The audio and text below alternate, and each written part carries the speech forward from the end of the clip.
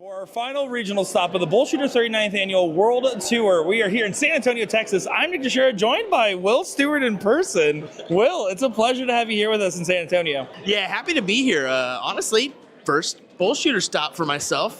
So I'm looking forward to some good darts being thrown. I'm looking forward to see how the action is and just what is happening with BullShooter here, because, man, it is crazy what this tour is really brought to the table. Yeah, we're really seeing a lot of improvements to the tour. We're seeing brackets run quicker than ever. We're seeing higher participation than ever. And we saw some great matches. We saw our most viewed content was in Houston just back in January at the start of the year. We're going to see if any of those Houstonians end up coming over here to get into the fray this go around, Will. Yeah, it looks like we've got a few competitors already in the flow in the mix that were competing in that Houston stop. Also, a lot of Oklahoma folks that have came down to try their hand at this BullShooter stop. So yeah, I'm looking forward to the action. I mean, we've got quite the field of competitors, no doubt, even on the non-pro side. Yeah, non-pro side wide open. Whenever you get that 128 person bracket, you know, if you make a prediction, there's a good chance you're wrong because it's so hard. There's a little bit of tournament luck that comes into it when you're playing a big field like that. Exactly that. And there's always a few people that maybe you've never even heard of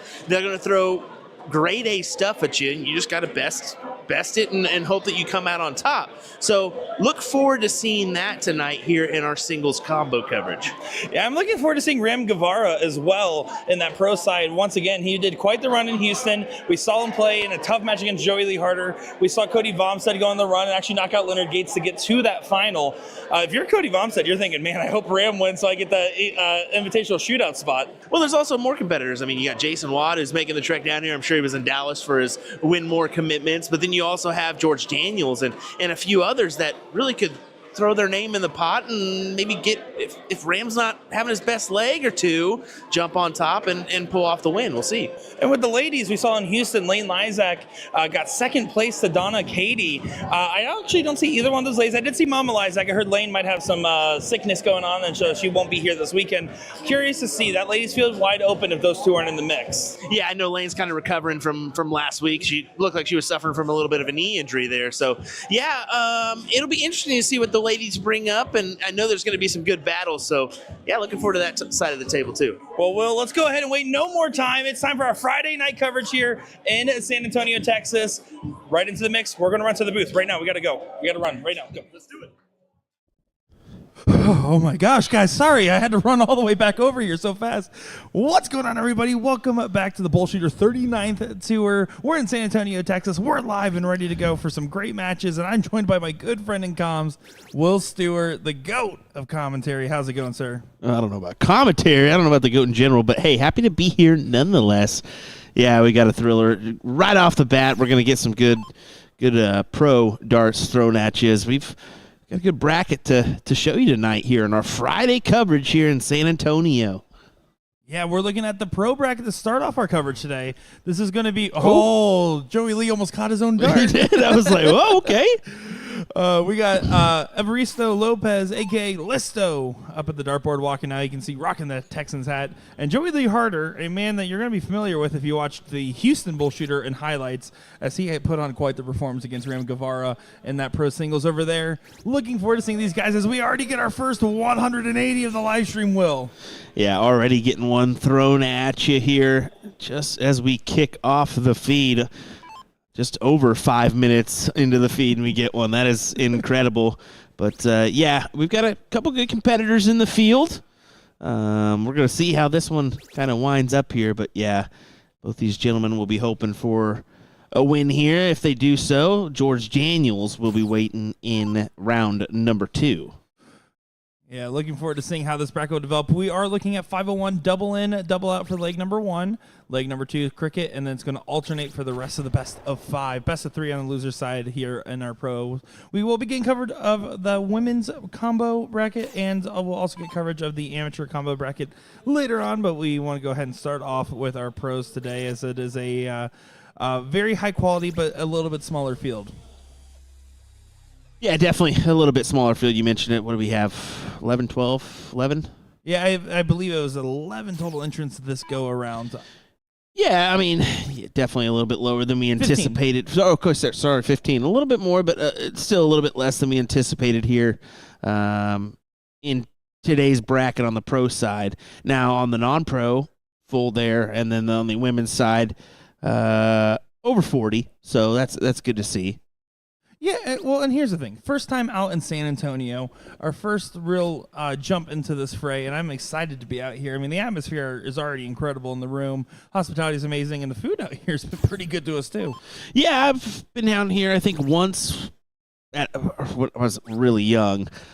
So, yeah, it's good to get back down here and check out some things. We went by the Alamo today and kind of saw that for firsthand, and that's pretty neat that you can kind of do a little bit of both, a little historical site, take advantage of that, but also play some good darts at that. As you can see, some good darts there from Listo. 38.54 is going to be that right around that average range where you're going to be pretty comfortable in these 0-1 games, especially with double-double. The expected average is a little different than normal. Well, and he's saying that you guys managed not to kill yourselves on the drive. Well, barely. Thank goodness they got us separate rooms, because if not, we were getting there. Yeah. We were getting there. And let me tell you, you will never make it as a limo driver in this world. I'll be honest. You sure about that? I'm dead certain about it. As Joey Lee the Harder is going to go ahead and start off with a 7 mark there. We also have Caroline in there tune in, say, missed you, Nick. Well, hey, happy to have you here now. Better late than never, missed you as well. And Tyler $sign in the chat saying, Sriracha. Appreciate each and every one of you. Make sure to give us a follow right now, because it's going to be a fun weekend of coverage. Yeah, looking forward to it. We know there's always lots of stuff going on for a weekend, especially with March Madness and what have you. But, hey, keep it right here. I guarantee you we're going to keep you entertained throughout the weekend. No doubt. No doubt. Well, let's see what Harder has here. 219s to close. Why not? Maybe pad it a little bit, go up top. It's never a bad decision to just pad it up a little bit, and that's exactly what he does there. Clutch 5 to put Listo under pressure here early in leg number 2. Yeah, for those that don't know a little bit of the background, Listo in that 38th tour made it the pro list in the Houston BullShooter stop in the amateur doubles. I got a chance to watch a little bit of that run, and it was a lot of emotions felt when the big one was happening, a lot of energy between the team. And that same tournament is where Joey Lee Harder played his first ever competitive soft tip tournament. He played with Donnie Joe in the pro doubles, where a 9-darter got hit against him in that king seat match. But Joey Lee ended up still making that pro list and has been a welcomed addition ever since. Wow. Was out front here in this one. Definitely has the big time advantage, especially with the start. So Listo's going to have to crawl back, as we'll add that bracket to the chat for you folks on all fronts. We'll do pro, women's, as well as the non-pro for you, so you can kind of check out and see where your favorite competitor or favorite player may be positioned in the bracket, see where they could wind up or who they may face down the road if things go their way. All brought to you by Tournament King and BullShooter. As we do have our first top 4 participant, Ram Guevara, 3-0 over who's that Tyler guy? Weehee. I don't know. Never heard of him. Yeah, coming out 3-0 on top of Tyler Weehee. That's a dang good win for Ram, and just speaks to where he's feeling for this weekend. And it'll be either Christopher or Johnny Martinez that he'll face in the next round. But some interesting develops there on the top half. I mean, we got a savvy veteran in Glenn Richard taking on Jason Watt here in the second round. So we all know BDG and what he's capable of as well. That's a good match. Well, think about it in this context. The Invitational Shootout qualification, first place in pro singles gets you that qualification, or the women's singles may have you. The connotation of this is that Ram Guevara and George Daniels have already gotten their invitations through singles, which means that if for some reason they are the finals, it would bump all the way down to third place. It would also potentially reshuffle their previous brackets as well for people trying to qualify for the Invitational Shootout. Yeah, I mean, just interesting developments there with 2 of our players already in the mix. So, yeah, we'll see what happens here in this bracket.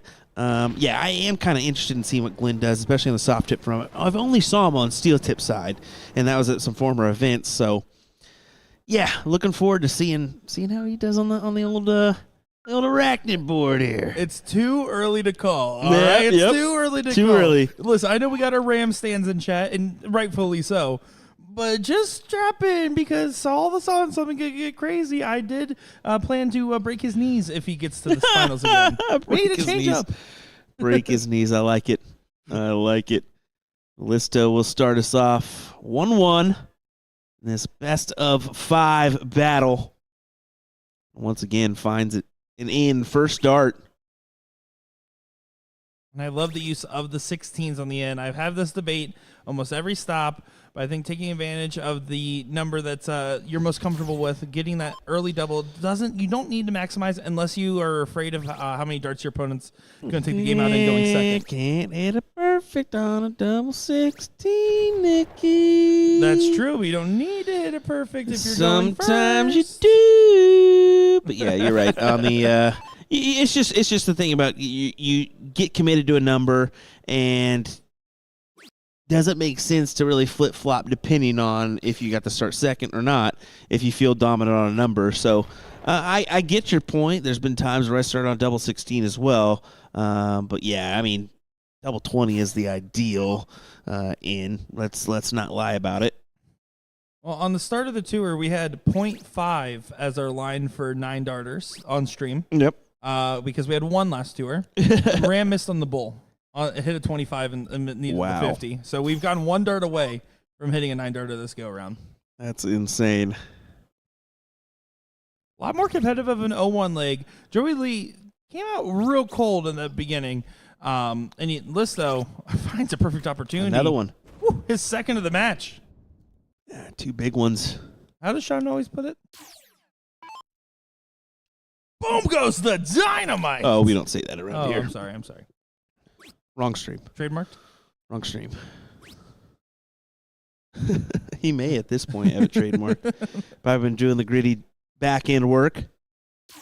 Did Soldier hop on the plane back overseas? Nope, he's actually, I believe, in Virginia Beach. So I asked him that last week, and I said, "Hey, am I going to see you next week?" And he said, "No, already committed on the waterfront." I said, "All right, buddy. Well, more power to you." Which does make this field interesting as well, as Leonard Gates does already have his qualification. Yep. So another person that does not have to worry about it. And a rumor has it that George Daniels actually won't be able to play in the unannounced dates for the Invitational Shootout, which would change things for like Ohio, where Fernando ended up getting second to him, would potentially get him in the mix, Julian Fernando. So who knows? Anything's possible. And I heard another rumor that they're expanding the qualifications and field to all-time highs, trying to maximize participation for that Invitational Shootout. Well, that's some interesting developments. We'll see what happens with that one. But you heard it here first, here, folks. That and if I'm wrong, don't quote me. no, well, quote him because he just said it live on air. You heard it. Who knows what could happen here with the Invitational Shootout? But some big things developing. As we'll just continue going on here, as Mr. Harder's going to have another good round at the board, and that is not what he wanted to find. Only a 2, with Listo only needing 1 leg to capitalize here on the match. Yeah, Harder has been up and down with his R game. In Houston at the start of the year in January, he was playing just fine. Top 4 on the winner's side. Had a great run, got knocked down by Ram Guevara in that situation. On the other side of things, last weekend, Joey Lee just couldn't get it going. He was at another event, and I just saw him. It was all or nothing, feast or famine, and he wasn't able to find any middle rounds. Well, here you go. All or nothing. That's a smart dart. Go ahead and take the kill shot on the 20s. Get rid of him. It pushes Listo here. Now, I like you have to kind of go 18s instead of 17s, in my opinion, in this shot, because 4 mark gets you a 1-point lead. There you go. We got Lysandra Perez and Tim Goodwin, co-commentators that we got to hear the other weekend. And I saw that both of their sets of darts for sale out there, which I thought was really cool to see. Yeah, exactly. That's pretty neat. Got the, what is it, one-stop dart shop tonight and the in the room. Yeah. Go get your supplies if you're in the area. Statistically speaking, there is more Lysandra Perez or Tim Goodwin barrels than Will Stewart barrels in that dart shop right now. Really good, Nick. Really funny. They do have Colonial barrels, too. They were so close. Man. Don't remind me. You know, they call it a one-stop, but I've definitely already been in there twice this weekend. They actually have a really great selection. We do appreciate all of our vendors that come to us for all the different stops, as this will be our last regional stop of the tour. And we have some big things cooking for Chicago. Yeah, which means, yeah, exactly. Chicago's right around the corner. That massive event, so get ready for it. At the, what is it, the Hyatt? Right? Hyatt Regency? Yeah, we're over in Rosemont. Rosemont there in Chicago, Illinois. So get situated near the end of May. That's when it's all going down. And I'm looking forward to it. Now, this is the moment for List, though, as Joey Lee kind of had a little bit of a haywire start to this last turn. Will it be able to be capitalized on? Needed to find 4 to be able to get the point lead, so Listo forced to stay upstairs.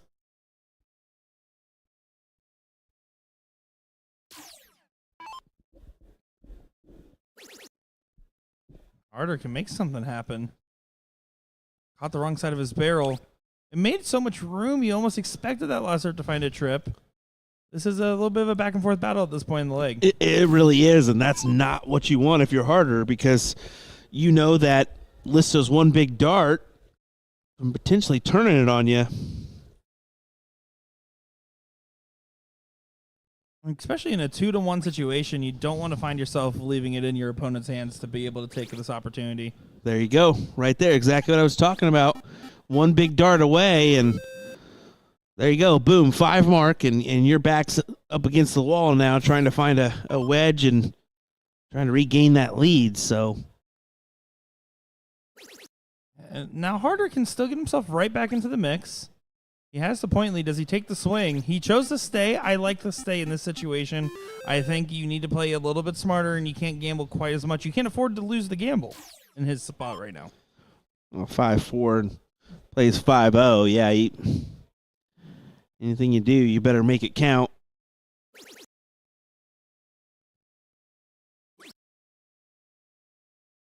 A 9-point lead, takes the look and finds it. Listo with another immaculate timing shot. With the higher ground as well. Just electing to stomp his foot on the gas and put out that 17 fire. Now, can Harder get himself out of the scenario? He wants to get Listo off the 18s, but that's going to cost him so much by not securing that point lead first. You're only going to take 1 dart at the 18, stay for 2 16s. Make your job easier. Going across the board is so hard to do as a transition. Let's see what Listo does here. He may just take a shot. Yep, it goes ahead and capitalizes on the triple first and then moves over. I think that was the right move. Extend out, and look, he even went for the double. I was surprised he went for that double with how good of a marker that second dart was. I'm not really, because of the fact he's been starting there and been successful every time he started on the 0-1 match. So we're seeing the double just more and more in cricket, and especially on that double 16. I think that's the reason why, is because it's so frequently gone to for your double out opportunity. You know, that's a more than fair point with thinking about the fact that that's where he's doubling in. Yeah. Sometimes you know what you're talking about. Every once in a while, this brain works, let me tell you. Now, this shot I wish he would have started 15s, but it doesn't matter if you trip it on the second. Going to go back up to add a bull? No, he's just going to add his own bull, as Listo is now standing right at the finish line with a potential 3-1 win to play George Daniels in round number 2.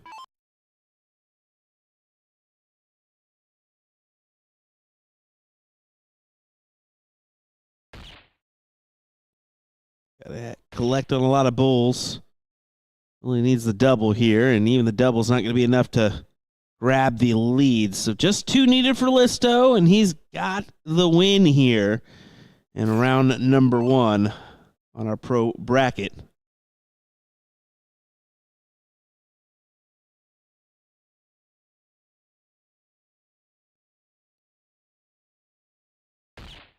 One more bull. Gets it done. Yeah, that's a big win. He'll move on to face George Daniels in the next round, and we will move on as well, as it looks like we actually have a ladies matchup underway on board number 3, our nice fire board there. So we're going to jump on over. And it looks like they gave us, we got Shelby Verling taking on Brenda E. And I'm looking forward to seeing how this match will transpire. So it looks like they're just getting those last few warm-ups, but it shouldn't take too long. Take a look at that. Let's go over that side view shot and take just a sneak peek. You got Glenn Richard and Jason Watt on that board, number 2. Jason's actually throwing right now. What score line is that? We don't have a score line on that one yet, so just getting underway, it looks like, in that match. But just to give kind of a little glimpse of some of our other matches, we do have, 6 boards in our little streaming area right there. We're providing, of course, two boards. But, yeah, we kind of have the action where we can zoom in where we need to on those other ones, which is nice. Yeah, it's nice because there's not many matches that we can miss, especially towards the end of the night when we start corralling everyone to this side of the room. It's really cool to get that perspective, as I really am excited to see how this will continue to transpire. This ladies match will get started here in just a moment's time. Looks like they're still getting set up and logged in real quick. Yeah, it looks like it.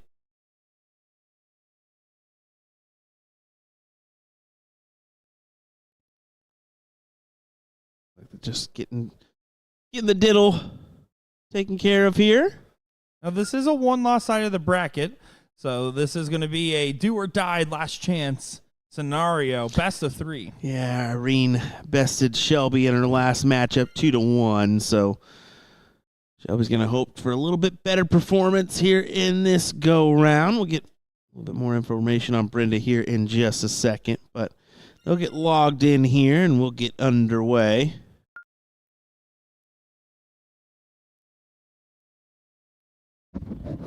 In chat, let us know. Are you guys having a good time? And what are you looking forward to seeing? Is there any players you want to see in particular?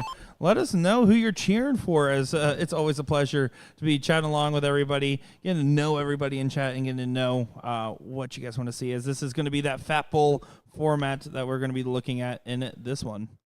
501 open.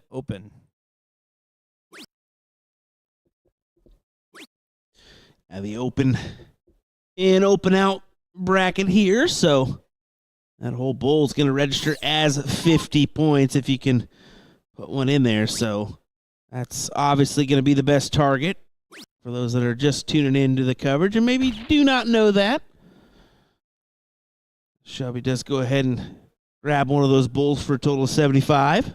It looks like Brenda's first round loss was the Genie Stone in a 2-1 last leg decider. Yeah, so she missed out on a 2-1 as well. So that's tough. That is difficult.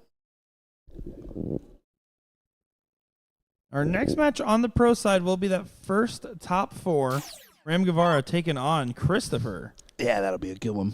Yeah, that'll be a good one. That'll be a good one. They'll be getting started here in a little bit as they're letting that rest of that bracket catch up for a minute. So we get some time with the ladies today. As Anthony Munoz in the chat says, Listo. Well, we already showed him. You don't get any more Listo. I'm just kidding. We might get more Listo. He is on the winner's side. Well, there's no doubt, and we'll just go ahead and say this pro bracket is going to run quick. Maybe a couple hours, we'll see. But yeah, you're going to want to share this around, let your friends know to tune in now, because man, they're gonna we got some good matches coming forward here sooner rather than later. So now, don't worry, tonight's coverage is going to be great too. But I think you want to tune in now. You know what's funny? In Ohio and PA, or at least PA, let me rephrase.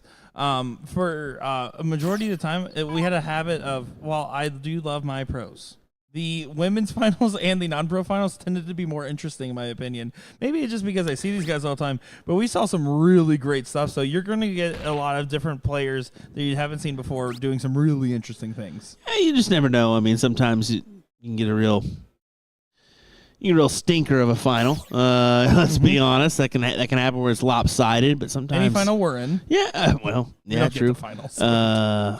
But there can also be some just great battles that really fall out in the women's last few matches, or on the non-pro side. You just never know, and there can be some really big shots followed by some really, really tough shots, Yeah, it's certainly the case. But that's part of the storyline of being developed. I mean, we talk about it, but in Houston, Donna Katie getting the win over Lane Lysak, her first time getting a big singles win, her first time beating Lane after playing her 10s, 20, 30 times. Wow. And the emotion of moments like that. Or we saw in South Carolina when the Sumter girls got the win, and you saw 20 different people rush over. And when you and I did that stop, the stories of that is why we play darts. Like, the pros are cool. I love seeing pros, and we're going to see the pros. But, man, is everyone else the real dart community? Everyone else is the average day in, day out player. Exactly. You're correct. I usually am. Not necessarily on that front. That's all right. Brenda does get the first look at a finish on her return. Shelby can put pressure on it. Any of my friends watching along, what's the guess on Shelby's earbud music? That's going to be the question on all of our minds. That's always a good question, is what you're listening to. We've incorporated that into some videos recently. There's always a few things that people love. It's food and music. Count on it. These are all the very much things I love.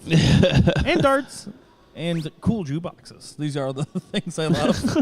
Cool jukeboxes, like from the retro days? No. Like, I don't know. Like maybe a Touch Tunes jukebox. Oh, you're talking the new soap jukebox. I know. It's No. Yeah. It's the knockoff for Dr. Squatch. No, I think we're getting confused. Oh, okay. Well, Bull for trip 13 could have been the shot. 54 still works and almost goes, but does fall into a 1. 53, a little bit awkward on the return. Gives Shelby a little bit of a shoulder relaxer, if you will. Yeah. I mean, she can still go here, 50 or 54. She gets the 50.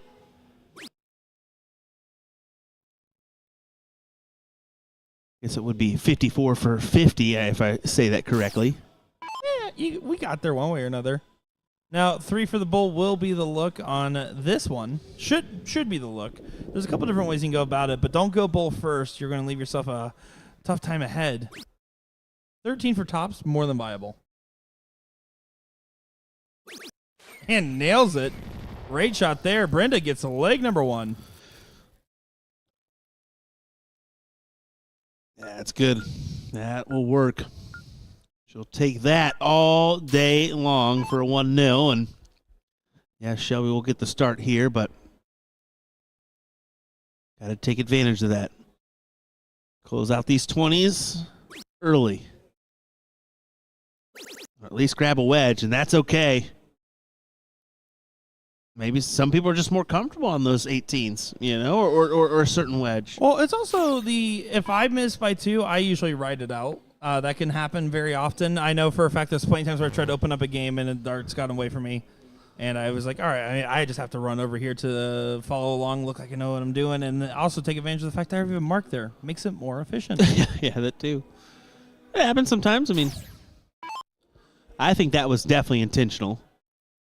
You just seem like, you can see her. She's straining to that number a lot. She's actually, I actually got a player in my hometown that does that a lot. Goes to the 18s instead of goes to the 20s on 5-1. Now, how mathematically does that work out for you? Does it make sense? Not really, because you're fighting off the 60 or whatever. But for certain players, if they collect, it works, especially if you're collecting to where your opponent is only averaging 1 or 1.5, 2, range. Well, if you're collecting 3, you're good. How many times have you and I said you need to be comfortable at what you're shooting at? Yeah. There's an optimal way and then there's a comfortable way. Yeah. The goal is in practice to make your comfortable way the optimal way. Yeah. But when you're in a tournament like this, you hit what you feel the most comfortable with. As Brenda Brenda has some opportunities despite having the slow start. She needs to find these 20s to get going Did you first. see this one from Brian? I'm looking forward to state dart ball weekend in 2 weeks in Oshkosh, Wisconsin. A state dart ball.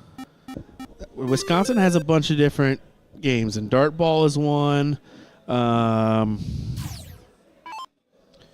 can't remember the one that I just... Beer darts? No, it wasn't quite beer darts. It was something else. It was actually like a sanctioned state. Oh. And I was like, this is Wisconsin for you, you know? Oh, Wisconsin. Never Yeah, change. Yeah. As, by the way, Brenda does find the close on the 18s and the 20s. Shelby goes up close to the 20, 16-point difference, but they're pushing themselves on the board. Pretty much, I mean, obviously advances Shelby by 1 mark, but it's pretty close to call at this point. Yeah, exactly. Going to be a tight knit here. We got a couple asking for the Jason and Glenn match. That is 2-1. It's actually off streaming board, so do that.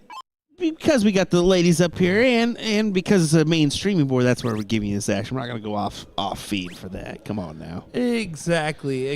And then we still have coming up next will be that Ram Guevara Christopher match, which has not started yet. They are on hold at the moment. Yeah, they'll wait until we're ready for a little bit, because the other 2 matches still playing out means, why not? Go ahead and hold on. Now, this is a moment where I really want to tell Shelby, Eric Holmes doing a callback to last week. You made me do a double take, by the way. Eric, never ask Eric Holmes for a score line. I am still upset about that. I was like, run out there after I finished one match. I was on one stream board. I don't know where we're at in the match on the second stream board. I run out there. I see Eric watching. I'm like, Eric, what's the score? He goes, 1-1. He flashes it up 1-1. I'm like, 1-1. He's like, yeah. And I run back in there. We commentate it. And Ryan Mooneyham and I, leg finishes. All right, guys. And then all of a sudden they were loading into another leg. And I go up there and I was like, now I see why your dart nickname is Big Dummy. Oh, man. Another person I haven't seen out here yet. Where are you, Eric? Come on over. Now you wait for coverage. Go figure. Oh, Tyler, you got a lot to learn, buddy.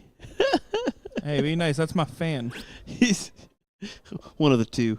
Just kidding. Just kidding. The other one's my mom, so. Oh, man. And so to circle back to what I was saying before, Eric Holmes completely made me like look at the score and realize that I'd do something wrong. No. But Shelby in this position, I wouldn't mind just one turn of just stay on the 19 until you get a trip. Really because in a situation where both players are around a 2, a big trip is huge. Well, you put some pressure down. You know, you add that extension of points and say, no, I'm going to make this 1-1 and force the decider. And that's really what you have to do here. Exactly. With getting to the decider, that tittle is all the difference maker when you're playing 501 open fat bowl. Yeah. Jason Watt's still up 2-1 over Glenn Richard. George Daniels, Listo Lopez. Currently, George Daniels up 1-0 on the winner side, and Gil Martinez up 1-0 over Joey Lee Harder. Alan Windham knocked out of the bracket. Daryl Cortez, Diesel knocked out of the bracket as well as, and by number 1 knocked out of the bracket.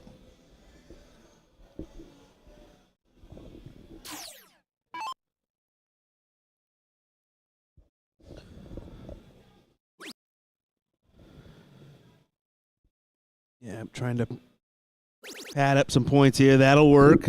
Nice 48. Still down by a little margin here. Yeah, Brendan's in a tough spot because a big collect here from Shelby can make all the difference. They still have 15 rounds to go, so I don't think anybody's considering round-out options. But I do like that Shelby's playing a little bit more conservative, taking the fact of the 19s in her favor, knowing that there's an X on it. It could go away at any point.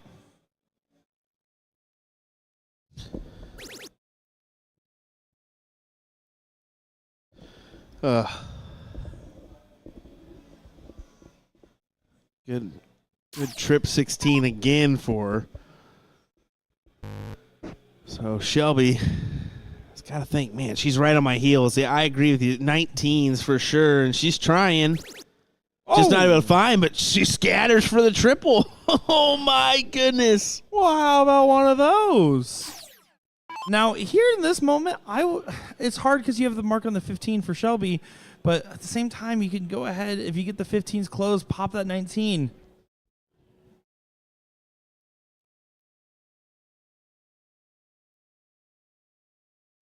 Shelby, just go ahead, get herself into a comfortable spot in this moment. She's trying to attack those 15s. Just a single on the last. Should have probably added a little bit more. Right now, if Brenda goes up and hits a trip 15, single 19, 1-5 mark is all that is needed for this to be a big difference. Finds the trip 15, missed the single 15. A big part of me really wanted to see you grab at the 19 somewhere in there.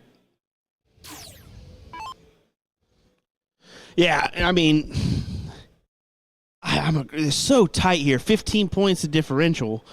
And with Brenda already having the 15s, I mean, I agree with the shot there. It's a kill shot on the 15. You got to take that, right? Oh, certainly you have to take the swing, but unfortunately doesn't convert.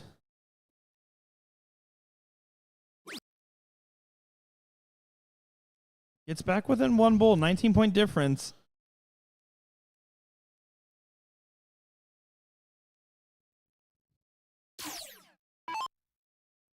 Shelby should just be starting at this 15 to get that close. Grabs the close. Single 19 adds a bull. That one got away from her. You can see the head shake. She wasn't happy with it. But doesn't hurt. Now this is where Brenda can make a big difference. Pops a single 19. Makes it 4-3 on the bulls. Hits one bull in the stern as well. All is forgiven.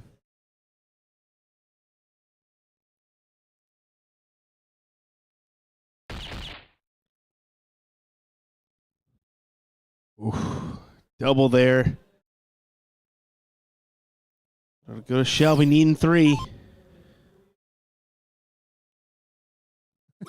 Mike Redmond in the chat. Gentlemen, I appreciate the stream. The only question I have is ...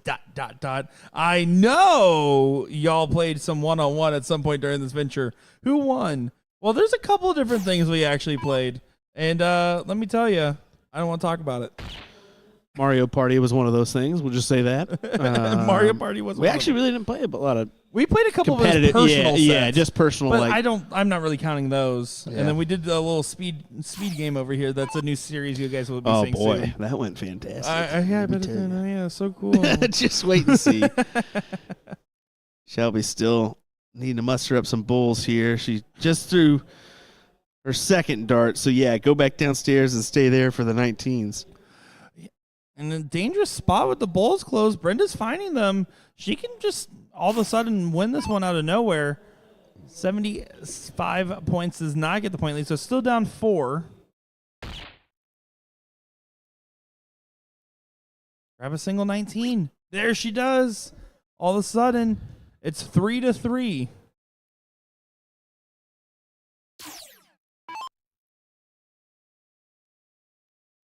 John, we watch all the chats here. We just ignore. No, I'm just kidding. Yeah. I was about to say we just ignore some of our. No, just look above. That was actually me that just commented on there. Will Stewart Darts on YouTube. Hey. No, yeah, we always love you guys too, and we watch all 4 chat rooms. Jason Watt did get the win there. It looks like over Glenn 3-2. Richard. So yeah, good matchup there. Wish that would have somehow found our streaming board on 3 or 4. But what a shot there! As Brenda puts it away 2-0, and Shelby's kicking herself, knowing that was mine. I think I could have got that. Well, here's the news as it is right now. You were getting Ram Guevara and Christopher up to the stream board. That is going to be our next matchup. And then George Daniels currently 2-1 over Listo Lopez. No matter what, you guys are going to get BDG because we're going to get both top 4s and that seat match, by the way. So coming up next will be Ram Guevara and Christopher. We're going to go ahead and take a look with our camera here and see if we can get a look at that George Daniels Listo Lopez match. So give us a quick second here. We get that adjusted. Give us a good angle of it if we can.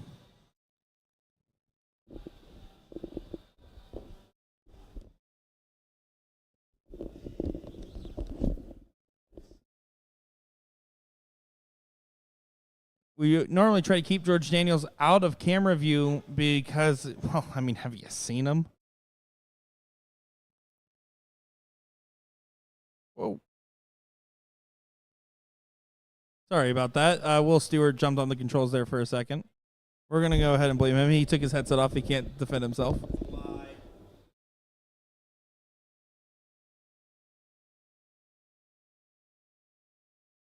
There we go. Currently 2-1 in favor of George Daniels. We're going to go ahead and let's answer a couple quick questions in the chat that I saw here as we're waiting on Ram Guevara and Christopher to come on over. So we have the BullShooter channels and the USA Darts channels for all 4 platforms on Facebook and YouTube. I do recommend right now, everyone just go over to YouTube. If you're watching on Facebook, give us a follow and a like over there. You'll have better stream quality. You have a better chat experience. Overall, it's just a better platform for live stream. So I always will recommend that right now, if you're watching, to go ahead and give us some love and support over there. Might work out better. As far as Tyler, we always want to give the best coverage ever, and darts will continue to grow the game. Unfortunately, that picture-in-picture, as Will was saying in the comments, just really hard to see at times. So, unfortunately, not in the cards there for the time being. But let's see, what else we got going on here? We saw, where is this in San Antonio? We're at the Westin North in San Antonio. That's where you guys will be able to find us if you're in the area. You guys can come by and say hello to us.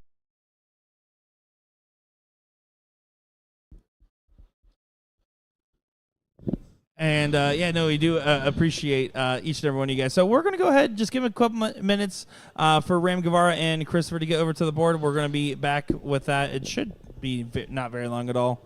And be into the mix. John bring up a good point. If you're on YouTube, hit the gear icon, hit 1080p, because it'll automatically set you to whatever the heck it wants to. So and hit the subscribe button right there. Yeah, the subscribe button. Do it now. We'll be right back, guys.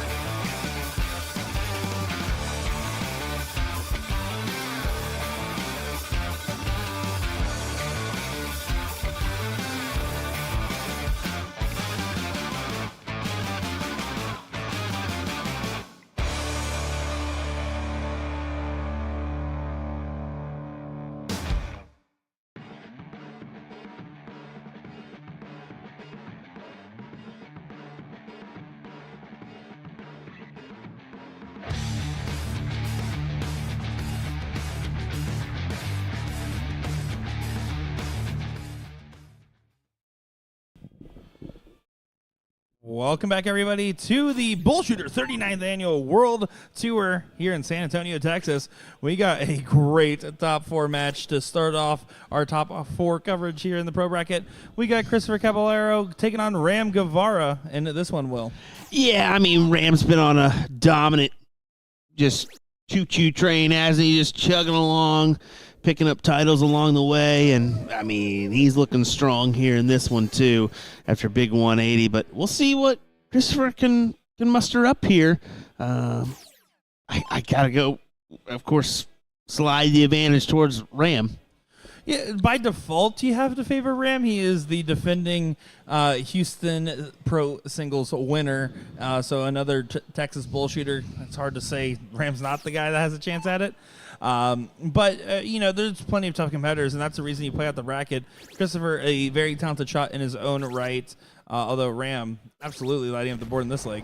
Yeah, just leaving 69 here and sitting on a 48 PPD. That's pretty impressive. He hopes to put this one away with ease. Chris still in the 400 range, so there's some Will Stewart darts right there. What, unsold? No. Sorry. Not very good. We'll just put it that way. Was that what we were saying?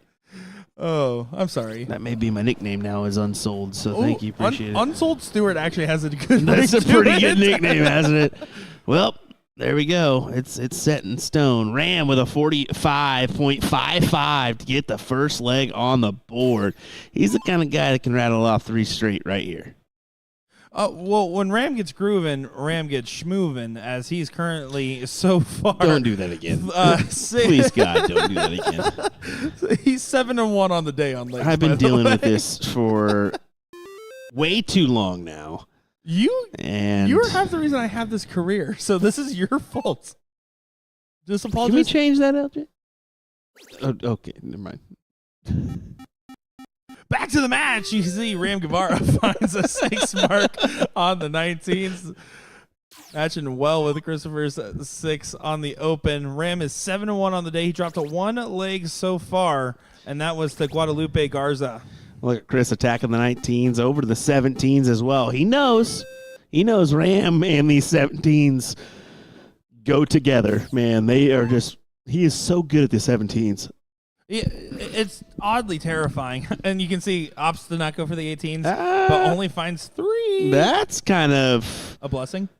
For Chris, yes. I will say that is a very much a blessing, because that was probably supposed to be at least 6 there. You can see Chris taking advantage of that opportunity. Not as much as he would have liked, but does just enough to make sure he's not in any danger. Trip 18 does not get you look at the 20 with the point lead. He has to hold true. He has to stay on those 18s. So 9 mark incoming on the 18s for Ram. It's like I know. He just knows. It's just close my eyes and it happens. Well, that's the key to darts. Visualize, manifest. That's exactly what he did on those 19s. Or 18s. 18s. I'm having a full-blown conversation with Listo as he tries to play darts. It don't matter. He'll still make it happen. He's throwing a 6 compared to Chris's 5.25. Granted, Chris has that upper hand wedge, but for how long? Bye-bye 20 pie.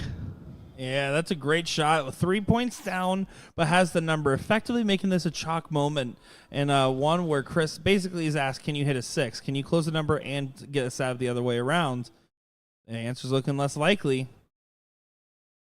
This is what Ram can do. He can just put pressure on out of nowhere and make you feel the heat. Van, appreciate you buying a set of Will Stewart barrels. They didn't specify which you. Will. It could have been another Will. Thank you. Even thinking about buying a set. Thank you. Appreciate it.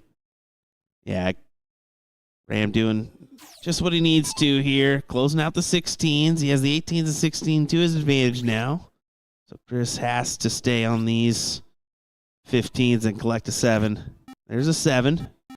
The 7 helps the cause, but even right now, you expect Ram to find a trip in the first 2 darts. Yeah, you feel like in the back of your mind, you know it's not enough. You don't feel it. You know it's not enough, and it's exactly what Ram does. Just goodness gracious. He's schmoovin'. He is schmoovin', as you put it. Jeez Louise. The stuff I deal with. It is a pleasure to be able to see these players play on the performance. You can see the crowd building behind as well watching this one, as that's a great defense from Chris, trying to hold on to not go 2-0 down, which is absolutely brutal in a loser start format. I think part of that is just they know what Ram's capable of, and most of the matches he's going to be involved in have the potential to be entertaining, so I just sit back and join in on the fun if you got nothing better to do, which what you folks are doing at home. Well, another reason to watch Ram is in Houston, and I believe it was a top 4 match. He started the 0-1, 160 in, started the next game of cricket, 9 mark, started the next 0-1 game, 160 in, started the next cricket, 9 mark, and then started with a Shanghai on the last game. He missed 1 opening dart in 5 legs. Just nasty. Well, a 5.87 there is Boring. Is boring. Yeah, that's exactly what it is. In the word of Nick Teixeira, just boring. Nah, that's just crazy as he finds the 2-0 lead here.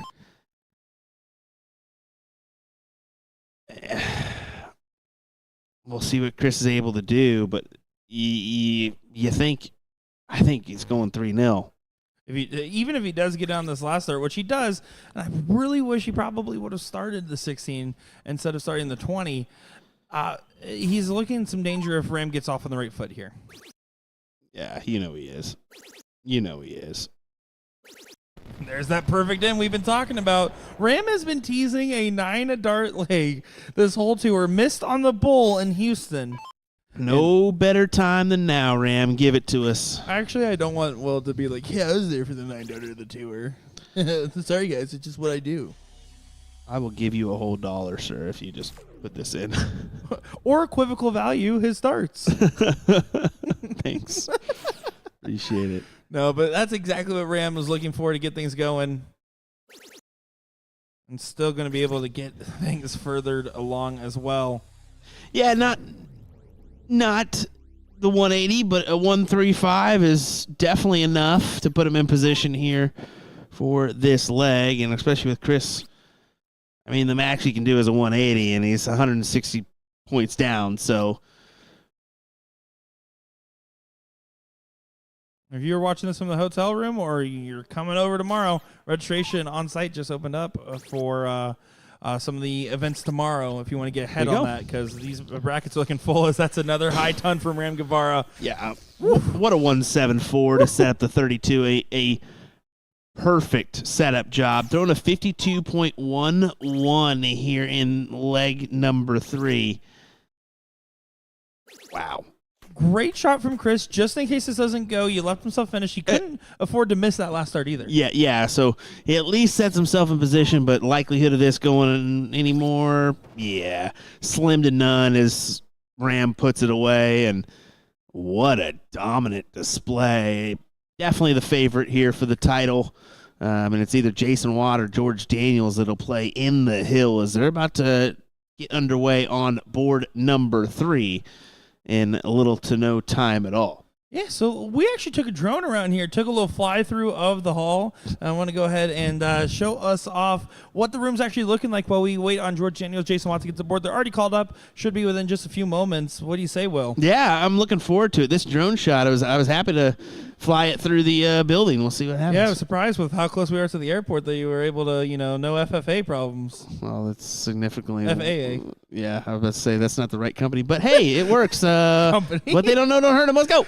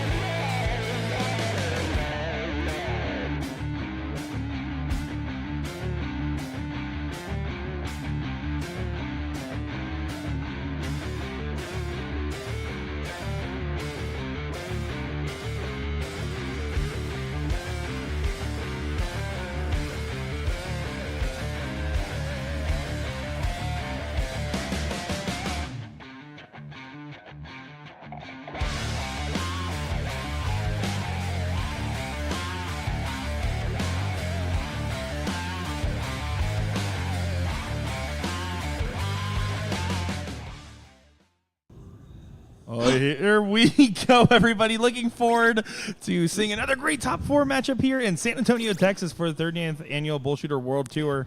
Will Stewart on the mic with Nick Teixeira. Will, how are you? We had to make the adjustment to player giant on our camera because, goodness gracious, these guys are large and in charge here.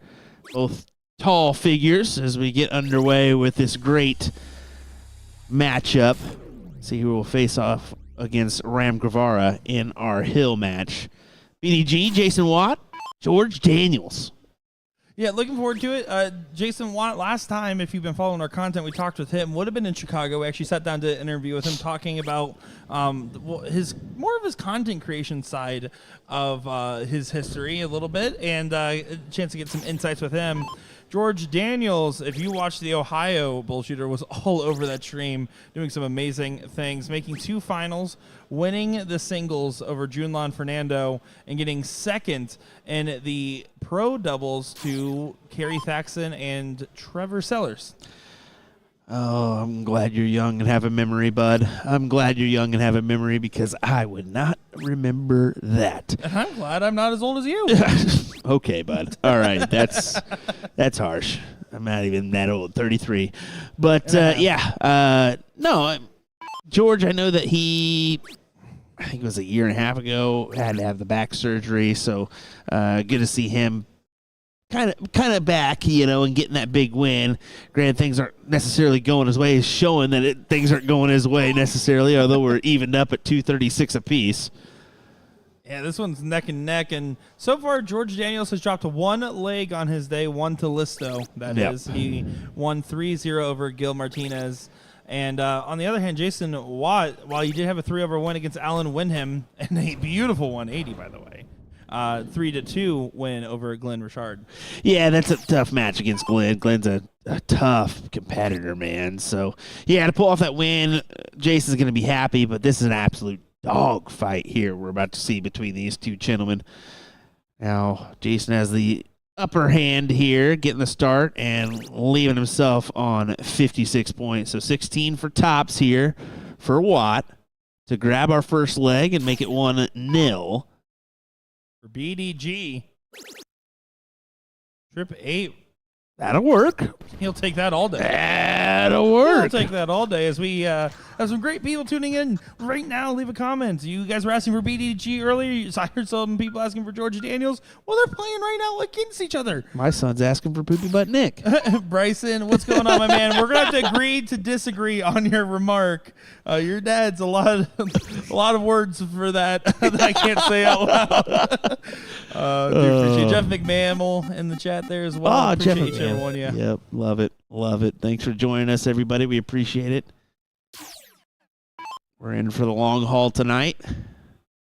Nick has already got his Rise Kool-Aid rocking. Not sponsored, but happily drinking. Pretty tasty. If you want to sponsor it, we would definitely take your drinks and run. We need some energy back here in this streaming room. I thought that's what I was here for. I bring the energy. Yeah, there's no doubt. You bring way too much energy sometimes. We give you a sleeping pill on our way down here. Hey, bud. Worked for 20 minutes and then you start swerving again. Oh, my. All right. Watt. This is going to be a tough one, but he's capable. 2 big triples. And you take that look. Found the first. Not going to get the go-ahead for third. You got to stay, yep, and collects with a third for a big 1-5-2. Yeah, I like to stay. He's already up 1-0. He's going to try to continue mount the pressure against George, who is someone who typically doesn't feel much pressure regardless of situation. You'll see George show some emotion towards his own darts, but his opponent, he doesn't expect anything. He just goes and plays his game and really just sets himself into place. His mentality, phenomenal. Makes him scary as a competitor. This is a top 4 match to get to the King Seat match against Ram Guevara Jr. Yeah, we could see a little battle here ensue in this leg. I think George will be quick to try to close these 19s. He will. Back up top. That's the smart play. You can see he's just not satisfied. He's raising that hand knowing I didn't do enough there.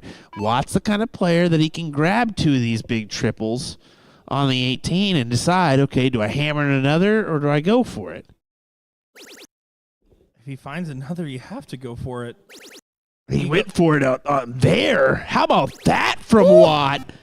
What a big shot from the big guy. Bearded goes the dark guy. Oh, my goodness. Never do that again, Nick. Come on.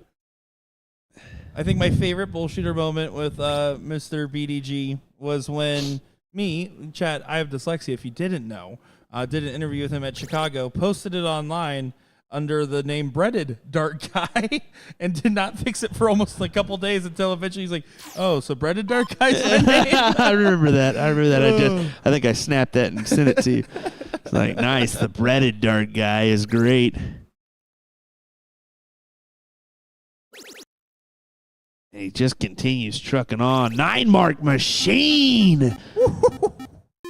EDG feeling really good on the dartboard. And George Daniels, you can see that little shake of the head.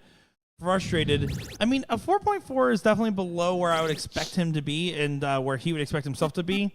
But not by much. Yet he is in a close leg now getting to, I wouldn't say a blowout, but firmly out of his control. Yeah, I mean, this is all in the hands of Jason for a potential 2-0. And if you're George, you hate seeing that score line because you just know this is difficult to come back from.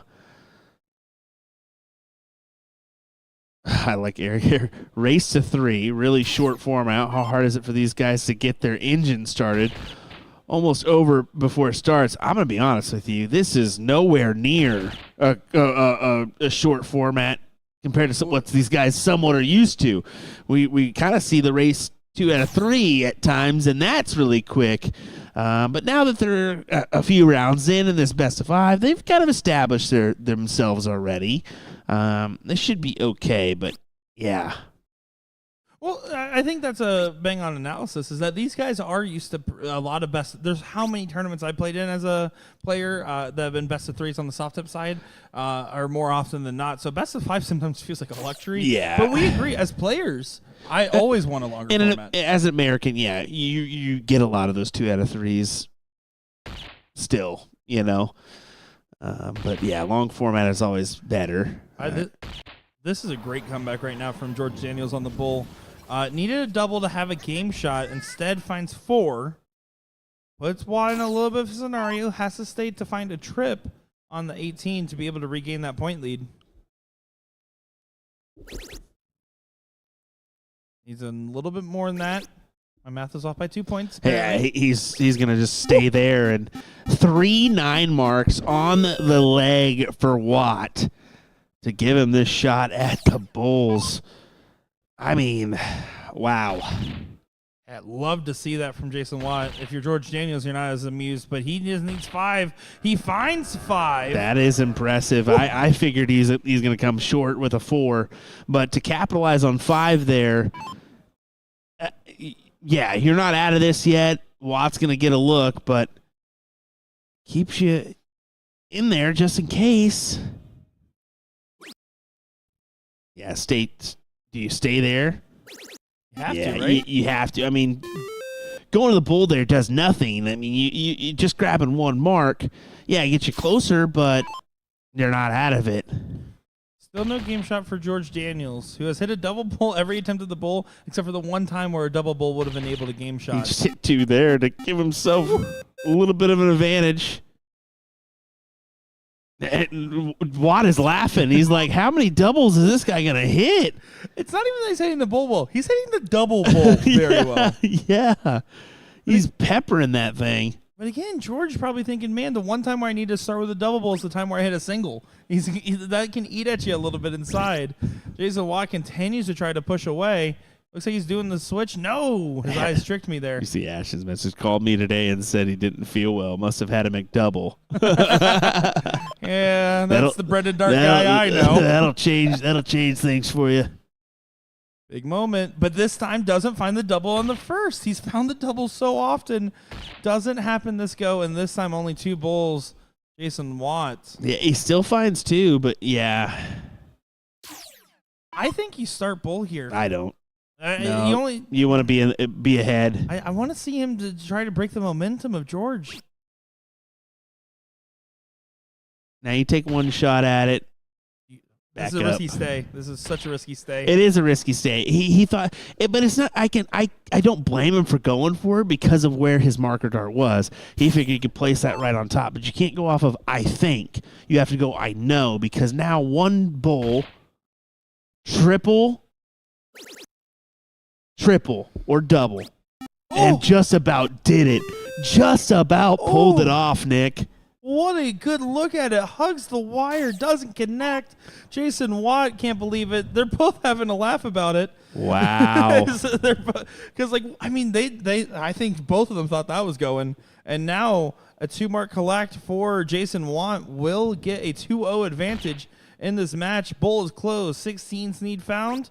There it goes. George Daniels does an almost amazing comeback and falls short. Gritty back and forth, but Watt is able to capitalize and get the win with a 5-2-3. What a back and forth there, ladies and gentlemen. That was nice. We got Sean tuning in from Scotland once again, the old trustee. How's it going, buddy? Thanks for joining us once again. We know it's wee hours of the morning there for you. George Daniels finds perfection on the open. Ram Guevara special hits a 160. The Ram Guevara special, is that what we're calling it these days? I've seen more 160s from Ram Guevara this tour than any other player combined. My goodness. Well, Watt switches it up. Wasn't happy with that first one. Although he's still taller than that triple 20, he just didn't like it. Just didn't like it. Yeah, the breaded dark guy needed a little bit more time for the yeast to rise. Not everything's got to be a pun, brother. That was a stretch. Not everything's got to be a pun, all right? That was a stretch. That was a bit much for me. I'm sorry, folks. I'm going to go home. Will, you got it from here. It needs a little bit more butter on that bread. Well, it'll just get worse from here now. I guarantee it. Lizette saying, shout out to Los in the back. Well, hello, Los. As I see someone waving at the camera, I wonder if that's Los. Gotta be. Yeah, Watt. Off the margins. Yeah, a little bit off, but I mean, he's rattled off too. I'm sure he's kind of like, all righty. Didn't see myself in this spot. It's also hard because in this format, when it alternates between 0-1 and cricket, you're going against the darts in 0-1. At this point, thinking I'm gonna just focus on my start in cricket. If I happen to sneak this leg, I happen to sneak this leg. George has not run away with it like he should have after the 160 in. Yeah. Big 180 and everything's forgiven almost. Oh. No, I'm just kidding. That was still a great 135. I mean, still kind of gets him within striking distance. Yeah, he's going to have to come up and probably hit a 125 plus because 125 gives him the look at the 170. But it's all determined on George here. Yeah, he's going to get to a check. Yeah, Gonna be a good check at that. Good 51 with the last to set up the Shanghai too.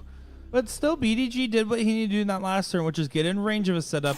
He's looking for about a 125 here. Leave the 170 at least. You have to hit dang near perfection here and won't do it. So, yeah, George is getting 6 from the 120.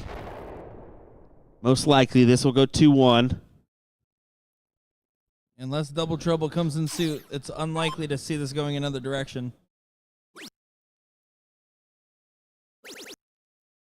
I know a thing or two about double trouble, buddy. George does not. Gets the 120 Shanghai for 2-1. You can see Watt just trying to get himself recentered. Wiping the sweat off the brow, and here we go for the world's tallest matchup.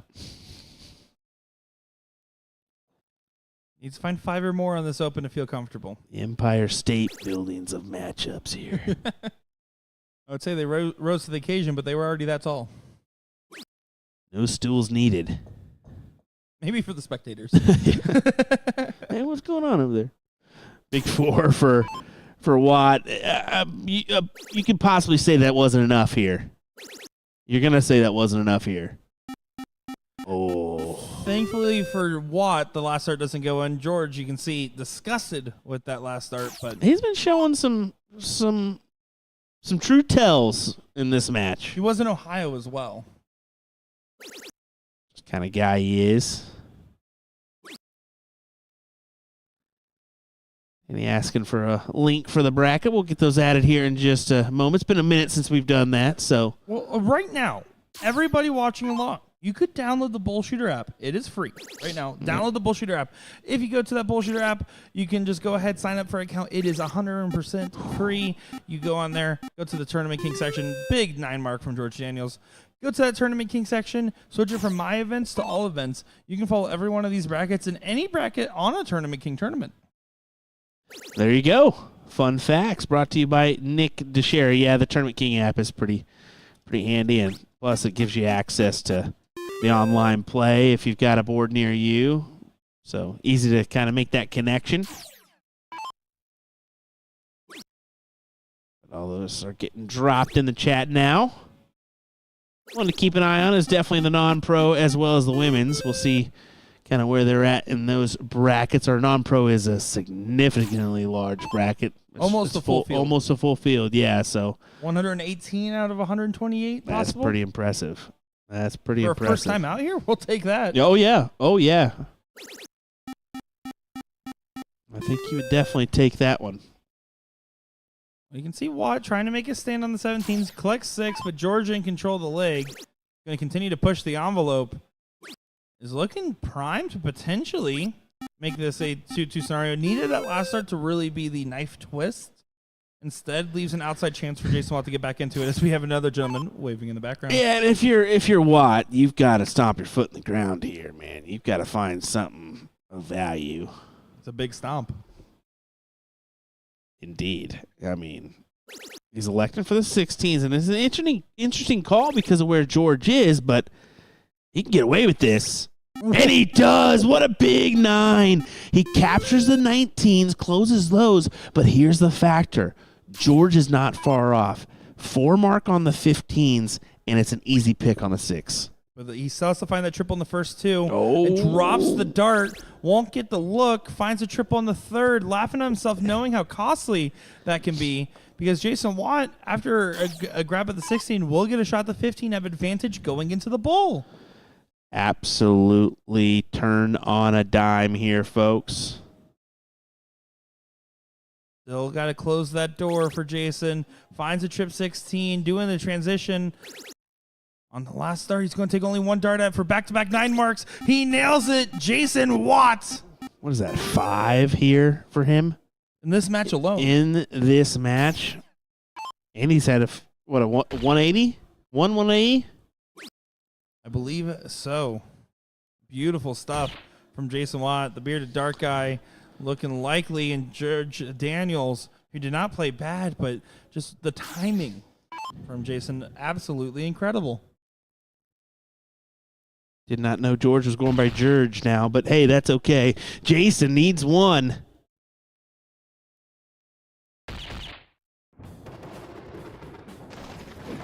Nick totally caught him off guard there. All right, 5-8-6 for Jason Watt as he wins this one 3-1.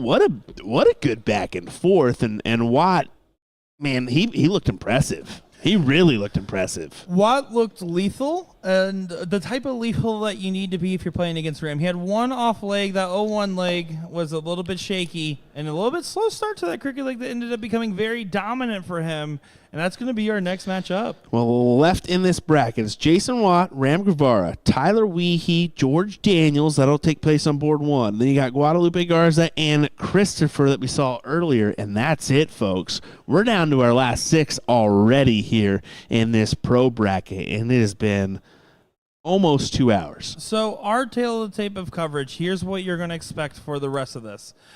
Jason Watt, Ram Guevara on the stream board coming up next for the seat match. After that, we will get the third place match and finals. We will also make sure to, the ladies bracket's still cooking along, so we're going to make sure to get that seat match, third place finals for ladies, and of course, we're going to try to make sure to get our finals, potentially seat match and third place for the amateur. But we're going to go ahead and write out this pro bracket just because of the size difference in brackets. We're going to give a few minutes here. Jason Watt going to go ahead and stretch those legs, make sure that the bread is still rising. We'll be back in just a moment.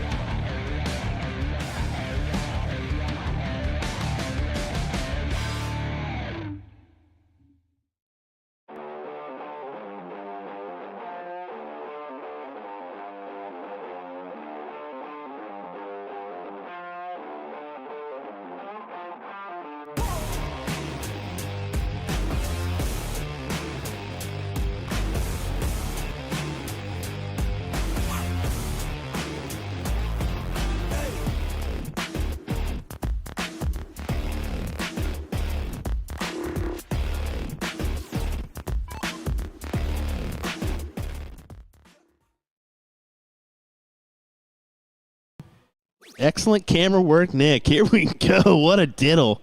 So we didn't see almost any of it, but a big 160 from Ram to open us up. Folks, this should be a good back and forth. We just got done seeing BDG Jason Watt against George Daniels, and he put on quite the display, didn't he, Nick? Yeah, as Justin Davis just put in the chat, this is going to be a bangarooski. As I'm looking forward to seeing this. This is for the hill. This is for the seat. Jason Watt, I don't believe, has qualification right now for the Invitational Shootout. A lot of implication, because if Jason Watt wins this match and Ram or George make it back to him, they're already qualified. He automatically is qualified for the Invitational Shootout. I thought Slobberknocker or Barnburn was good, but Bangarooski might be up there for my new favorites. Yeah, pretty good one there. But yeah, Rams right off the bat, starting off hot here. So technically, but we should say second place kind of matters here, doesn't it? It absolutely does. So if Ram is able to pull off the win, you want to be in that second place position because you'll automatically go if that happens. Exactly. So if Jason wins this right now, he knows for a fact if George or Ram makes it back to him, he's already in the Invitational Shootout. So that's a heck of a spot to be in if you're Jason. Already pull off the win on George, so you know that you know that you're gonna, if you take the L here, you're going to the third place match. All you got to do is win one, and no matter what, you've done your job. Yeah, Jason's going to be in great position. Now, Tyler Weehee, Guadalupe, or Christopher also still fighting in the mix. Let's not discredit them. And Tyler Weehee up 1-0 against George Daniels in a best-of-3. Well, George is probably still taking it out on himself for that loss to Jason. He felt like he could have gave a little bit more effort there. I think at times, yes, but anything can happen here, folks. You're going to hang on and find out. We've got a few more matches left in this bracket, this including one of them, as we're going to fight it out for a Hill participant. Or I guess find our Hill person. That was about as good as my camera work, Will. That was pretty bad. I was trying to find it while also getting rid of the yeah. Jeez Louise. Hey, right now, if you're watching this on YouTube in a week or so from now, you're watching the recording, the match clip of this, you could be in the live chat right now talking with us, watching this match live. Make sure to turn on that notification bell if you're watching the video, or if you're live here right now, you can hit that anyways. But make sure, because we're live right now, and this also does go out. We post those match clips pretty consistently for BullShooter here. Yeah, it's nice to do. Big 7 mark for Jason. Open us up. Guevara going to try to answer. Of course, Guevara on the bottom of the board is pretty much exactly where he wants to be. As of course he finds a 3 in the bet on the 19s to try to best the 7 from Watt, who is going to be playing some defense on the 20s. Wow. Yep. Down to the 19s. No, he stays, and he captures a 9 after a 9. I love the discipline there to do that because, frankly, Ram is going to continue to light up 1917s, but if you have the 20s that you can try to gas it out a little bit, he has the firepower to do so. And you can see Ram automatically going to the 17s, capturing those, knowing chances are these 19s are going to go, and if you're Watt, if it goes first start, I'd take a look at the 17s right after. I like to say I'd still take a look at the 17s. I don't, and I like the discipline once again. With the single 20 in that last start, Ram, if he trips 17, is only 1 mark away in the point lead, could shoot the 20. With him going up on the 20 in that last start, at least makes that a little bit harder of a decision. I still don't want him taking a chance. See, because he just took it, and he's 60 points down. That's where I'm like, I take away those numbers from him and hope it doesn't work, but... Well, the gamble is, can Jason Watt hit a 6? It hurts if he hits a 6, by that meaning 18s and 17s. He does hit a 6, so it is going to hurt Ram because he finds a 9.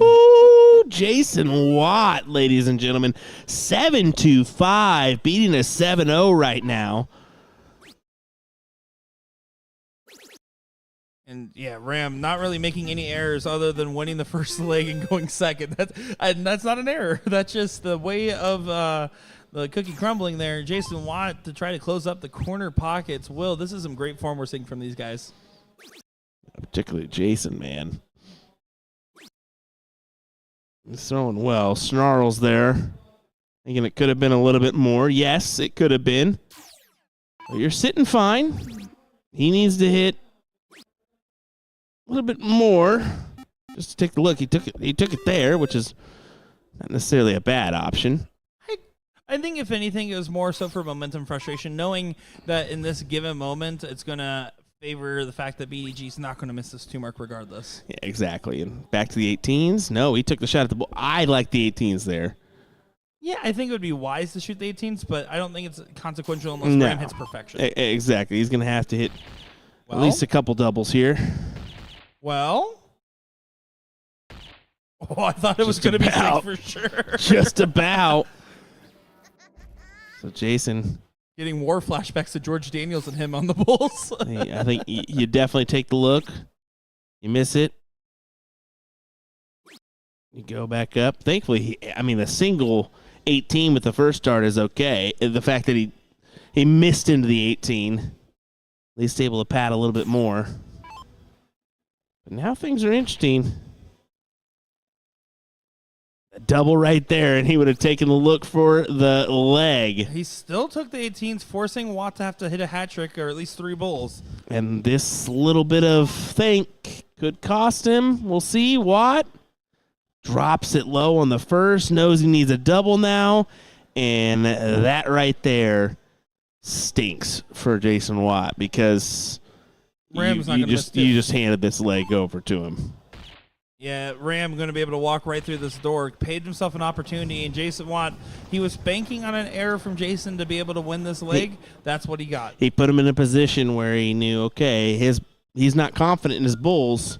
Let's put it on him. And that's exactly what he did, and Watt dropped it low at the first, nowhere near at the second, and now we've got a 2-0 score line to Ram. Well, here's the good news for Watt. Good news is you're still playing great. Better news is you're still Jason Watt. So you're just going to go down there, dig deep, finds a 1-4-6 on the open.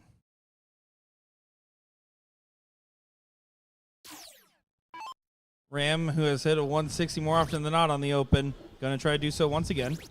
Is going to do so once again. Whew. 160, the Ram Guevara special. You were laughing a little bit about it earlier. Has he not done it every time? I would like this new Maloney double thing. It may become the new trend here. It is incredible. For a man that we talk about the 19s and 17s so much for, to always hit these 160s is so funny to me because you would expect him to be that double 16 to 19 transition shot.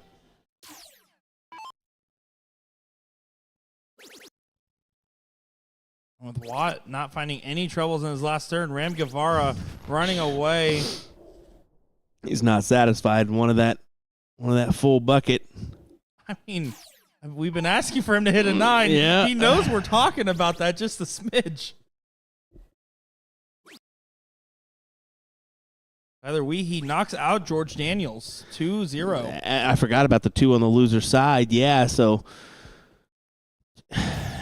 just going to show you that 1L from George. Could he have took a little bit into the other match? And I think that possibly is what happened there. Tyler, though, phenomenal player. Put it on him. Yeah, Ram 71. Stealing the throw from Watt, and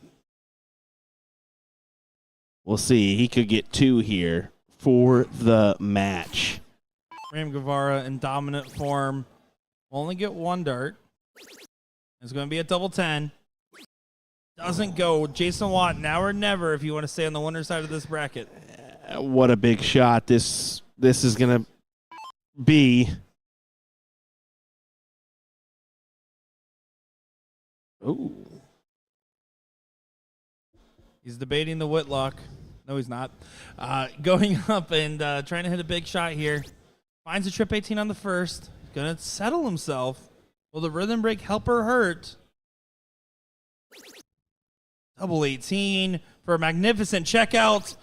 Jason Watt not going down quietly. Ooh.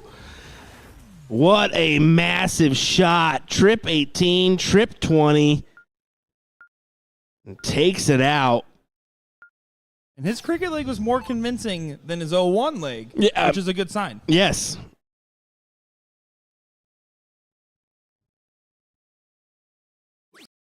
That was a massive 150. Just to give you a little confidence here. I mean, those kind of checkouts can do crazy things for you. Like shake up Ram to the fact that he only opened up with a 2. There you go. Now you jump on it. Bap, bap, bap, bap, bap, bap, bap, bap. Jump on it. Jump on it. That's exactly what he did. I can't believe my soundboard was working. That was a great soundboard. I mean, you had it queued in. You push the button. That's me, button pusher Nick Teixeira. And Ram, all of a sudden, catching a cold spell like our stream room. It's really cold back here, guys. It is chilly. I mean, this is not the Igloo in Music City chilly, but it's chilly. It's definitely a cold one. It's chilly, and look at Watt. I'm telling you. Ice in the veins. Well, that one shot can do crazy things again. And there you go. Big 6 mark. 19s and the 20s.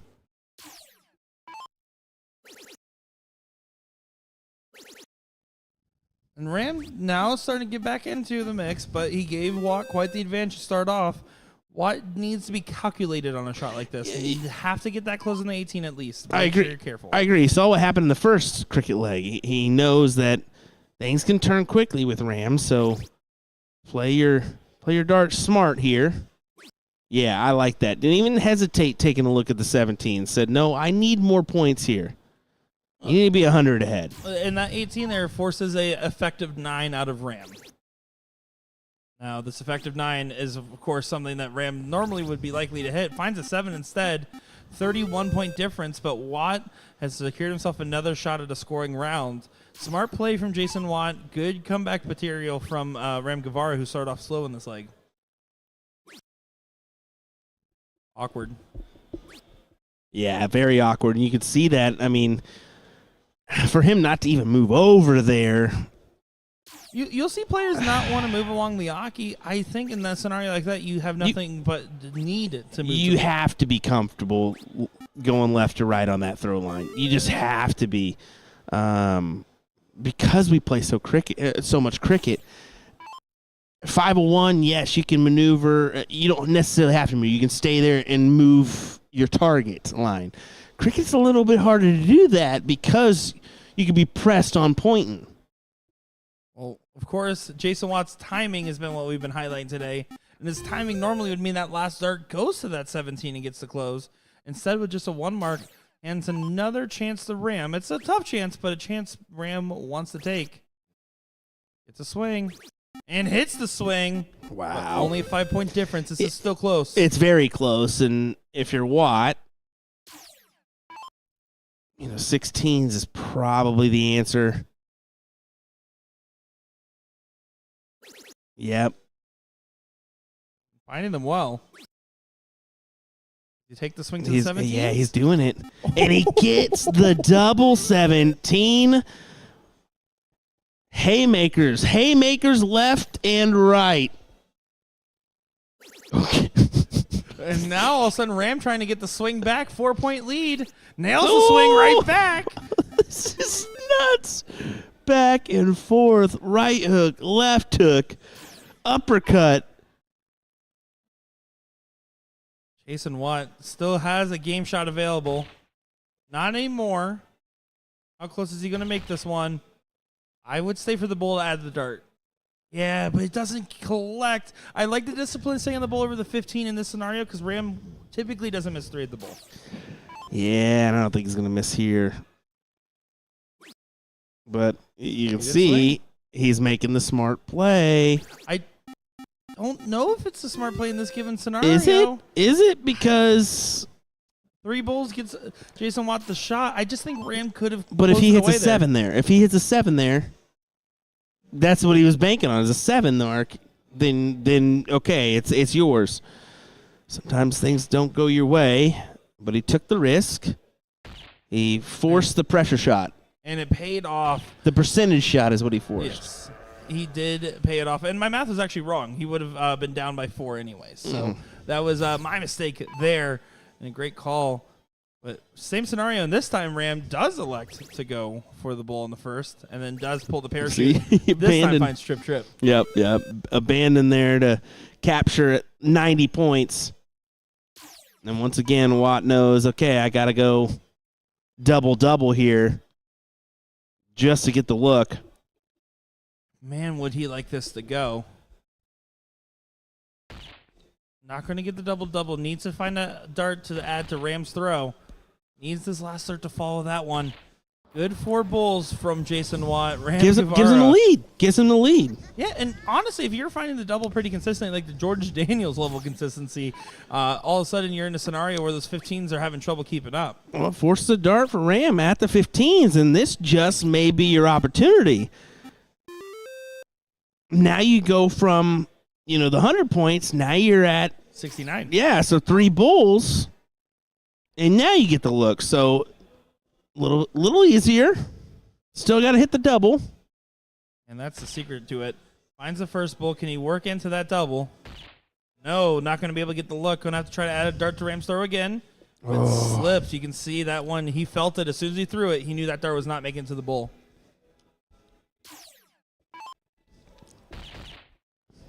And Guevara does cross the finish line. He throws his hands up saying, why didn't I just shoot that the first time?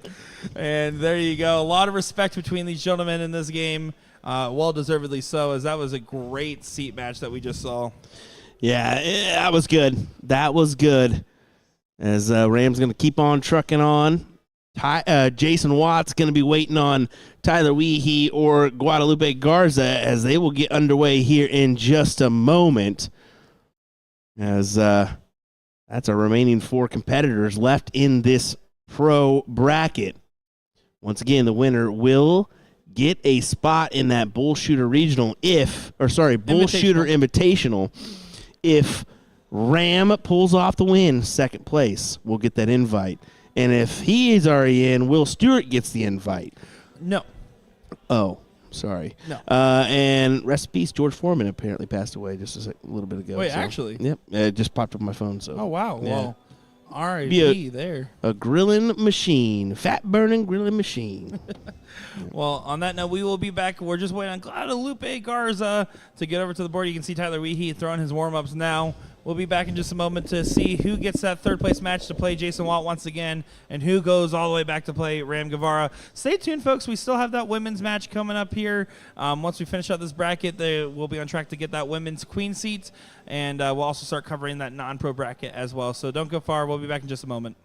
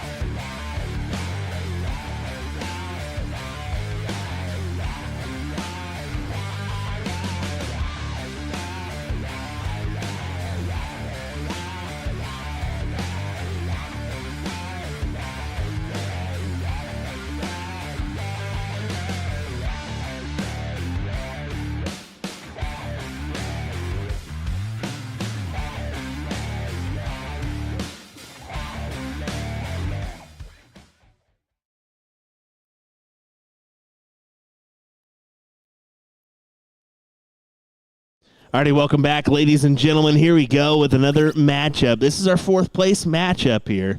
Tyler Weehee and Guadalupe Garza here for this one. Tyler starts off with a round to leave him at 4-6-4, so the Lone Wolf has an opportunity here to jump on him early. William Stewart, Nick the Share will be right back with me. Just letting our staff know that we're clear for our streaming boards for the women's as well as the non-pro brackets. I'm just going to take a gander here. Looks like our women's matchups are trying to figure out our top 4 on the winner's side. Everybody's at least a match in there. Yeah, so looking promising on that women's front. Over on the non-pro side, it looks like we have a few matches still waiting to decide the winners to get into that top 8 on the winner's side. So, yeah, still lots of matches to be played here. All our matches on that front from the non-pro side and the women's side are best 2 of 3. This one here is a best 2 out of 3 as well, so let's not forget about that one as I'll try to get a scoreboard in here, not my equipment. So, yeah, we'll make do here, though. Big shot, big 180 from Tyler.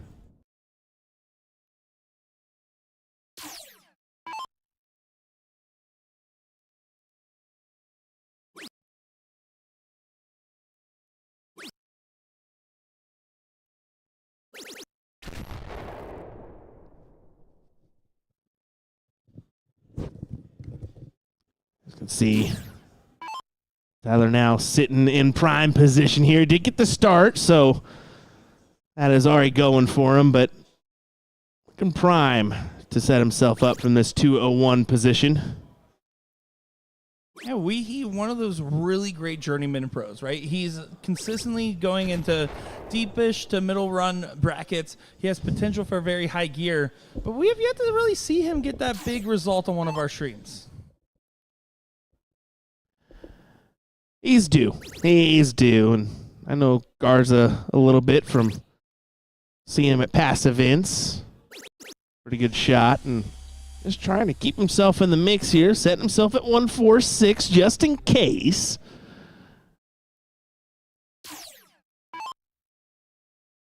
$61 more than eligible to go.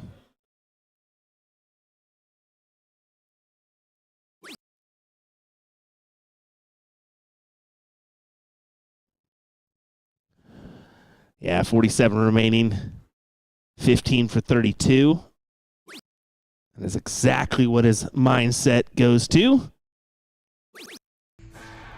And I got fooled by that. I'm not going to lie to you. But that certainly worked. We've got a replay system going on right next to us within eyesight. And Tyler threw it, and there was like no dart on the board. I was like, what is going on? He threw it into tomorrow. He's very talented. Good shot from Weehee to take the 1-0 lead. Now, this immediately puts pressure on Garza. Granted, he gets a throw, but you feel that pressure knowing you're 1-0 down. You always want to be ahead. Oh, no. Exactly. I mean, it's only 3. And oh, is that what you're saying? Oh, no? I was saying, oh, no, because I see LJ with all the food. oh, that too. I mean, LJ's got the food. That means he's going to at least take his little tax and take a bite of everybody's goodies. He better not. Well, you lost yours, so. That's fair. Only a 3-mark in response, so another oh no. But this time back to the match, oh no. 3-mark falls 3. Doesn't take any pressure off Guadalupe. Garza can go ahead and start getting some points on the board. Yeah, I think that's, no matter what, that's got to be your first dart here is 60. And I think that's your second if you queue in 2 of them, then go ahead and take your look. But as you can see, not going to do that. Only 40 points on the board, and that's just not enough, man. Not enough at all. He just needs the one big triple. That's it. You're not giving any pressure. I mean, right now, Tyler's just thinking to himself, you're right. Give me that first start in. Give me all the opportunities. Instead, he's going to have to settle for finding it on one of his other darts. I don't like the look there. You're only going to take one shot at that 20. You stay down for 2 on the 19. Yeah. Yeah, you got to stay down for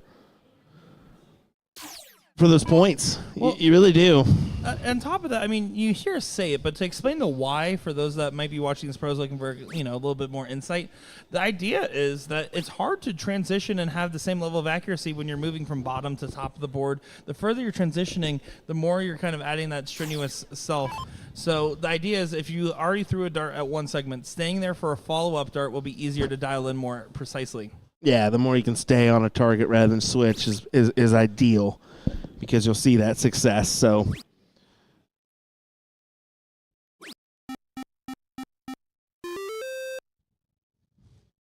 good 5. But it's not enough to steal away those 20s. Grandy's got 2 wedges of his own.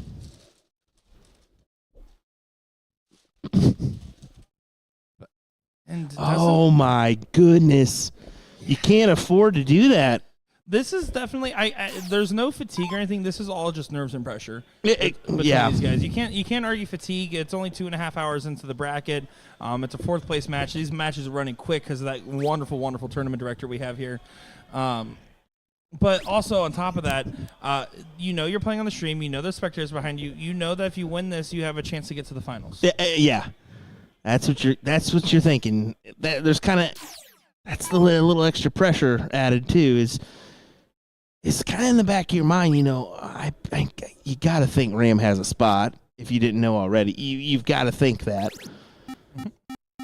So I just really need one win here, and then maybe the next one, and you never know. But you got to take it one leg at a time. Now, Jason Watt's not the type to scout out his opponents. I know he's back probably answering his millions of fans. But if he were to watch this match, what would you think his thought process would be going into this 3rd place match? Just do what you've been doing throughout the day. I mean, he played really well in those matches. Ram just got the better of him by a little bit. I mean, there was a few close calls, but I think that he's not going to feel the pressure. I don't even think he's going to be watching, to be fair. He's probably... Almost certainly not. Yeah, he's out there gallivanting or on his phone or something. Jason Watt, a pretty well-known gallivanter. Yeah. Yeah, you're welcome. You're welcome. Well, that was meant to be a joke by Nick Teixeira, by the way, if you didn't... Don't call it an air ball. It was a swing and a miss. It wasn't swing and a miss. It was a strike, but it wasn't like the strike you're thinking of. Well, that was a strike from Tyler. Finds a 7 and close up the 16s. 2 numbers up, pushing Garza to a last stand on the 15s here.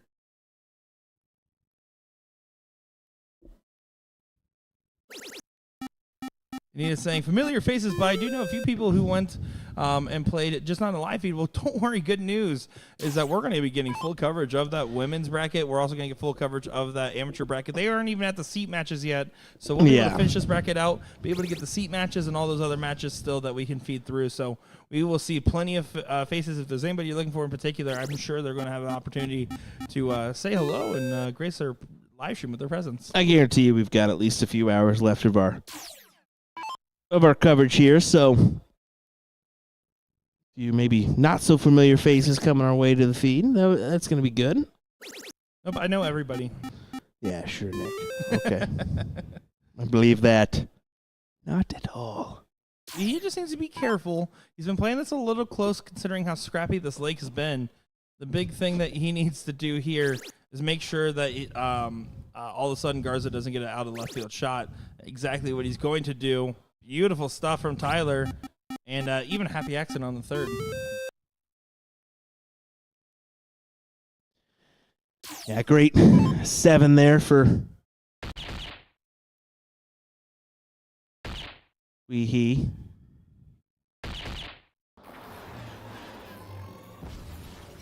Every time I hear Weehee's last name, you know what I think? Remember that Geico commercial with the pig in the back seat holding the little pinwheel? Whee! I'm sure he loves hearing that on the, that's just Nothing but exactly love, what Tyler wants. Nothing but love. That was Nick, Tyler. That was Nick. Oh, not Will. He knows. Sometimes I question. Some people don't know that one. Oh, remember when you said, "Yeah, that wasn't me, bud." You sure? Yeah, I don't say that. In fact, you did say that. You were just Like boom goes the dynamite. Sure, You're the boom sure. guy. Oh, that's it. According to Troy Leroy, I'm the little boom man. Deservingly so. 2 bulls for the lone wolf, but yeah, he just needs the 3 to put this one away. Yeah, it's 40-point separation, so if you do add a single, which he does do, pushes the bull. I like that shot. Now free swing. And happy accident, because that fallout on the 19 adds another bull, making it now 5 bulls needed for Garza.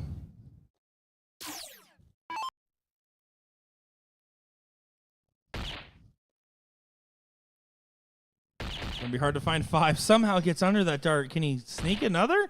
Still finds 4. Keeping the fight alive, but 2 bulls needed for Weehee to walk through that door.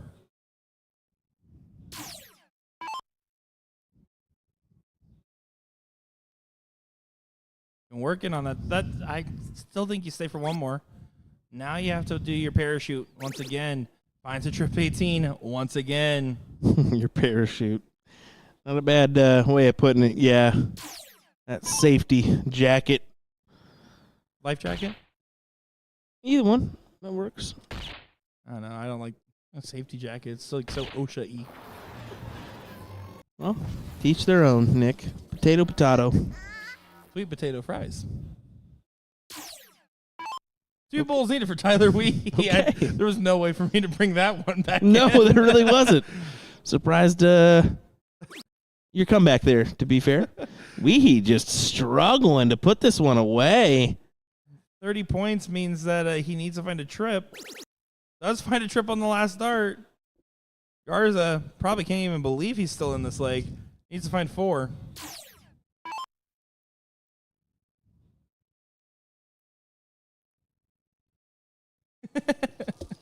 Sorry, Tyler, for what I did. Yeah, you don't realize what you just did for all his friends. I really now like it's him, wee, wee, wee, wee, wee. Yeah, I hate you so much for that one. Oh, man. Another shot here for Tyler Wee to try to get the win. Welcome to the BullShooter feed where mild harassment's okay. Goodness gracious, Nick. One more There's bull. one. Yeah, he should put it away here. There's the 2. All righty, that'll do it. Tyler Weehee will advance to play Jason Watt, and we'll have that on our streaming board here in just a moment. So we're looking to round out our coverage. 3rd place match coming up next. Tyler Weehee, Jason Watt. Winner will play Ram Guevara for the title here in our pro bracket at the San Antonio Regional. Don't go far, folks. We'll be back.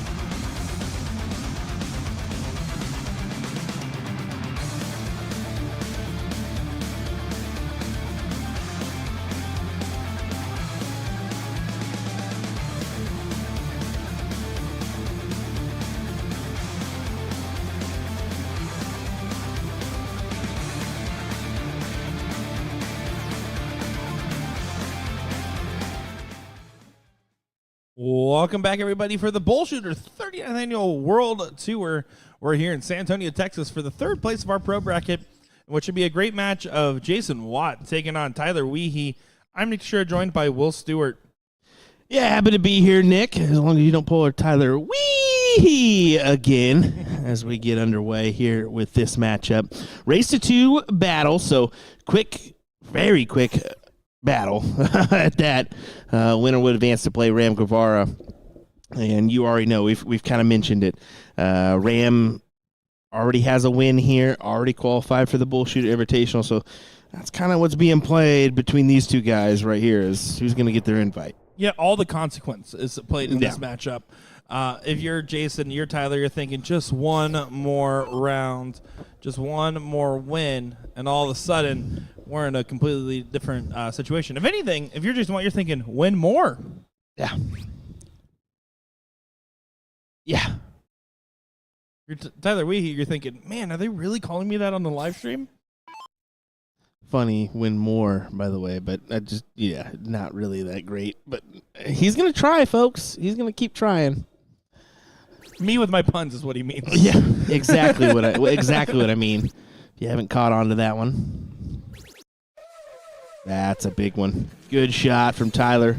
Big 180 to leave the 185. Granted, it's outside looking in, but there's no way Watt can set himself up from the 384. All he can do is hit a 180 and leave himself just outside of that 200 range. Well, and Watt needs to channel that earlier form that we just saw him in. When he played that seat match, when he played that top 4, he was looking prime. He was looking good.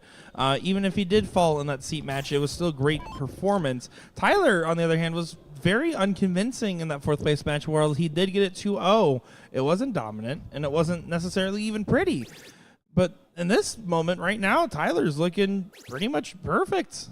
Not quite perfect, but just about there. 25 to leave 40. For the 15s, left 55, so Jason Watt needs to leave a finish and hope Tyler doesn't hit a double on his second and third dart. Yeah, I mean, Watt had just a second break or two throughout the duration of his bracket so far. He hasn't had that. I mean, he's been pretty much strictly straight on through, maybe a quick 5-minute or whatnot, just kind of, enough to use the restroom if you need to, grab a beverage, and then come back up. So just a match wait, and so far Tyler's been able to take advantage of it even against throw. So 15 for tops here to grab the first leg, and Watt's still on the outside. Okay, you don't want to do that. He was going 19 for 36, which is okay, but you can't do that. That's the reason why you go 15. Well, now in a situation where he's having 6 darts potentially, he's effectively only having 2 game-winning darts available on his next throw. Assuming all goes well, Jason Watt going to feel a big reprieve even at 104. Yeah, so if you're Tyler, go for the 15s. Hopefully I said that loud enough where he could just hear me, but not the case. Does nail the 19, over to the double 18. Does get forgiven, does get to the leg win. Tyler Weehee up 1-0 against Jason Watt. Yeah, he gets away with it. Still throws a pretty solid leg, all things considered. Yeah. I mean, those mistakes are going to happen. He just prefers the double 18. I've been there, done that one. If you prefer your double, you prefer to go that way. And how many times I busted 52 going single 20? I could tell you is at least once. Well, that's why you go 12. Go 12 in that circumstance, but it's got to take the odds, the better shot for the odds, Certainly agreed.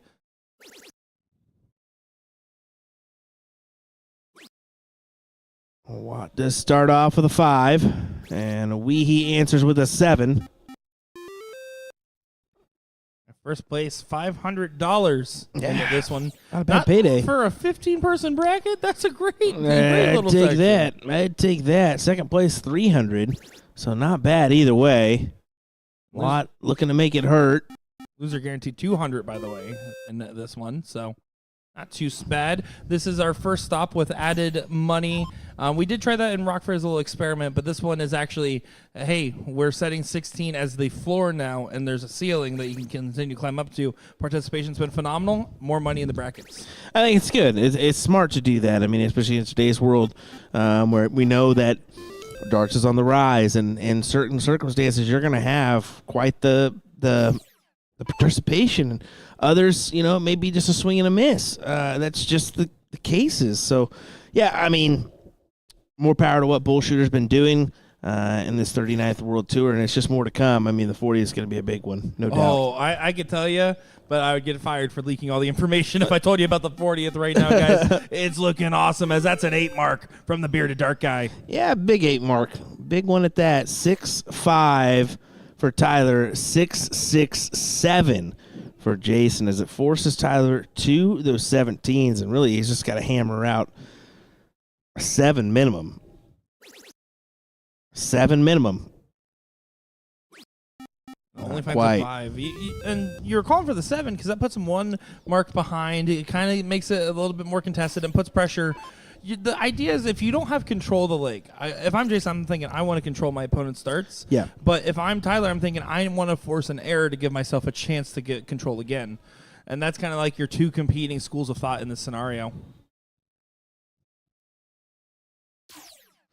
One great thing about these BullShooter stops is the advantage of having touch tunes on site, so you can choose the music, not necessarily just the music given to you by the hall. So pretty cool. On top of that, I don't think this gets mentioned nearly enough. I know I oftentimes forget it. When you sign up for your event and you go do your check-in, whether you sign up online and save $10 or you're doing it here on site as Tyler he hits a 3 in the bed for a 1-point lead, they also give you 5, 10, sometimes 15 free credits for the jukebox as well in these little cards that they hand out. Oh, nice. Just for signing up. That's cool. Little bonus. Well, this is dangerous for Jason all of a sudden. Very dangerous because he's not going to get the look, and only 3 single 15s here. So Tyler now, he can have his option of just picking 3 singles himself and closing the door. Yeah, granted, triple's always great. But if all goes wrong, 3 singles will be good. Well, and 5.4 for Jason Watt, a very solid average. 6.67 or 6.75, excuse me, from Tyler is exceptional. And Tyler does go low on that dart. Jason Watt, after 1 single 15, will have enough points to be able to go shoot that 16 if he wants. Takes a sip of the water, rolls the shoulders, knows that this is the most important moment in this match, is hitting this shot, because if not, this match is effectively over. Finds the trip 15. Good marker dart for the 16. He hits the double, doesn't need the marker dart. Great shot from Bearded Dark guy. What a shot indeed. 5-5, plays a 5-8. Now, he's not out of the mix yet. We've seen some bullseye shenanigans happen to Jason Watt a few times now. Yeah, We've seen some happen to Tyler, but Tyler needs to be the one on the bulls. Going to elect to go for the close first. With how much he struggled with the bulls in that 4th place leg, I don't mind that. I think you just handed it over to Jason for 1-1. Jason likes to think that's true. Mm-hmm. It's 4-3 on the bulls. Jason Watt needs 3. Pulled the David Cameron there and just looked at the ground for a little while. Here we go. 1, 2, 3 needed. Oh my. Needs the double. Doesn't find the double. And he has a shot. Needs at least 2 to close. 2 more to get him the win here and the match. What a steal this would be. If you find 4, you're going to be jumping up and down. Jason put his darts down. He thinks it's over. Can be helpful, can be hurtful. That dart's awkward. Oh, that's brutal. That is brutal. You can see him work his way to the left, to the right. Where you going, buddy? He's going to the right-hand side of the Aki. Sorry, the left-hand side of the Aki. In this case, throw line. Same difference. Yeah. Oh, he undershot So that. difficult. Yeah, so difficult of a shot to maneuver and hit. You got to add a little extra oomph to it. Almost seems like a little extra 6 inches of oomph, really. Yeah, well, yeah, you have to drill that dart into place. Jason Watt will make this 1-1, and we will be going to a last leg decider in a moment where it's going to be a little heartbreaking for Tyler. You can't let that eat at your conscience here.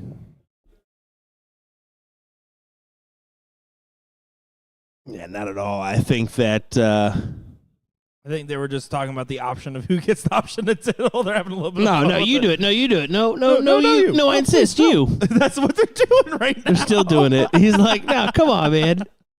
You'd love to see that, though. This is a very competitive, very big moment in this match, and they're still all smiles and having fun. Well, you got to have fun. I mean, that's what it's all about. You're here to play darts, be competitive, but we wouldn't do it if it wasn't fun. So, yeah, enjoy yourself. Have a laugh. That is 1 hole in for Tyler. Good marker, though, for BDG, who has been dropping his first out of the bull. Not drop it. Not that one. He went back-to-back doubles. Not that one. So here we go. Last leg decider. Who you taking? 501 double-double. Yeah, put it in the chat. Let us know. JW or TW. I like the way I say W. W. George W. No, it's actually George Daniels. Jason Watt to go ahead and get things going. It's all about getting in. It's all about getting yourself settled. Doesn't need to be flashy if you're the one going first, but finds a double 16 immediately. Awkward on the 19 should move for a cover. Does do so on the 20, but doesn't collect. Does do enough to say, hey, I got in on my first visit, but this is where Tyler can really make a statement. Yeah, pressure can be added here. If he gets in and hits a triple, there's your in. And here's your not Single quite 20? triple. Well high on that trip. I would expect to see a cover on this last. Don't accidentally get caught up, and does do so. Only gains 15 points advantage, so effectively still chalk, effectively still advantage for Watts because he's going first. We've seen him perform really well on his timing. We've seen him hit a couple 180s, a couple 9 marks. We've seen Tyler play excellent up until very much the end of that first 1 leg. So a low ton from Jason to leave him at 305. Tyler now needs to collect on a ton minimum. I'm kind of in the mix here. Oh, not the triple he needed. Needs to find something else. You can't let the separation grow too much. Triple 20 on the last does help the cause. 180 would leave you a 167. Much needed last start, but still is putting a lot of pressure on his next third. You are. The more distance you create, the worse off you are. And that's a favor. Yeah, it really is, but you're still down 140 if you're Tyler, so the pressure's on to hit 2. I mean 2 and a single, it only ties him, so. Well, the first one does go for Tyler. Not far off the margins. I wish he would have had a less visceral reaction in that moment. I understand the frustration, but I think he broke his own rhythm a little bit. Just a touch. And now Jason has another opportunity to really pile on that pressure. A ton here does a lot. A ton plus does so much more. Yeah, exactly. If you can put this one within a 2-dart checkout range, you're feeling good about your odds to face Ram. Technically a 2-dart checkout. Yeah, but you're not going to take that. Come on now. But it is handy. I'm 107. I'm immediately thinking 19s. It just, especially in this situation where if Tyler's on your nipping at your heels, you got to go 19s. So we'll see what kind of shot Tyler produces here. Got to leave a checkout. And it's very difficult now. So you got to hit the triple. believe the 152. We've seen a 150. Our highest checkout today. He does hit the bailout dart. That's a sigh. Ooh. Jason Watt has a little bit of pressure on this 107, but not as much as Tyler would have hoped.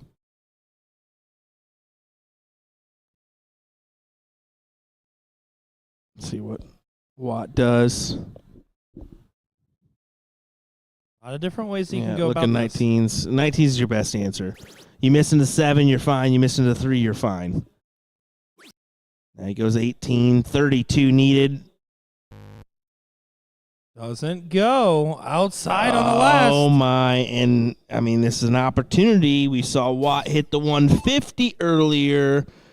Can he hit the 152? Well, right now you're saying this is my one time. I'm using my one time this weekend, the one time on the one time. It's a big collect. I mean, it's easier than some, but it is still a difficult shot. You got to have the 2 triples. I mean, look how much time he's taking up the Aki here. Putting a lot of pressure on his own shoulders about it. Finds the first. Oh, my. Hammered in right next door. 32 needed. Watt pointed his finger, and he misses it. The replay, I guarantee you're not even going to be able to tell. That was so close. And if that BullShooter bull was not on there, Watt would be giving some facials right now. He's perfectly Mike Wazowski-ing the situation. Oh, my goodness. Holy moly. Jason Watt gets 3 clear at 32. Tyler Weehee missed 1 match dart. Jason Watt has missed 1 match dart. Unreal stuff. Still outside. And he can't put a marker up. But he takes it nonetheless. Wow. What a back and forth that was. And a great performance. We talked about, does Weehee bring it up from that 4th place match? He did. He performed great in that matchup. Good stuff from Tyler. Missed the match start and almost had a magnificent checkout under maximum pressure. All credit to him on that one. Nuts. That was absolutely nuts, folks. Your final coming up here in just a moment as we'll have Jason Watt taking on Ram Gravara. Don't go anywhere.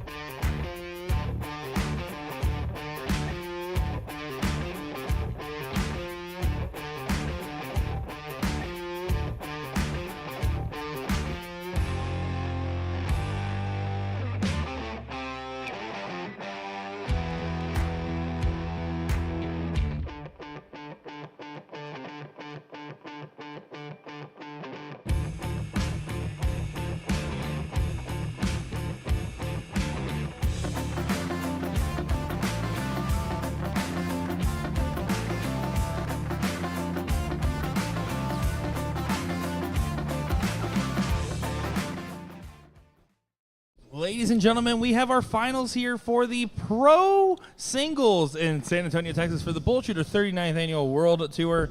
My name is Nick Teixeira, joined by Will Stewart on the call. Will, this is a repeat of that seat match, and I'm looking forward to seeing it. How about you? Yeah, I mean, we'll see what Watt can muster up here. I mean, Ram's just been on a dominant run here of late, and I mean, how many legs did he lose overall? He lost one to Jason. It was a 3-1. He lost one to Guadalupe Garza, so he's only lost 2 legs total today. Will he lose a few more, or can Jason pull off the upset here? I'm going with Ram.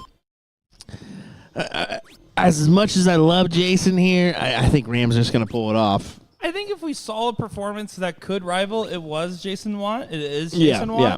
But regardless, the difference of his matches has been his timing. With Ram, it's not even about timing. It's just about hitting. It's just when he's going to hit. Yeah, it's just, all right, this 9's coming now. And sure enough, it just happens. That's just how it goes.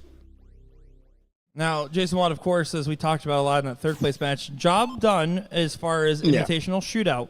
But at this point, I don't know if he's even thinking about that. I mean, maybe it's probably a factor, but he's probably not making that the number one priority because you still want to win an extra $200 for this match. Oh, yeah, definitely. I mean, you came down here for a reason. Part of that reason is to have a little financial gain coming your way. And, an extra $200 is an extra $200. I mean, well, especially after the streamer fee of $50 for each of us. I mean, I wish that was the case, guys.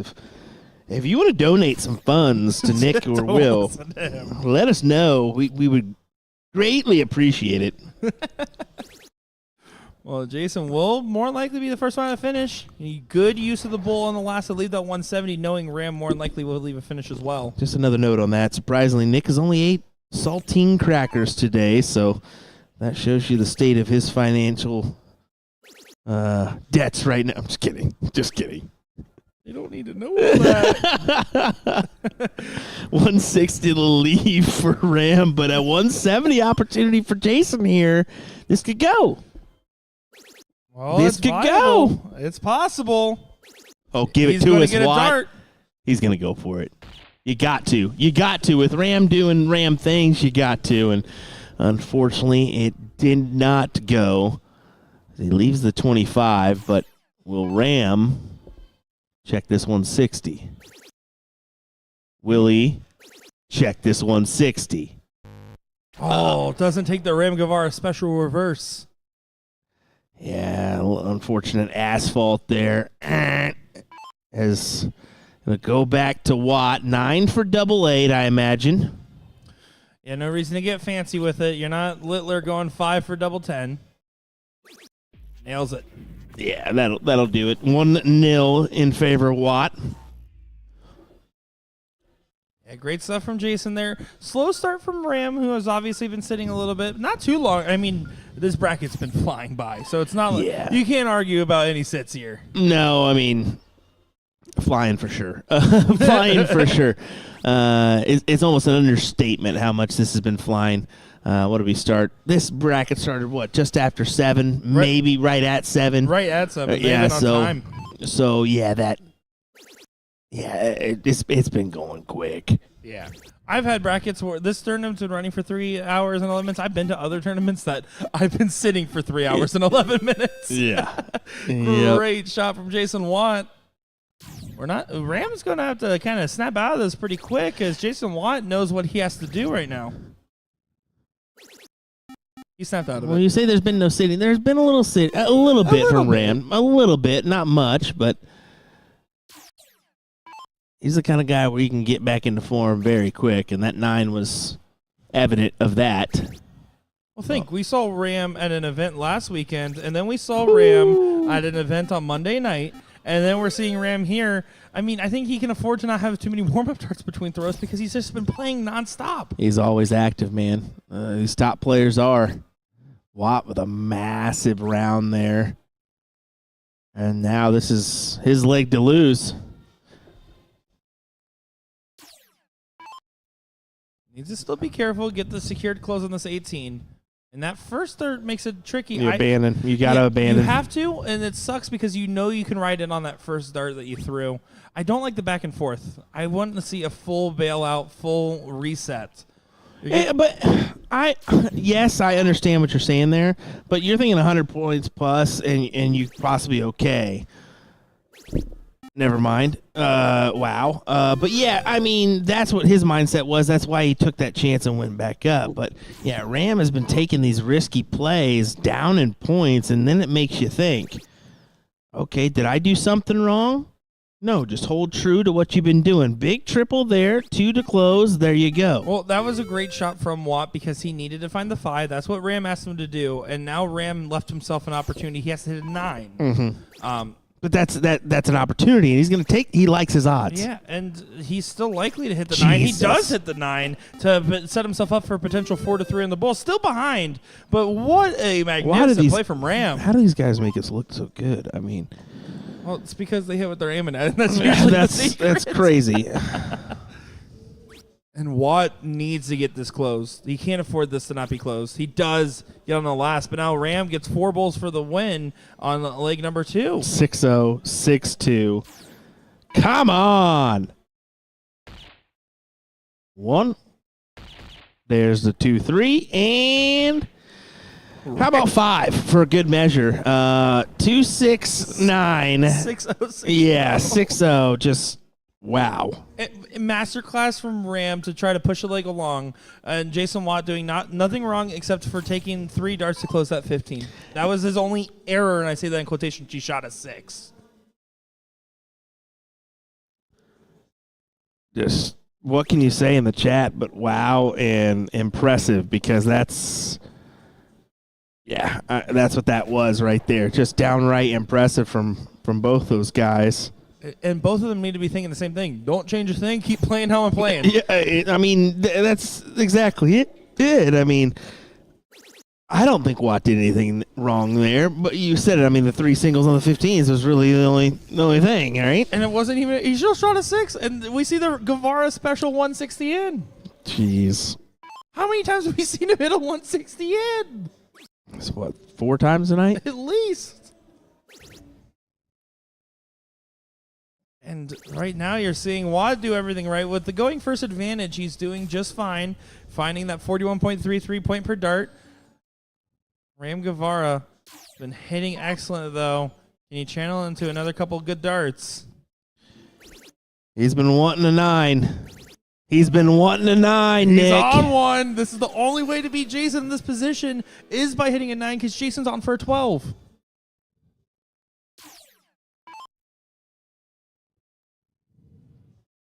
Jason needs to leave himself a handy checkout. Oh, he's going to.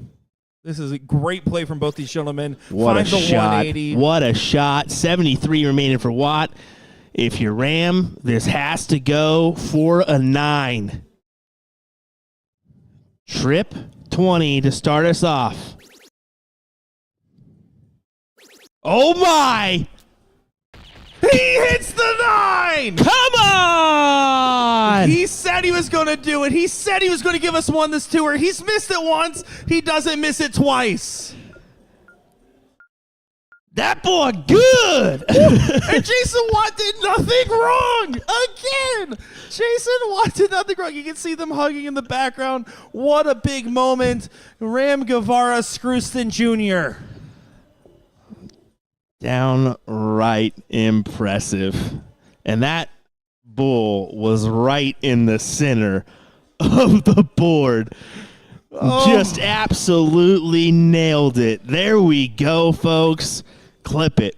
Clip it. Put it out. Clip it right now. In fact, actually, wait, don't you guys clip it right now. It's my job. Please don't post it right now. Don't post it. Don't post it. I'll post it in like an hour. Wow. Incredible. And Jason Watt starts off with a 7 again. A gentleman who has done nothing wrong. This is 6-0, 6-0 in the second leg into a perfect Ram game, into a game where Jason Watt was on a potential 11 darter. Incredible. That is great. That is just great. What can you say?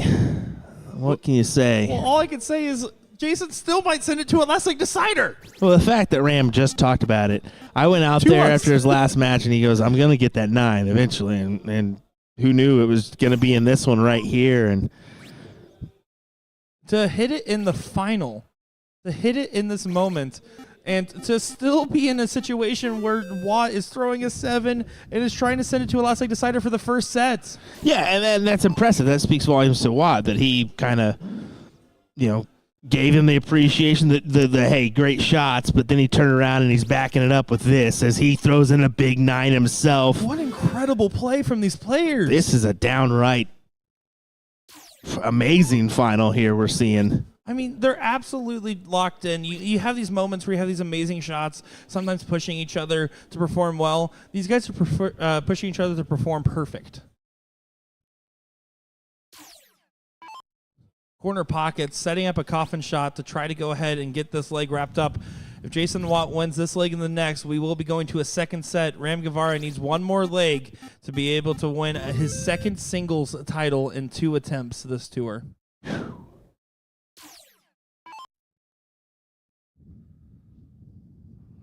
It's possible. See, it's hard to say this is a dump from Ram after that big 9.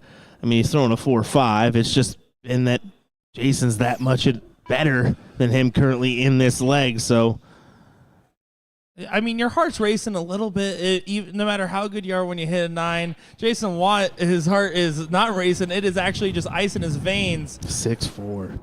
Oh, my. We're going to a last leg decider here. Does Ram go ahead and get this done and dusted, or does Jason Watt hold on tight and send us to another set? Ram to show first.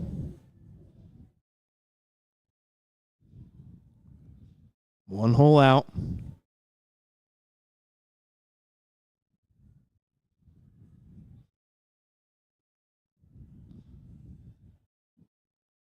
Watt knows how important this diddle is because it's 0-1 in this last leg.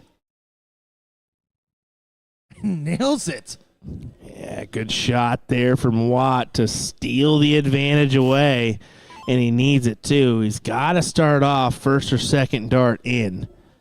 And how many people at home are chanting right now, let's go one more set?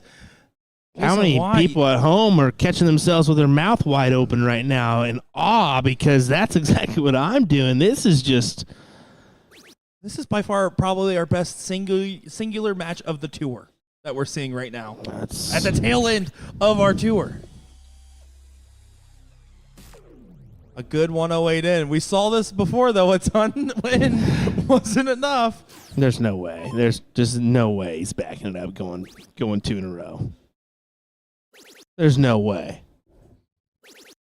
I mean, it's the Ram Guevara special with the 160 in. He hits these 160s in like it's nothing. Time and time again, it's one of the most impressive parts of his play, and it's what makes him so tough to play against. And Jason Watt is just going to continue to do what he did before and hope this time the darts go in his favor, finds another 100. All I can hope for is just set up for the 12 And even Ram right now knows, just stay settled. Yes, it would be cool if it happens, but let's just go ahead and get through the leg. Let's just see where the darts fly. He's still on another 1-6 in. What in the world? What are we seeing? And Jason's shaking his head and raised his eyebrows saying, this is... What? I mean, it's not over yet. Jason knows to stay collected. He knows that he has to leave a finish. He's going to more likely leave a finish. Got to be careful with this last start. You see that walk-off. Yeah, important. And he has to set it up. He can't afford. He can't afford to let us miss out on this. Okay. Beautiful 177 from Jason Watt and 116. Is it enough? Is it enough, Will? Perfect shot for Watt. 3 darts away from another singles win, and it drops low. The 9 will not go this time. Guevara will have to sell for setting up the 10. He does set up the 10. He's missed 1 dart this leg. Jason Watt now needs a 116 for another set. And I think he's going to attack the 19s here, no doubt, in my mind. 4 mark there gives him a look at tops. But we'll find out. But, I mean, just Give it to him. Ram Guevara setting up the 24 checkout and a 10 darter if you miss. Just what do you do? Well, what you do is take a 116. Yep, exactly as I envisioned it. The 19s is the answer. And he misses out. Ram Guevara, first dart. First or second? For a 10 dart leg, a near perfect leg to follow his perfect leg and to put a nail in the coffin of a tough competitor, a top form Jason Watt. It won't be a 10. It won't be an 11. But it is a 12 from Ram Guevara. Nasty. Pure nasty from Ram Guevara as he hits a 9 in the final. The pinnacle of what we've seen on this tour was that final right there so far. That is absolutely insane, folks. You just witnessed it. What a battle. What a player.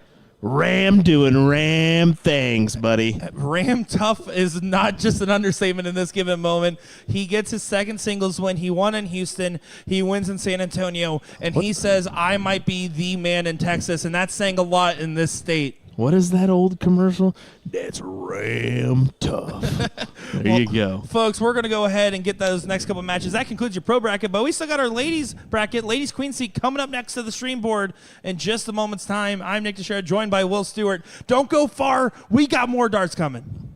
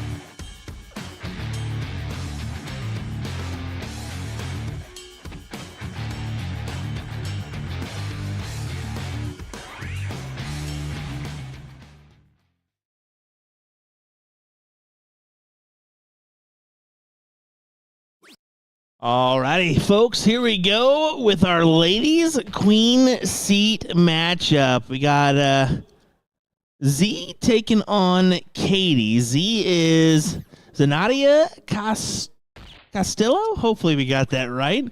My eyes aren't what they used to be. Let me tell you what, I had to really look in on that just to see it. Katie and Z should be a good matchup here, being that it's our ladies queen seat match, so kind of crazy that we're already to this point here, but to be expected, I guess I should say as well, as I do forget it's already about the 10:30 hour here local time in San Antonio, Texas. Happy to have you all in the mix in this race to 2-leg battle. Katie does snag the slight advantage here in this one.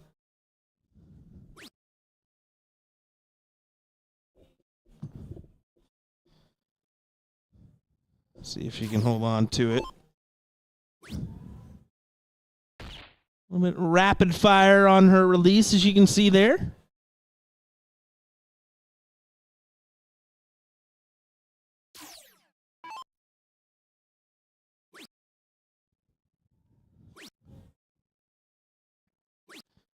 Still two pretty good throws here between both our competitors.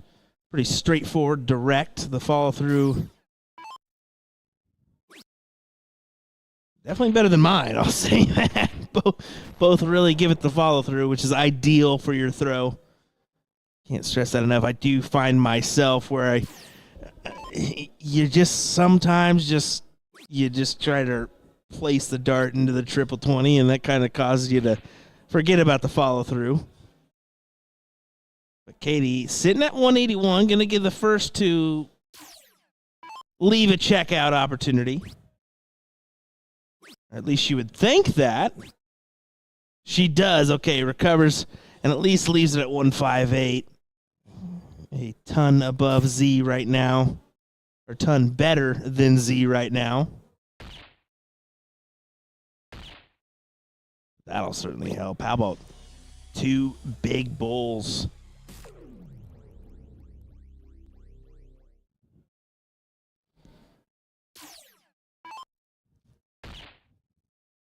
You see in our format here, slightly different. We haven't seen the ladies up since our first feed of the night. That's what we started off with. So just a little reminder, this is 501 open in, open out. That full bowl worth 50, as you can probably see now. And it will be 501 Cricket 501 as our scheduled format here. 86 remaining for Katie. Attacks the bull first. Now leaves 30. That's ideal. How about a trip 10 to grab the leg for her? So Katie going to go up 1-0 here in this one as I'll figure out the scoreboard. Oh, man, look, it's easy. I figured it out. Wow, that was not too hard, Nick. Made it out to be something then that it's not. No, I'm just kidding.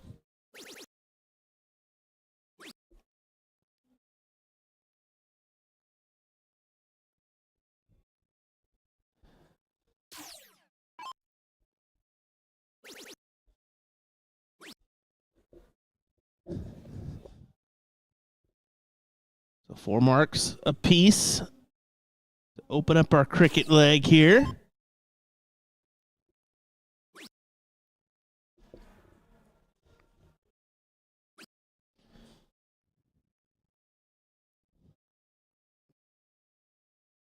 I can see to just snag at least 2 of those.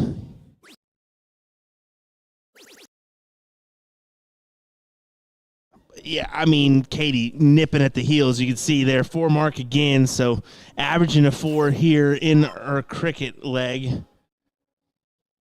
But early stages indeed. A lot to play out here in this one, and we can go quite a few rounds at these 20s and 19s. It kind of depends on who makes the play.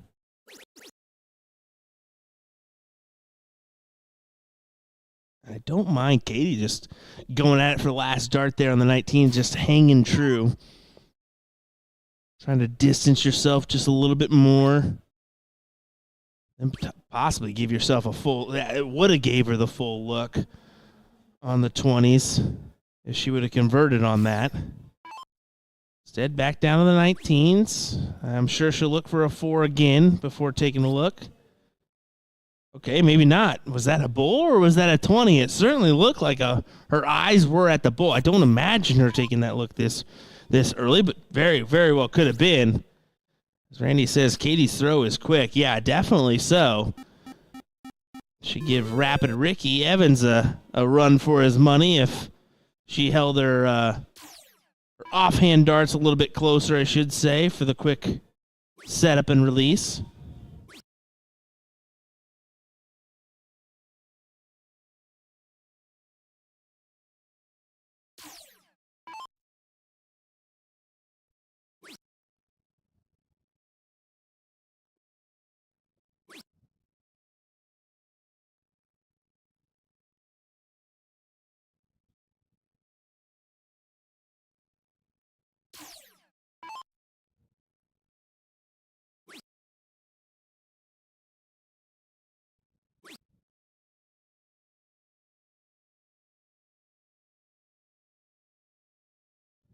Okay, only the 2 18s.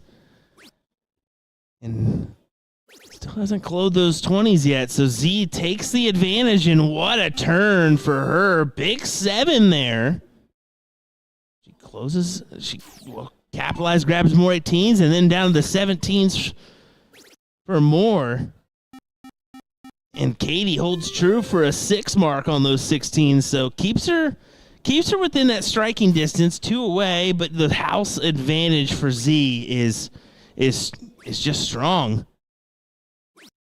She uses it to her advantage. Yeah, 2 at the 20s before even taking a look at the 16s. That's a smart play.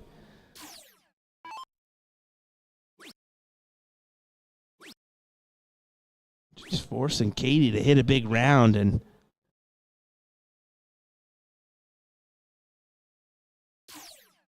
she just hasn't been able to find it yet.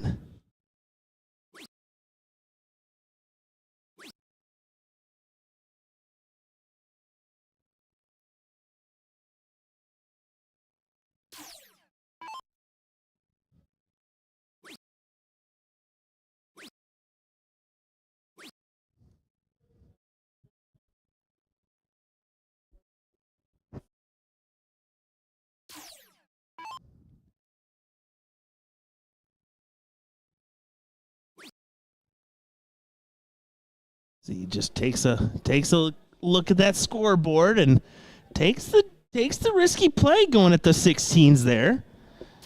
She only has the 1 mark, so a single wouldn't have helped her. Granted, she unfortunately didn't hit anything at all, so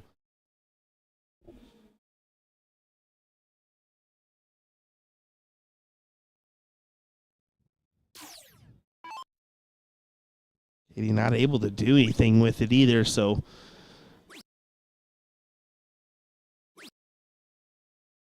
he just trying to ride it out to a 1-1 scoreline here.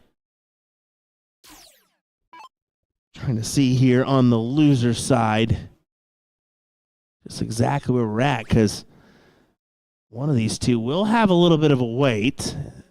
Not very much at all, though. I mean, we're 5th, 6th on the other side.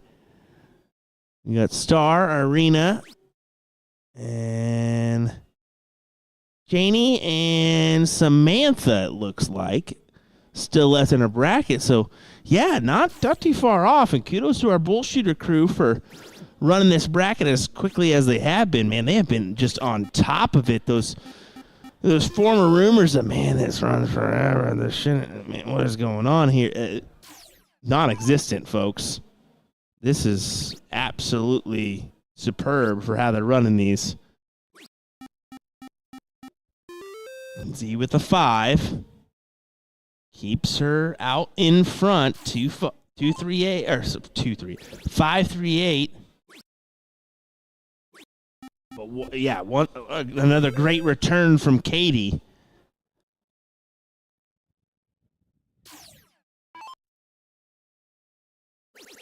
Yeah, that's exactly what she wanted to see. A first start triple. And you can't blame her for taking that shot at the 16. She needed just one to close out. And Katie has been able to find some rhythm on these 16s. Can she continue it? Yes, she can. Big 4. The last 3 rounds, which has been 5, 5, 4 for Katie.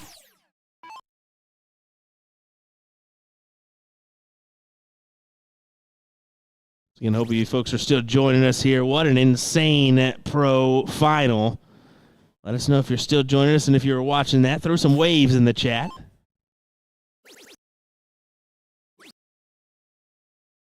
We mentioned we still got some action the rest of the way. Yes, we do. Conclusion of our ladies bracket, conclusion of the non-pro bracket as well. Okay. Z, I like your play there. I like your play there. She's not able to capitalize anything on the 20s, just a single mark, down in points by 42, but Alex, I'm going to take these 16s and get rid of them. That's a smart choice, especially with her having the advantage on houses.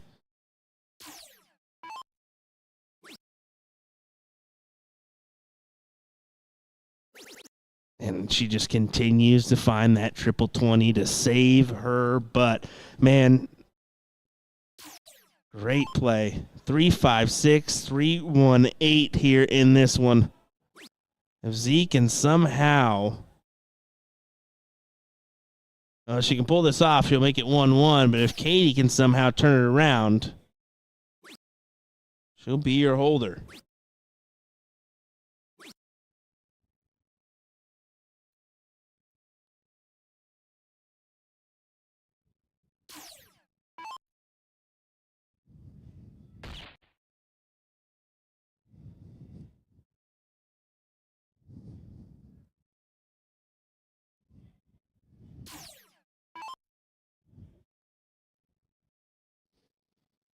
Surprised she didn't take her shot there, to be honest. But she just wants a little bit more distance in between those score lines. Katie's only option is bulls here, so get as many as you can.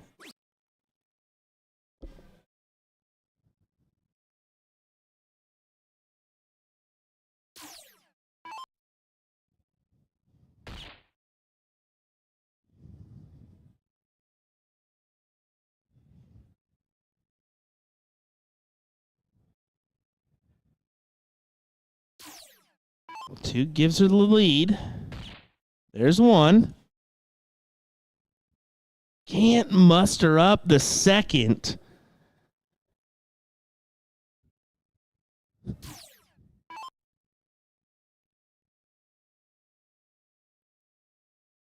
Still, Z's taking these opportunities. I'd be more tempted to just take my shot at the bull.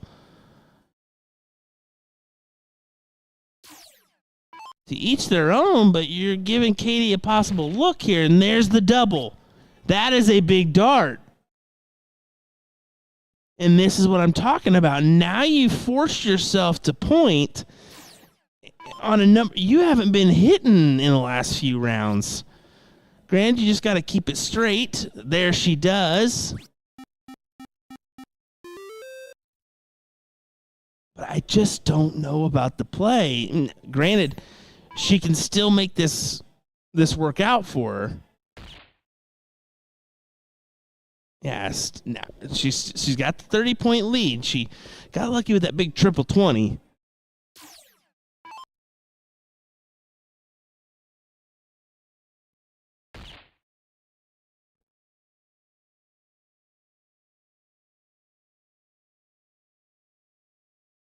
So Katie's still... I mean, if she hits a double, then she has an opportunity, but doesn't hit the double, so no opportunity to take it out. And I think Z just got away with one. Hammer it. Go for the bull. Get your one in. 1-1.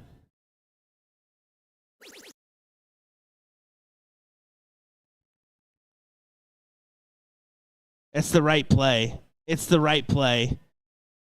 I got to think of a round out here. I forget to look at that. Yeah, 24-25. So, yeah, you can't blame her for going at it, but still, I mean, you see the out, I guess, and you need just that one shot. I'd be tempted to go for it every time. But, yeah, being this 25, now you just got to go 20s. But either way, yep, yeah, she didn't get the round out. That was close enough. Wow, okay, so, yeah, you see it there. I mean, it kind of came into play a little bit, but Z took her shot and ended it real close to that round out. We were around 25. And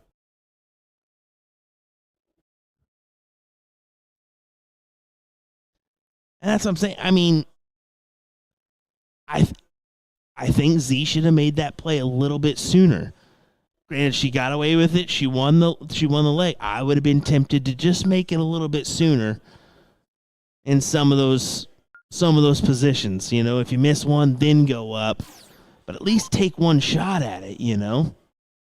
But either way, Z's going to get the start here in leg number 3. Let me change the... I got it. You're good. You're good. Change the scoreboard here.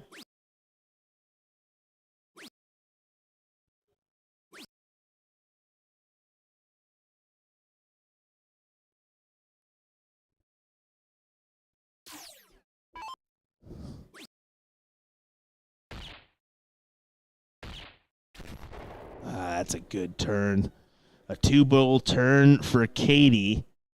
And right off the bat, Z's got to be feeling a little pressure, so she's going to want 2 herself. There's your 2. How about another? She still hit 2, and that's the key here. She hit 2 to get herself right back in the flow of things.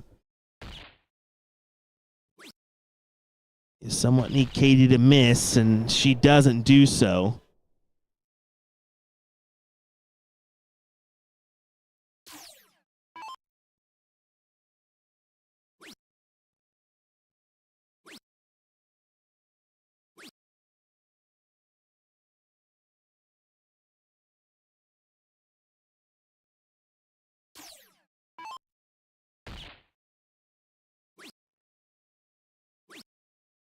That one bull would have been so helpful for her, leaving her at a checkout opportunity. But still, she has the strict advantage. 194 plays 336. If you're Z, you need to follow this. You needed 2. I think you needed all 3, to be honest, but you at least needed 2. And unfortunately, she does not find it. So a little distance between her and Katie currently. Katie keeps on collecting on those bowls. She's hit almost 2 every time.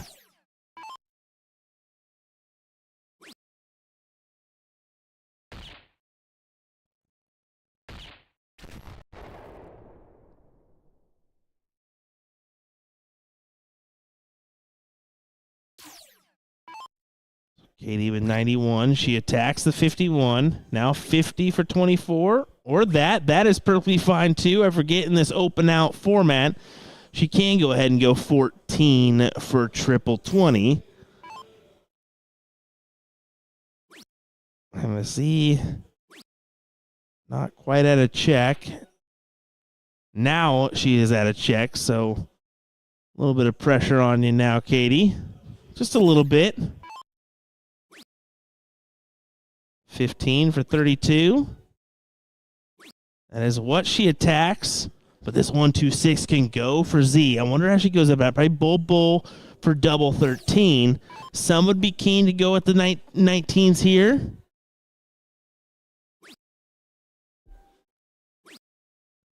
Not meant to be. Katie, to take your seat inside. That works. 2 single 8s. Gets the job done as Katie Norman wins the queen seat.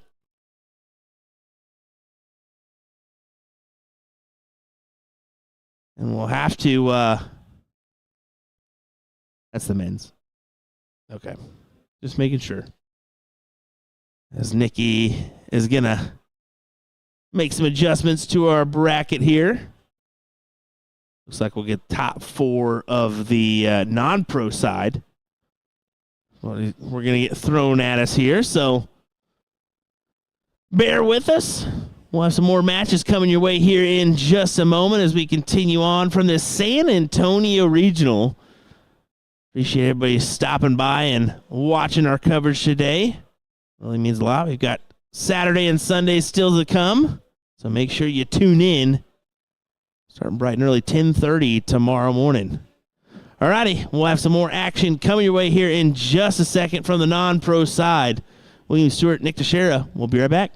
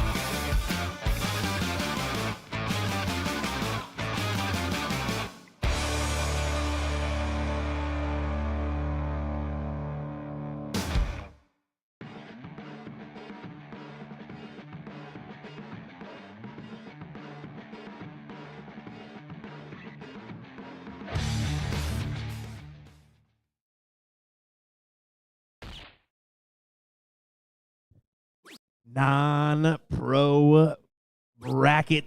Our top 4 is underway. Here we go, folks. It's John Cortez taking on Ross Huff here in this one, or Crossroads as he's called here on our game screen.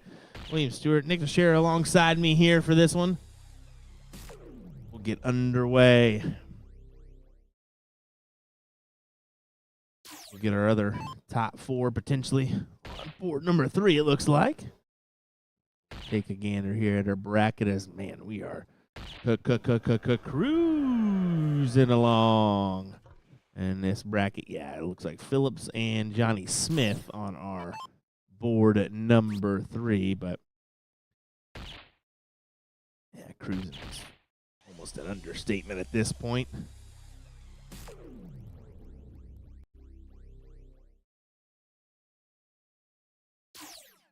Sure, we're good on our titles here.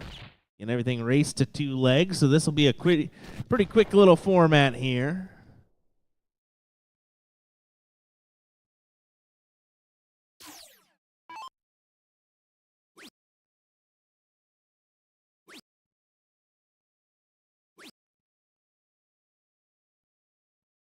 I don't mind Crossroads, but Ross the Boss just has a ring to it, don't it? Come on now.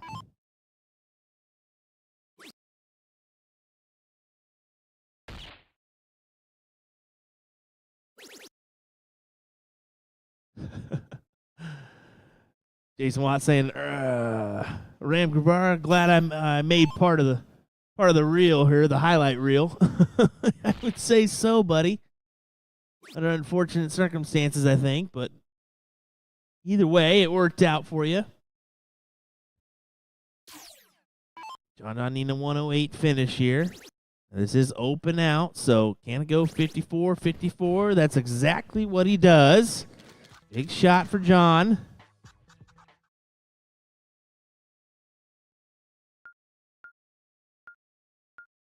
Get 1-0 here.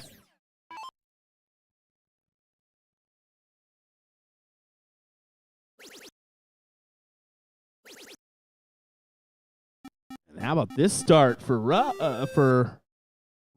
2 big trip 20s for a 6-mark opener.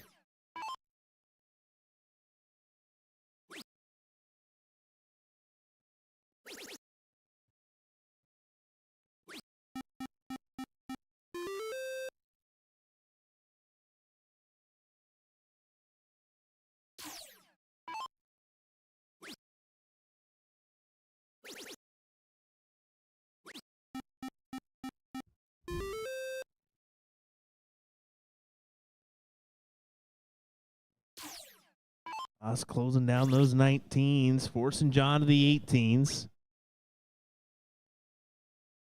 He's right there for a big 7.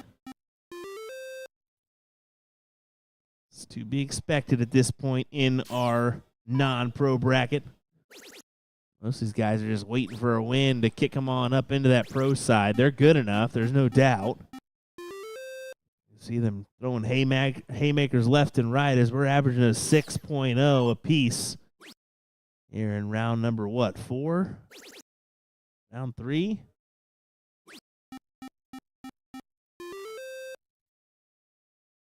Yeah, round 3, now round 4.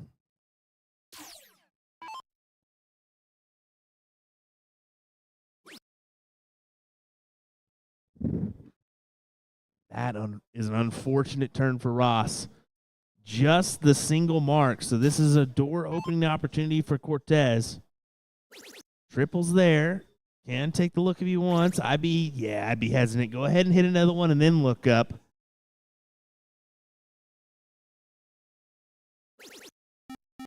He elects to stay down. Troy Leroy saying, afternoon mates, plastic every weekend, must be peak season for the tournaments. Yeah, steel tip, soft tip, it doesn't matter, man. It's the time is now, especially right before summer hits in June. And we do kind of, we say that's our more dead period, but we still have a few events that we run during the summer. But that's more of your outside time for everyone. The opportunity was a knocking for John, and just wasn't able to walk on through the door. Only a single 20. And yep, Ross makes it pay. It makes him pay. Big 6.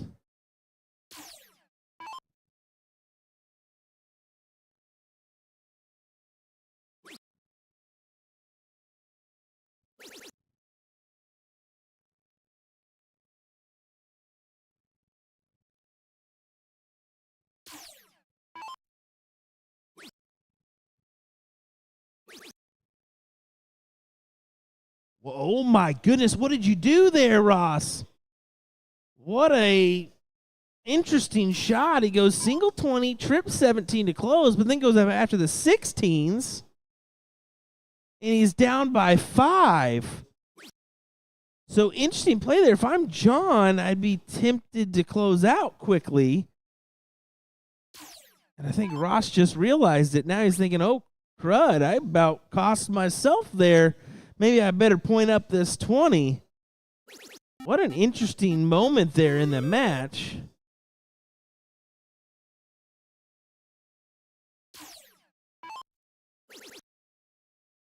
Now John has to collect on these 15s.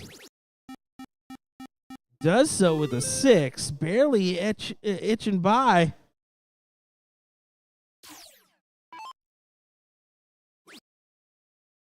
Let's say edging by.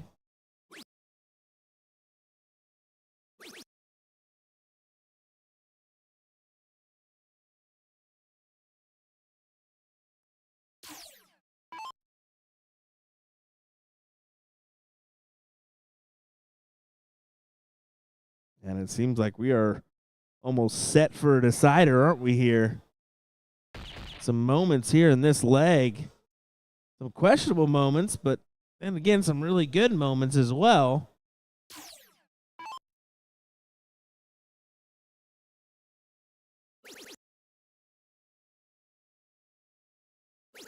Yeah, not a bad option. Abandoning there for the points. Gives you a 106-point lead. Forces John on just to stay on those bulls. Can't move off of them.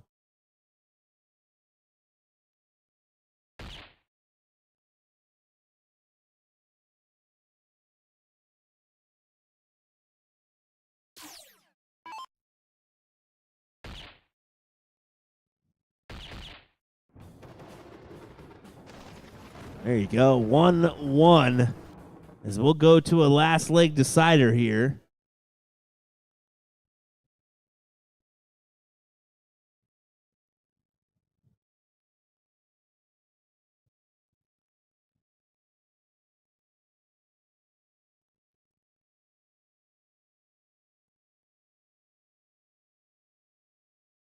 With Diddle.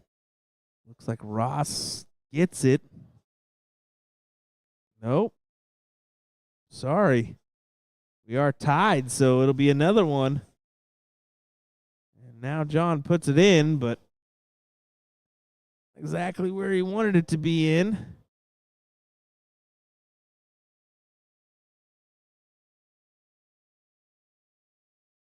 Somehow or another grabs it, so he will start us off here in our decider. Be an 0-1 here.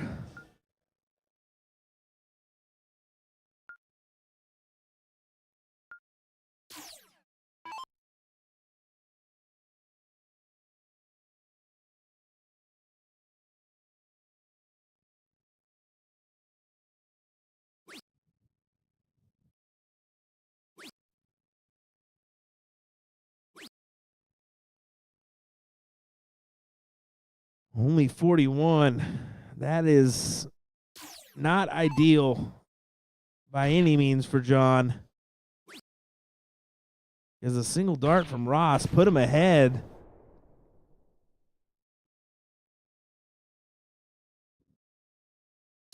And now you need a 150, just to be completely honest.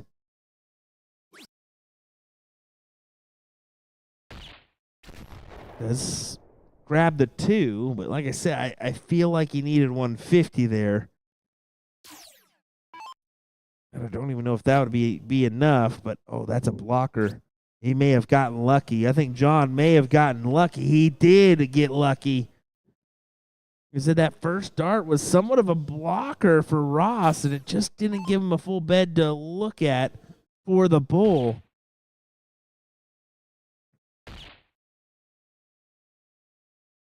And there's the clutch hat from John. Wow.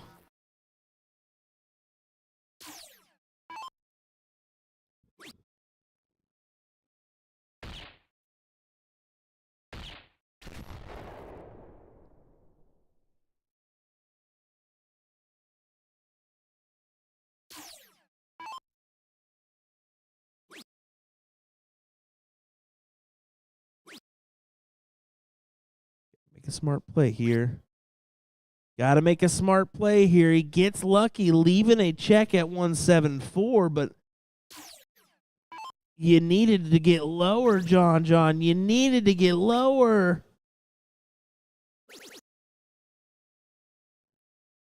Oh, my. Anyone's match here. If one of these big numbers can go, it would be absolutely amazing. Oh, and it's a trip 1 there. I thought, I sat up out of my chair, was thinking, he's going to get a look. Instead, it'll go to Ross at 135, and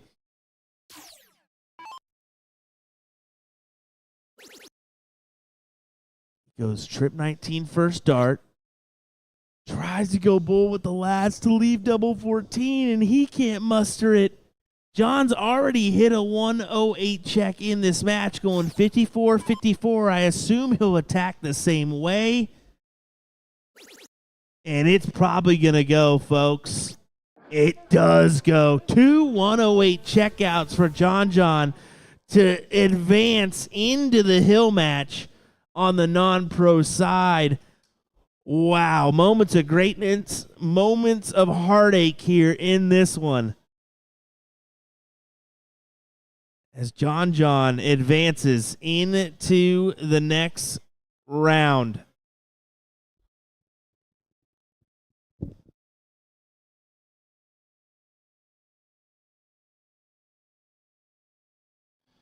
So we're going to go on over to this next matchup here, as we are in leg number 3. This is the other half of your top 4. Definitely an interesting throw here for Johnny.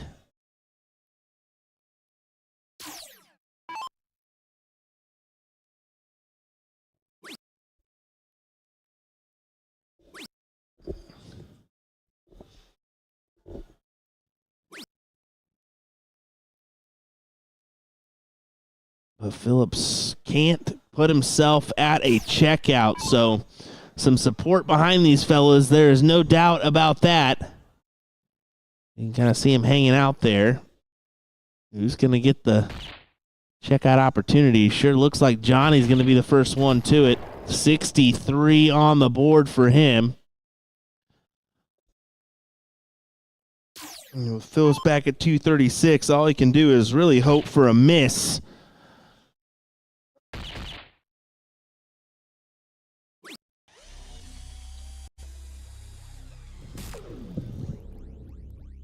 At least hits the 120, but yeah, I mean, you got to hope for a miss here. 63 remaining. And remember, it's open out here in this bracket, so I'd have been tempted to go the other way around, 50 for 13, but either way, he works out just fine.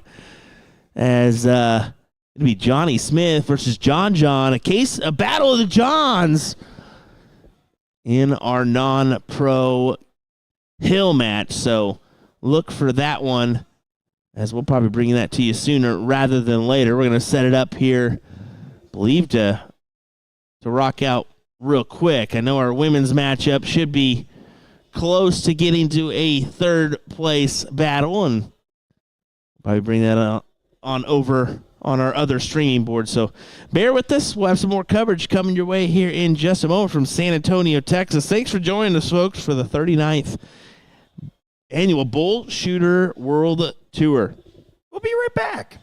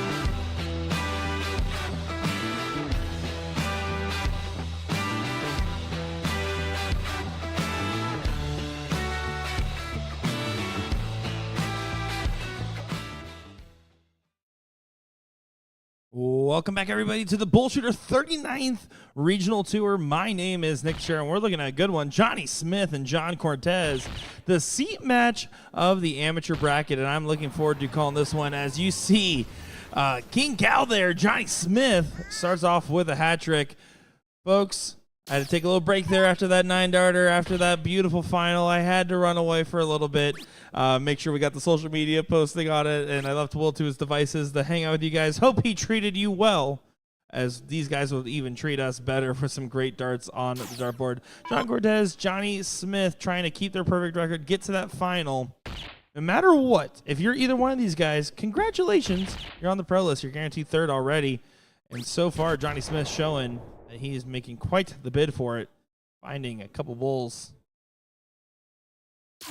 Let us know where you're watching from, who you're cheering from, and who you want to see. It's been an absolute pleasure bringing you guys coverage of this BullShooter Regional. San Antonio has treated us well and will continue to treat us well, it seems.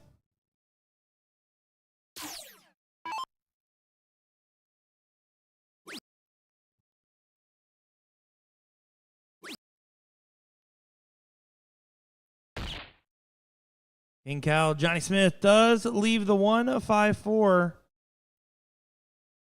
And just a heads up, folks, we do have another match come up here in just a moment's time. That is going to be the ladies' third place match. Because it is just a further positioned match, we will be getting full coverage of that. So when they do get started, just a heads up, don't get mad. We're going to have to go over there and give them some coverage. I say have to. We're honored to, because I'm excited to see the ladies on our stream once again. And, of course, it is also for the Invitational Shootout. If you win the ladies, you get to go to the Invitational Shootout, as that's a 1-5-4 from Johnny Smith. Wow, what a great shot in our seat match here for the king seat of the amateur bracket. Incredible stuff from Johnny Smith. Tough checkout.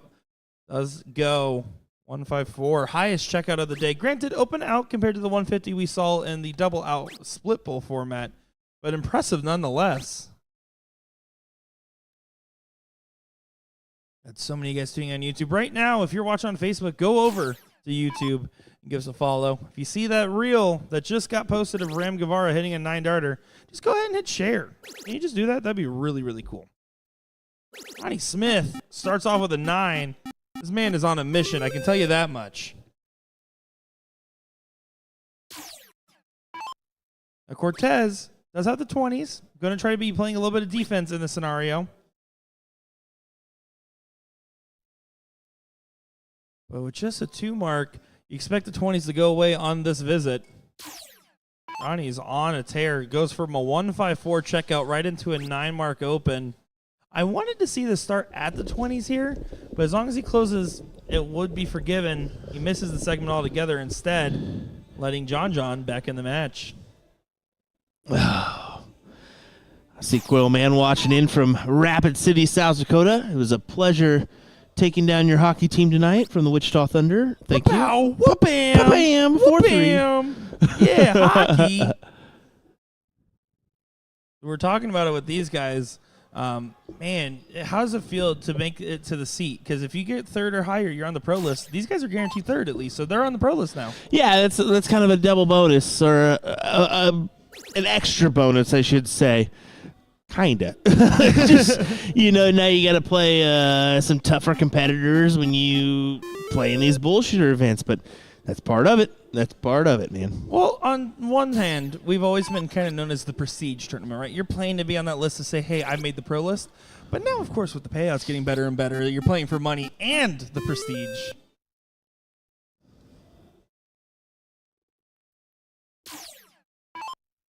Johnny has his point advantage. 190, plays 97, now hunting for the trip 18. He's looking promising here. Good 6. I was actually at the game. That's awesome.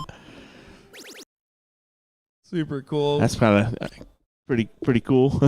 I've actually never been to a hockey game. It's high on my list of sporting events I want to Oh, attend. we should. Yeah, I wish there was one in town when we went. I love live sports because hockey's high on that list. So is baseball. I've never seen that either live. Yeah, it's a good one. My son really enjoys the hockey now, so we've gotten to be quite the followers of it. And Bryson's a man of culture, so I trust him. I may have had the game on, just kind of keeping a glance at things. We would never watch something else besides Starts at Work. Never once. Like the one time Sean Green and I were commentating during the Jake Paul Mike Tyson. Yeah, never happened. What a fight to just stop watching darts for that of all things. We stopped watching the fight for darts pretty quickly. Okay. All righty, Johnny Smith. He's got this 1-0, man, and he's just needs a 2 to close. There you go, over to the 15s. There you go. Well, Johnny, I have to give respect. He must have heard the fact that I said we're going to have to cut to the ladies' match when it comes up, and he says, how about I just finish this match before the ladies start? I guess so. Ladies have not quite came up for their practice darts yet, so. But also, at the same time here, you got to feel for John Cortez, who just really didn't get it going against, again, a Johnny Smith that took a 1-5-4 and then started off with a 9 mark. In a non-pro bracket, yep. That's tough as nails. Well, there you go. Johnny Smith gets the win and your seat here on the non-pro side. And just as we speak about, they haven't even taken any practice darts. They didn't. They just came up here and they're about to throw. Well, these girls don't mess around here in San Antonio. They're ready to throw some great darts on our stream, and they're going to absolutely spoil us with some good times. That they are. So they're just getting set up here real quick. This is going to be Samantha Flores, and she's going to be taking on Zenadia Castillo, as this should be a fun matchup between some tough competitors to get to the final. And again, reminder, Will, and everyone else at home, this is to get into the Invitational Shootout. Women get the same invite as the men do on the Friday night singles action. And that's what's great. I mean, they getting their shot at some money as well. Now, will we see a woman make the top 4 to make it to the ESPN shoot? That would be the ultimate. I know we've had a good run from, I believe, Paula Murphy in the past. Chrissy Grimmel. Yeah, Chrissy Grimmel as well. Both of those individuals made a stand and tried to book their name into that event, but unfortunately fell a little bit short. And then, this year, this go-around, by the way, Ram, I see you in chat. Go ahead and share that 9-dart reel that just got posted to you. Thank you. Taylor Thaxton, Jillian Phillips, Jessica Melton, all ladies that took the swing at this last Invitational Shootout. Well, while Jillian and Jessica didn't unfortunately get the darts to go their way, Taylor, last night decider against Daniel Zapata that we saw in the stream was absolutely thrilling. And these ladies are continuing to do more damage. And it's not just the same 1 or 2 ladies. Like we talked about Chrissy and Paula, legends of the female dart game, utmost respect. But you're seeing new legends start to develop as you're seeing early signs of these really cool career moments for these players. Yeah, you're right. You're certainly right.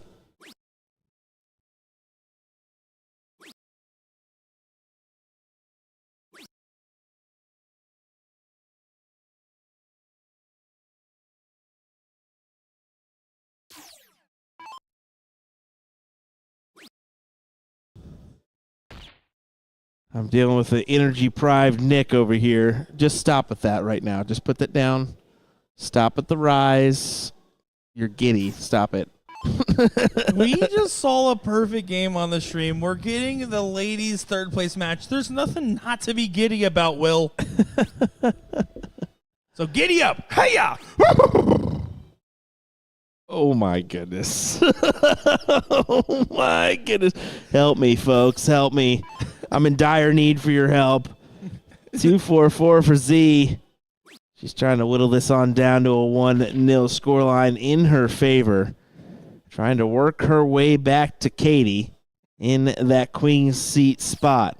Banshee in the comments pointing out very accurately that shirt from Sam is spot on. It says, "I'm that legendary Sam everyone's talking about," is what her shirt says. That's awesome.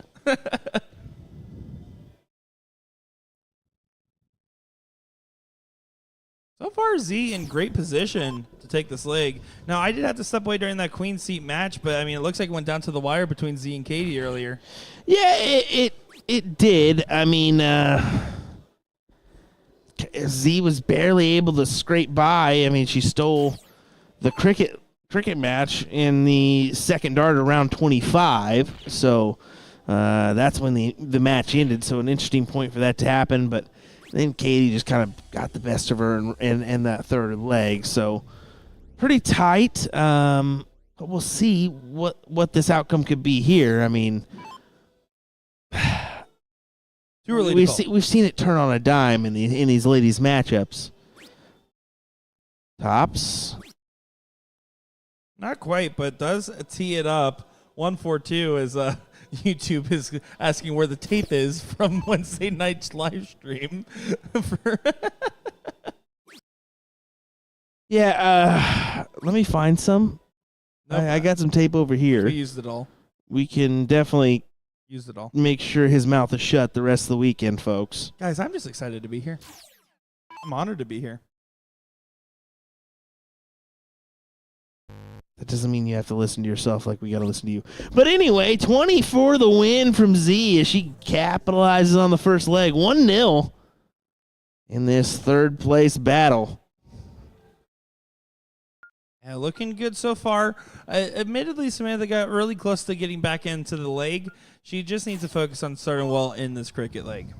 That's going to be the goal. Yep. Got to start well here. At least a 4 mark.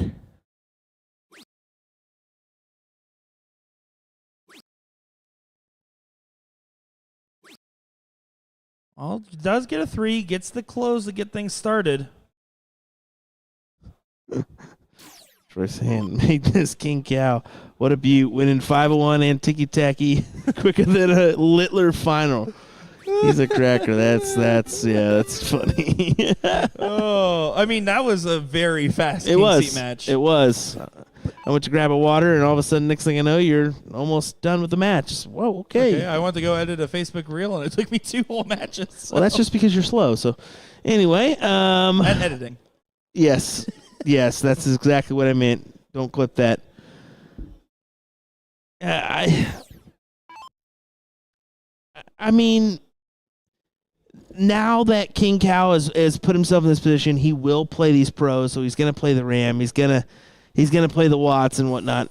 Is he at that level yet? No. I mean, Ram is just he's up there. Anybody at Ram's level right now? No. But there's not much differential between the top non-pros and the pro. Most of your non-pros could be considered pros in certain aspects, right? How many times? Yes, and also how many times have we seen someone make the pro list for the first time that's never made it before, that goes on that run that day and never looks back? Yeah, that's the secret. I mean, it's not that you're going to all of a sudden be on the pro list and now you're winning ESPN on the top 4. The difference is you're constantly going to be in brackets against people that are just better, and then you're going to keep playing those better people till you're the better one yourself. Yeah. All about who you're playing and getting better yourself. Z has put Sam up against the wall already as she grabs the 19s and 20s with a 76-point advantage. Sam can't find anything worth of value, and she leaves the door wide open for the 18s. Yeah, unfortunately right now Sam is just having one real bad set in a night where she's clearly had way better sets, where she's clearly had way better moments even. But now she's facing someone that's dead set on trying to get a rematch of the seat.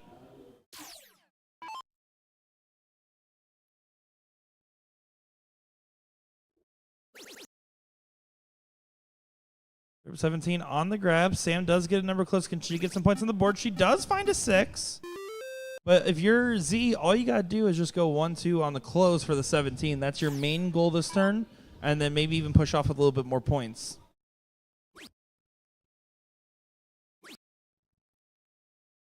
I like that she brings the dart right to her eye line. She does tilt it quite high in the air as far as the angle of the tip itself.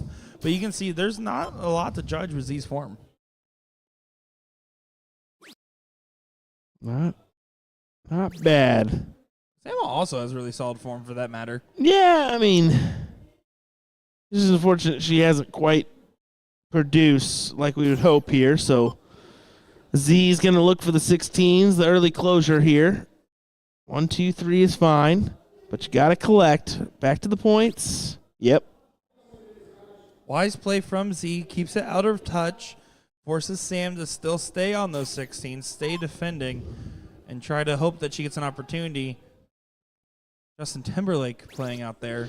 Yeah, D and a B is what it is, so whatever. Go look that up. Dinos and ballers. Yep, that's exactly it. I don't know. That was the only other thing I could think of. He quickly averted from that one. Yeah, you can hear it blaring off that TouchTunes jukebox. No, that TouchTunes is a great thing, but once people learn that you can put some annoying songs on, it becomes I don't know, that much more brilliant, but that much more worse. Can I just admit, ever since I started working with TouchTunes, the amount of times I played the Muppets rendition of Bohemian Rhapsody whenever I've gone somewhere is way too many. Yeah, sorry, Side Pockets in Wichita, Kansas. That's right, you were there for one of them. Yeah, absolutely atrocious. Everyone at that bar was looking around like crazy. Who played this? Oh, this guy did. Guess what? Everyone else pulled out their apps and started playing music after, now didn't they? Yeah, after somebody proceeded to ask me, did you put this on? And I said, I no. also forgot we were at your hometown where Yeah. people know you. Yeah. All right, Sam. Find yourself something here. How about 6 on the 15s? What do you say? How about another one? Woo. Good 7 from her. Well, now it's her first point lead of this leg and the tail end of it. Yep. Z has to be careful. Doesn't want to give up this opportunity that she's built for herself.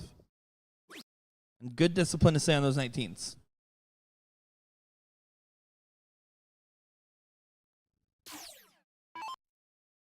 If I bought you the shirt that Sam's wearing, but it just says Will instead of Sam, would you wear it? No. Yeah, I have a thing about wearing my own name on my jersey, so I probably wouldn't wear that. As a birthday gift? Yes. Still wouldn't wear it. Now, if you want to get me a Daytona 500 shirt like my son, yeah, cool. No, I like your son more than you.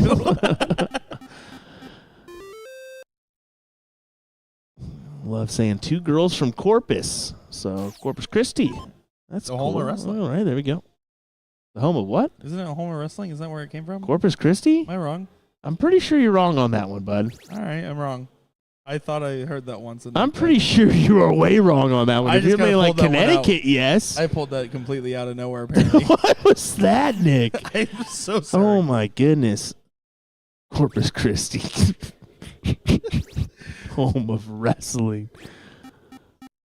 What is The home of wrestling. Look. Christy known for? Home of Padre Island. Definitely not wrestling. Nope, not at all. That was going to be the first thing it says. Z now only needs a single 15. Yeah, she should get rid of this right here.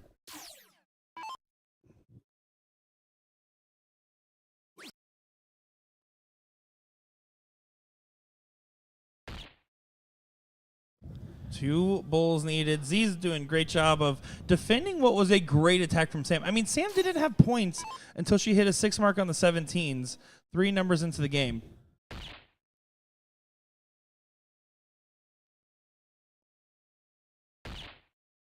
Entry in chat saying, they my girls, Corpus Christi natives. Z is like my mom and Sam is like my sis. To get back to the final to play Katie once again. We'll be going there once again, and you can see giving a hug, giving some support. And I do love, just to cut back to the audience real quick, there was everyone just throwing up hands, showing their support for these girls. I absolutely love it. And I shouldn't say these girls, these competitors in this bracket. Hey, bonus points if you can find the home of wrestling for us in the chat. Please do that so we can rub it in Nick's face. Can, We'd three appreciate just it. say it's Corpus Christi just for fun? It's definitely Can you guys not. just do that for me, please? I'm sorry you're having to deal with him and I, but we're still rolling. We're still kicking. We got a finals of the women's bracket coming your way here in a second. more from the non-pro bracket coming your way right after that. Don't go anywhere, folks. The 39th annual BullShooter World Tour will continue on here in a second. Be right back. We'll be there soon. Be back soon.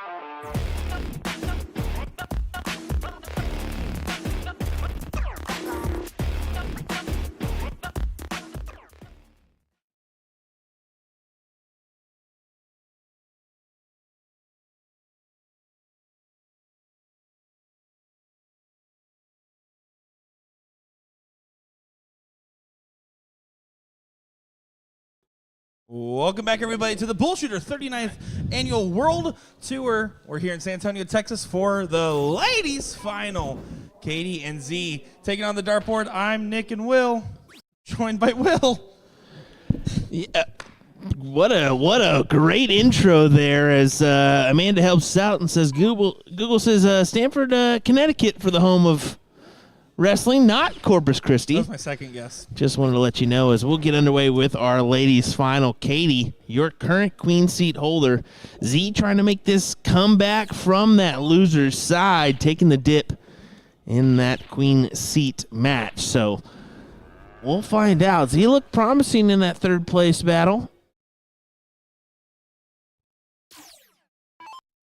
Yeah, I'm looking forward to seeing this as Katie, of course, looking forward to just defending her seat, rocking that Rick's Darts and Game shirt. We saw them in the comments asking us what barbecue we stopped out on the way in. Well, with Will's driving, I got so nauseous we had no time to stop. No, that wasn't it. We didn't have time to stop yesterday, and all the good barbecue joints are pretty far away, and about an hour and 30 plus, so. And I woke up late. Yeah, no kidding. Probably make that trek on Monday, but we did try Curry Boys barbecue, which is pretty good. Yeah, a little it was different. more of like a fusion. Yeah, than I would say straight up barbecue, but it was good. But they got some great choices here in San Antonio. Very mixed choices when it comes to food. I mean, another bonus. We say people always love music, they always love food, and that's kind of what you should discuss at least some point during the weekend is what do they have on that side of things, and especially when you're traveling. Yeah, exactly. Exactly. That's why it's another good bonus to come to these events, especially down here. And we said the historical presence. I mean, the Alamo. That's another kind of thing you can come in and check out while attending the event for darts. Great setup from Z to leave the 1-3-2. Pressures the 1-4-5. I can't go now, and you can see Katie kind of giving a wry smile. Leaves 80. 1-3-2. Bull double 16. You get the first leg on the board. It's just a race of two. Blink and you miss it. Won't go now. Katie, like I said, needs 80 here to grab the first leg. Now, I'm a little crazy. I like going for like the trip 10 or double 15 before the bull in a scenario like this in an open out. In this case, though, she is just going to leave 60. Doesn't find the bull in the first two. Yeah, still can go out in one, but that's if Z doesn't take it out. 19. Trip 19. Yeah, bull first is awkward. You have to start 19. Leaves the shot still. Doesn't go. Leaves 40 on the return if Katie doesn't take the 60. But she's keen on taking. Yeah, she should be. I mean, just three big 20s can do it. Oh, but one outside. Oh, no. And Z, look at her hands go to the knees, knowing she's got an opportunity here. Just don't go to that asphalt. If you're going to go low. There's one. Two. That's exactly what you need to do. And it's 1-0 in her favor. And remember, if this goes to a second set, it'll stay race to 2, of course. But she's got to get this extra leg and force that second set upon Katie. Well, Z in that last third place match played so phenomenal in this cricket leg. Other than the fact that we saw a near comeback on the 17s through 15s from Sam, at the end of the day, it ended up still favoring Z and her early dominance. If she starts off strong like she did, she'll be just fine. And it seems like she's starting off strong. Finds a 5. Yeah, good 5 there for Z. Chris Purdy helping us out, saying, try Two Brothers Barbecue while you're here in San Antonio, about 15 minutes from the hotel you are broadcasting at. Chris has never lied to us once. I got to have top tier, like, on the rankings list, Texas barbecue for it to be. Are you a snob? I am. Barbecue snob? I am. I am. Do you understand that I'm round? Yeah, but I also know good barbecue. I mean, Wichita does have some pretty good barbecue. Kansas has some. You know what I mean. Kansas City in particular. Oh, my gosh. Chris, I'll go. Well, I'll go sometime. Yeah, I mean, count me into, I guess. But it is barbecue. I mean, I'm still going to eat it, but back to the match. Z, 2-19s is going to be the look. She starts at the 20, plays it a little bit safe. Yep. Just got to drill this last dart. That's the problem. I think it was more important to get the close on the 19 than it was to expand the points in this scenario. She prioritized the other way around. We'll see. Big triple there.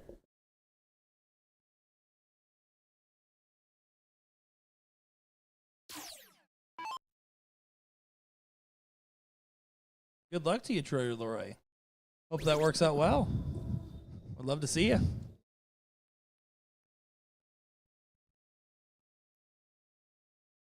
Tough darts, some near misses here. I know you were talking about it earlier, but just another shout out. I mean, it's 11:53 p.m. Start time at 7, and even the Giants amateur bracket is getting down to the tail end. Just a couple of more matches to feed through. The years of super late night 3, 4, 5 a.m. BullShooters, well done and dusted, it seems. Yeah, I mean, make a couple changes here and there, and you know, in this generation, in this era, I mean, time is money. Time is definitely money, and we're seeing that people are, you know, with their sports and what they attend and watch and what they participate in is kind of revolves around time. So, yeah, I love it. I love it. You know, kind of maximize people's time and being able to, like we said, do other things rather than just be in the dart hall the whole weekend. Now, that's great. Some people, you know, are going to win and be forced in that dart hall throughout, but give people the option to get out and about, and have a good meal. Or if you are the one that wants to stay in the dart hall, they're running blind draws here. Yeah, exactly. That just too. For people hanging out. That too. There is a blind draw, and that's why we see as many people as we have in the background. It's because of those blind draws going on right now. Absolutely. Katie finds 5, 40-point difference. Doing a good battle back and forth.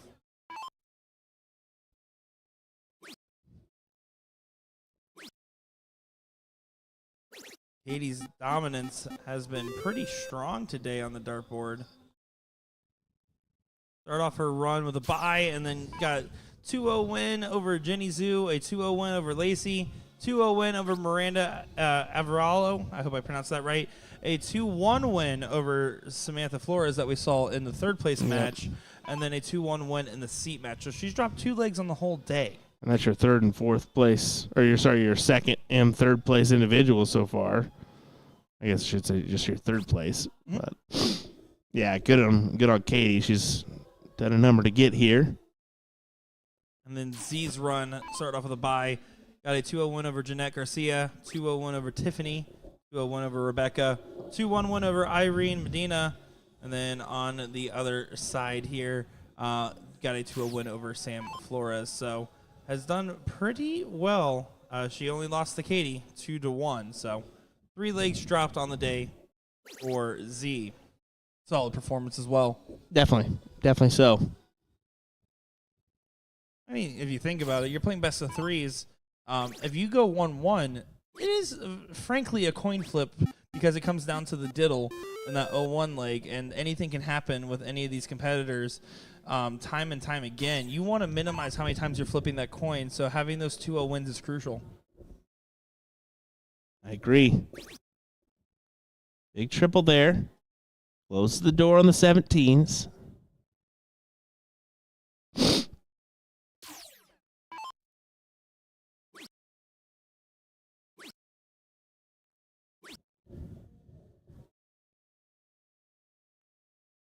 He finds herself a wedge here. He's doing well. Adding pressure where she needs to. Once again, if she gets this leg, she forces that second set. And she knows 1, 2, 3 on the 16s is huge. But she goes high, and I don't like the stay. You're giving Katie an opportunity. If she finds a trip and a single, she can shoot your 20s with point advantage. If she shoots a trip and hits 2 singles, she's still in a great spot. Yeah. That's right in the wire. Oh, my. Doesn't get any punishment there, as now Z single 16, and then I would want to see some 20s. She's going to the 15. She's playing it risky, and that last start looks great. Looks so good.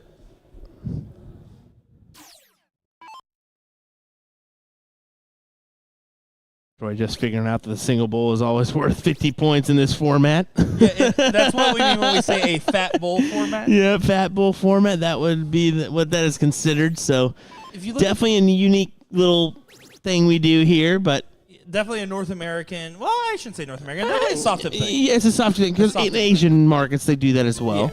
Yes. So I do think it's important to note, if you're ever curious and you're watching one of our streams, just look at the middle of the scoreboard at the bottom left, and then look down. If there's a 1 bullhead, it's a fat bull. There's 2 bullheads, it's a split bull. You can see in cricket, there's 2 bullheads, meaning the bull is split, 25 and 50. There you go. The more you know. 3 bowls needed. Only 1 found, but Katie is not in range to really hurt this. No, she's really not.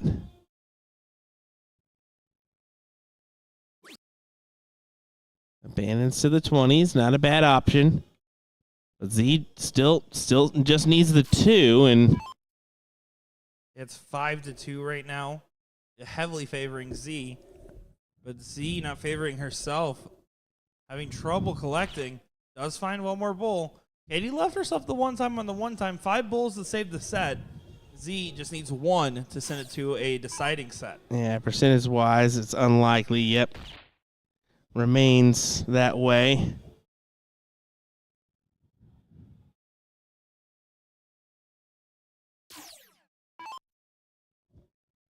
Celio to get to that second set. Z to get her first one over Katie. Doesn't happen yet. Oh Now 4 bulls for my. Katie.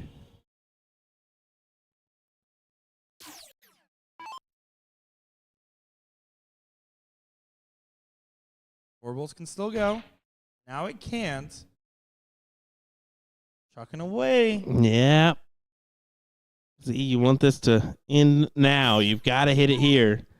I don't think you want this going another round. Creeping closer. Can't put it away, so now Katie has a little bit easier task. 3 needed. And what a save this would be, Will. To be able to save this, send it to a deciding set. 1, 2. My goodness, what a steal from Katie.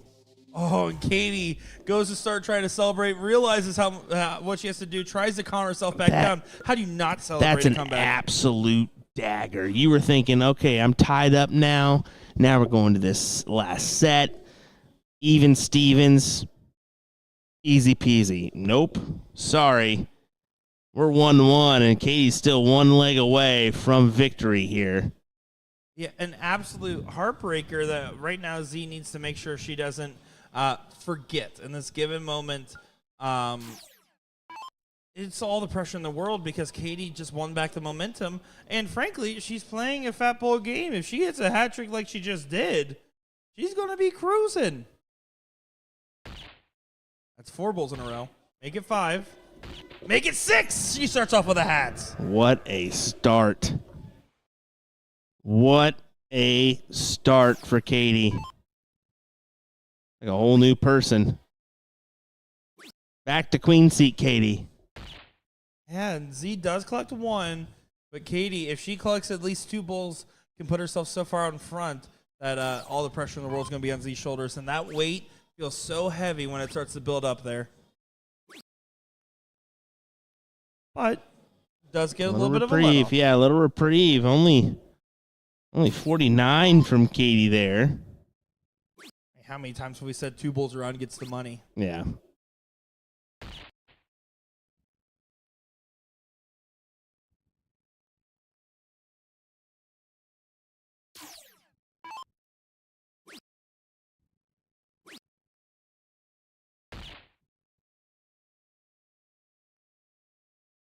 I think that's enough. I mean, you force Z to hit 3 to get out in front.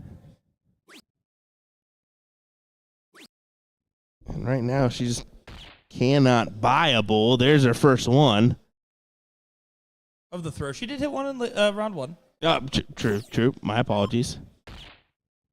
Katie has been all or nothing, and she starts off with a bull. Other 2 hugging the wire.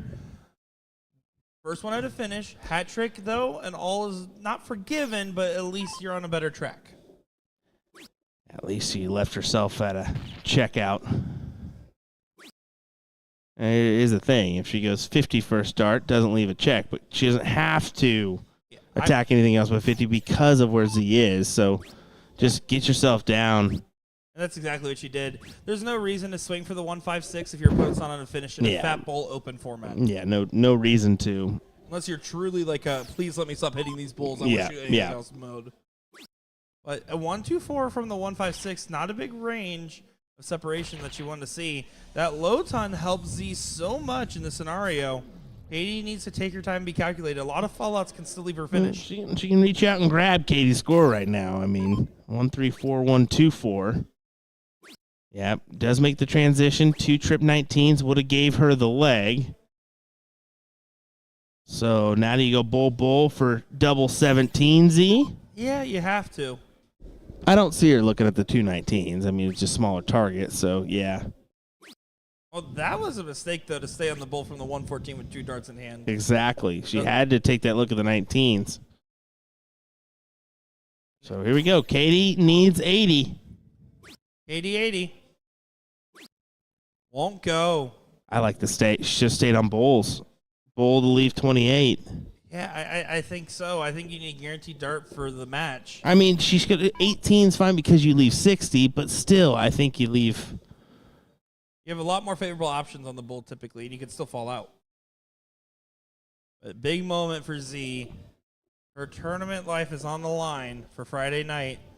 Invitational shootout spot on the line. She did look at bull. Didn't collect, but leaves 50 just in case. Now Katie, triple 20, gets it. We've seen her go single 20 outside. She can't afford to do that in this scenario. She stayed for bull.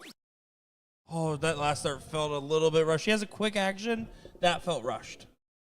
It certainly did. And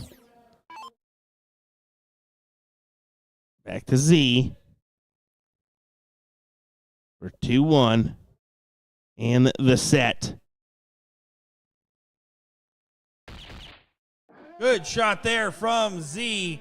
Absolute massive shot. Right in the heart. And she's going to send it to another set. Good stuff. We're going to get a reset. Katie giving her some props, but they're not going to waste any time. They're going to get right back into the mix. You might as well. You might as well just get right back into it, reset it, and go.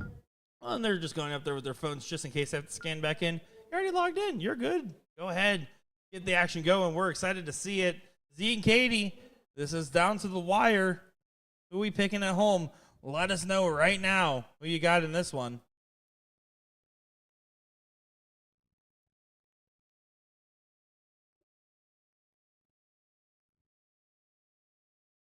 Looks like Katie will show first on this diddle.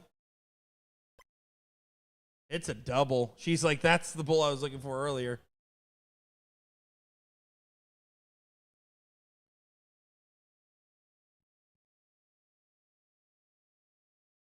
Yeah, what a diddle there. Wait just a second. She's just getting herself ready. And she's like, so are we going to diddle? And Katie points to her double bull and says, it's right there. Oops, my bad. Love it. That's high. So Katie will get the start in this deciding set. Best of 3 for all the marbles. 501, open, fat. Cricket, 501. We got Ashley Ritchie joining us in chat. Our female commentator of the tour who commentated mixed trips in Florida, the finals. We got Rick Starts in Games supporting Katie. No wonder. I think it's because of her hair. That's it. That is it. Or the nice blue bonnet shirt. Good start for Katie. Grabs 2 of them.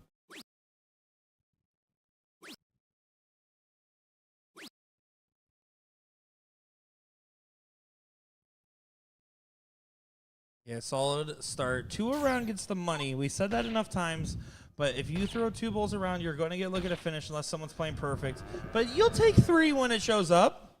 Yeah, you certainly will. 232 remaining now, so puts herself in prime position, especially with their opponent over 200 back.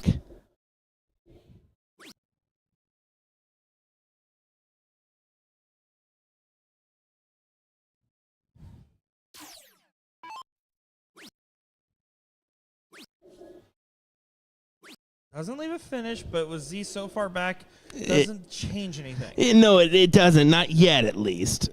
If Z collects, a couple bowls here and able to somewhat turn this around, then we're talking. Well, it only matters once the gold star appears by your name. You have to stay fighting, right? How many times have we seen players come back in improbable, almost impossible legs? That's due to good mentality and grit. It's not due to just getting lucky at that point. You have to force it back in there. And how many times have you also tried to force your way back into a leg that doesn't go your way? The difference is that 1 out of 10 times where it does. Katie leaves the 1, 2, 4. Gonna get the first look and then some.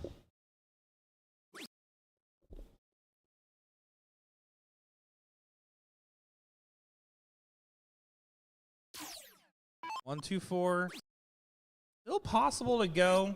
Yeah, no real reason. I mean, she did go for the 45 to leave 60 from 105. Don't think that was necessary. But you get the options to shoot it how you want when you're this far ahead. I always factor if my opponent's not on the finish, how can I leave myself the best start I can instead of trying to hit a hard combination finish? 83 needed. Can go bull first. Chose not to. Yeah, I don't. I think she's attacked this the right way here. Well, the mistake was you need to go trip 12 in that last start because that's what the fans want to see. Get out of here with your nonsense trip 12. I love the trip 12. Nope. Meredith McGee does it for me. No, Meredith is Meredith. So That is true. Meredith is Meredith. The Z, by the way, has crawled her way back into this leg with a hat trick, putting pressure on Katie to get this leg done here. Katie, just go inside is perfectly fine. 2 18s here for 1-0. Or that. He said, I'm not going to aim inside. I'm not Will Stewart. She did aim inside, though. That was like right on the wire of the double. Nope. Ideal placement. Nope, she was aiming outside wire for fun. Ideal placement there. On to leg number 2. Katie at 1-0 advance. She did lose 2-1 in that last set. She got the first leg on. She's on match point. The almost won that first set 2-0. Had some troubles with the bull. But she's been starting cricket games so well. 5-mark start, I believe, in her last 3 cricket legs.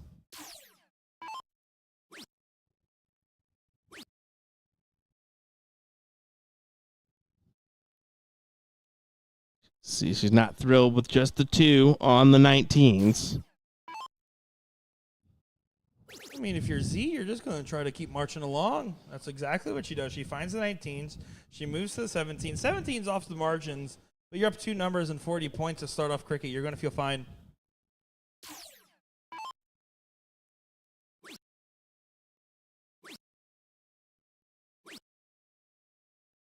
Good comment here by Troy Leroy, because I think a lot of people wonder about this if they're newer to watching darts, but when we clarify what we mean by aim inside, so on that double 18, you can see the outside, the black segment there, right by the number.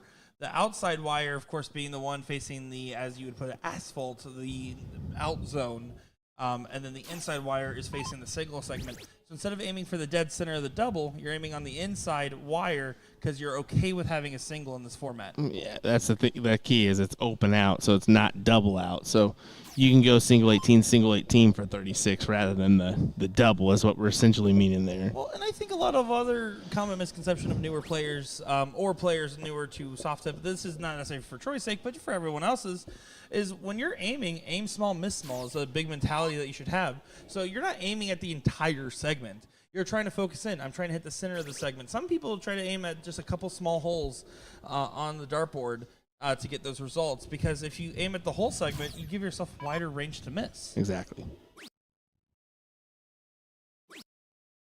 Troy, because it's open out, so a single 18 could have won it. You didn't need to finish on a double. She just chose to. A little lesson for everybody at home.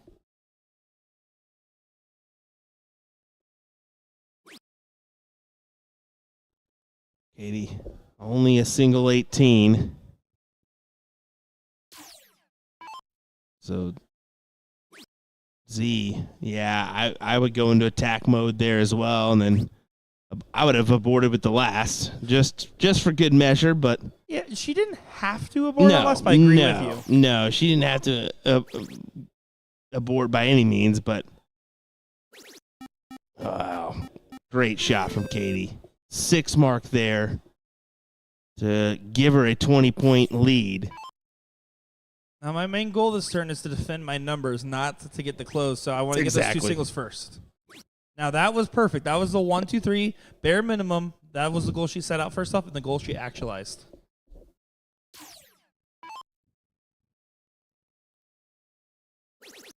Some very close legs we're seeing from the ladies right now, Will. Yeah, definitely. Definitely. Rightfully so.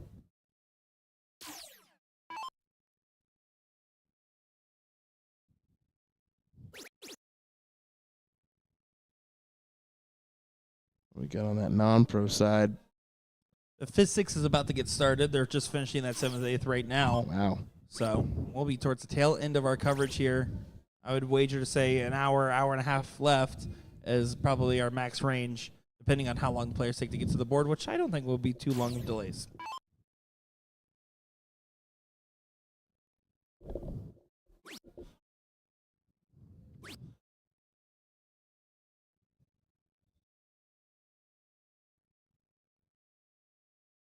Edie getting into a tough position in this leg. She can make a stand on these 15s. She can make a fight back in this match. But right now, Z looking likely potentially push us to another last leg decider, which if you're going to not 1 set decider, but 2 set deciders in a final, the right 2 made it. That's my opinion. Yep.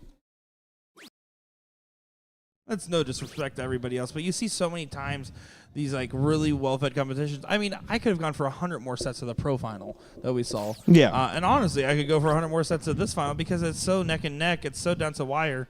15-point separation is all that separates them in the 20s in favor of Z.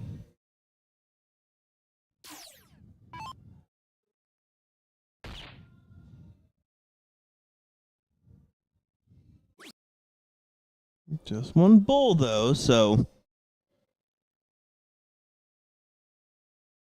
still anyone's match here as it could turn. That doesn't help Katie. What Katie did well to fight herself back the last time this happened in cricket was by hitting bulls every single round. This time doesn't do so. Z going to go ahead and make it a little bit harder. Add another bull. I like that use of the 20. And frankly, because Z's back is against the wall a little bit in the sense that she has to win this leg, I wouldn't have blamed her if she stayed up for all the 20 she can get. Yep. He's going to keep it interesting. That's for sure. He's 3 bulls and 2 20s away. Z's 2 bulls away from a last leg decider. One big 3 there, though. That's a good marker. It's a risky stay. I think you should abandon there for the 20s. Katie has to hit the 3 bulls first, though. She can't hit the 20s exactly, first. And that's kind of what she forced it to. Only 1, so Z needs to cross this door now. She can't afford to go miss, miss, miss in this scenario. No. And she can't afford to go miss, miss, single She's 20 got one. either. She's got one in the tank. Single 20 adds a bull. Finds the bull, doesn't need it. Gives herself a little round of applause. One more time on the one time here for the ladies. Yep, we'll go the distance here in this one. As we'll go for the middle. Katie well outside. That will be enough for Z to get the start. Z doing some work to get back to this point. It is now 501 points away from being your ladies singles champion at the inaugural San Antonio Regional. Inaugural. First, San Antonio Regional. Yeah, there you go, Nick. Hey, you worked your way around it, found it. Congratulations. Much like my dart game with the bullseyes. Still didn't work out too well for you. You got to push a button to keep going, you know. Oh but my you learned your lesson the hard way never let today. it go. Oh, buddy. Look out for the speed cricket video coming out soon.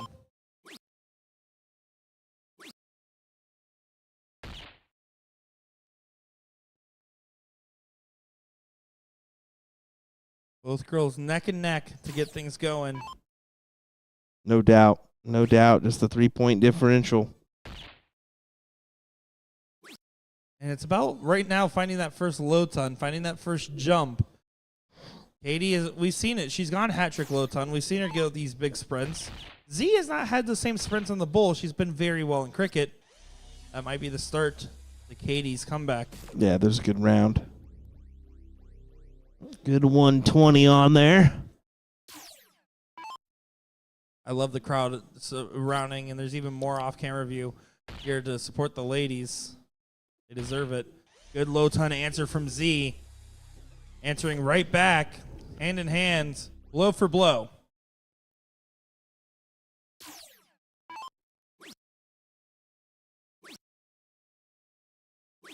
And that's a mistake from Katie. Well, it's only 1 point that separates them after 3 rounds. But you have to favor Z going first, Will. You just have to, right? Oh, and no score there on the last.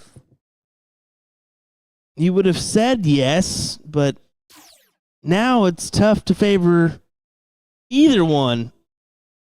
Now you favor.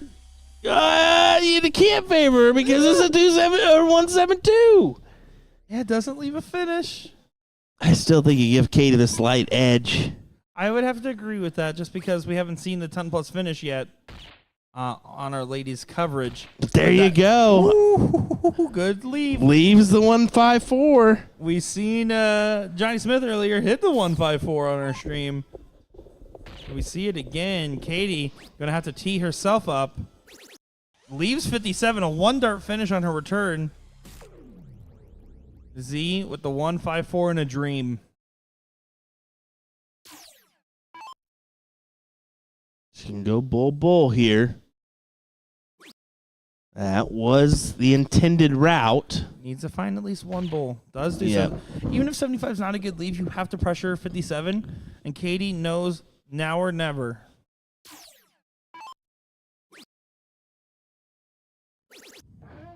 And that'll do it. What a big trip 18 to get the job done. Congrats to Katie. Entertaining back and forth battle in the final. Yeah, heartbreaker for Z. You can kind of see it. She really wanted it. She thought she was in range. She was in range. She was not far away, but unfortunately just doesn't go her direction. And you can see the amount of people, by the way, that were over here watching. They're all cheering out there for them. That's what they're announcing.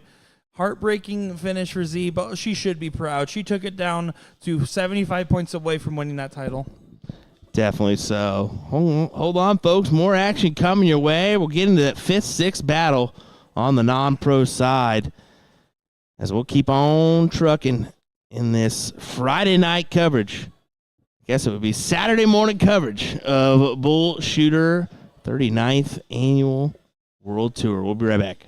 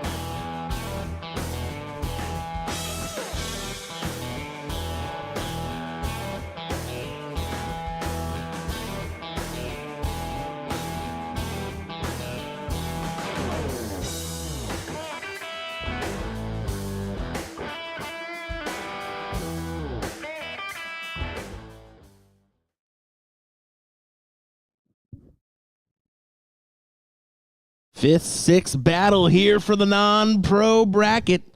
Here we go, folks. TJ Stroud taking on Mr. Phillips in this one. Very nice to see the Texans lend us their quarterback for a little bit.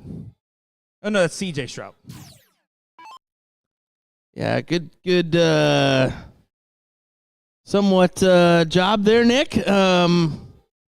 Guys, I'm excited. Sports ball. I was trying hard. Welcome back, everybody. We're excited to be bringing coverage of the conclusion of the San Antonio non-pro bracket. Remember, this guy is the same one that said Corpus Christi, the home of wrestling. Can you let it go?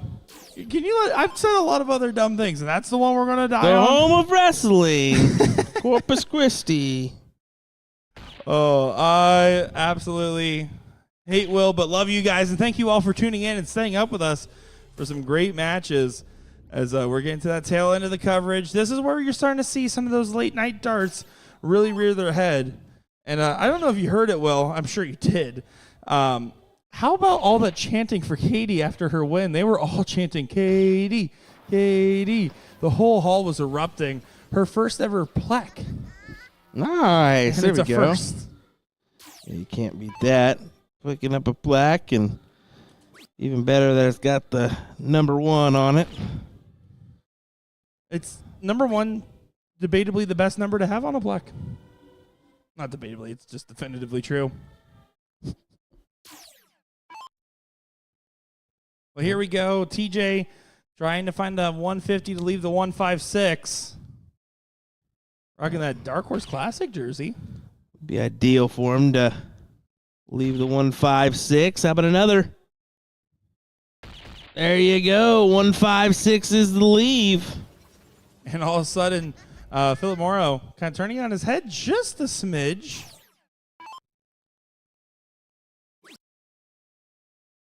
Make a subtle adjustment there for the tall head of Mr. Morrow.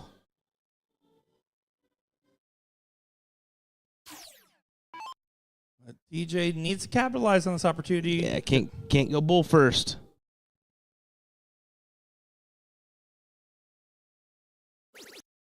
He did take the swing, caught the wrong side of the wire. Back to the bull. I did just talk to Johnny Smith, who's sitting in the seat right before this match started. It was funny. Someone was talking with him. They were like, yeah, some guys were talking about you. I was watching it. I'd love to watch. And all of a sudden, I was like, oh, hey, Johnny. And then she's like, that was the guy I was listening to, the Cooper lady I was talking to, and introduced myself as all of a sudden I'm yapping, and a 113's hit by Philip Morrow. Yeah, big stuff there from Philip.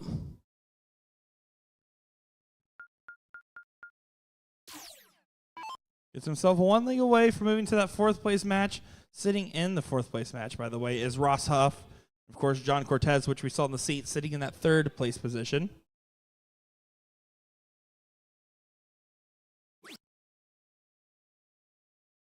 Will, it's your first time in person at a BullShooter stop.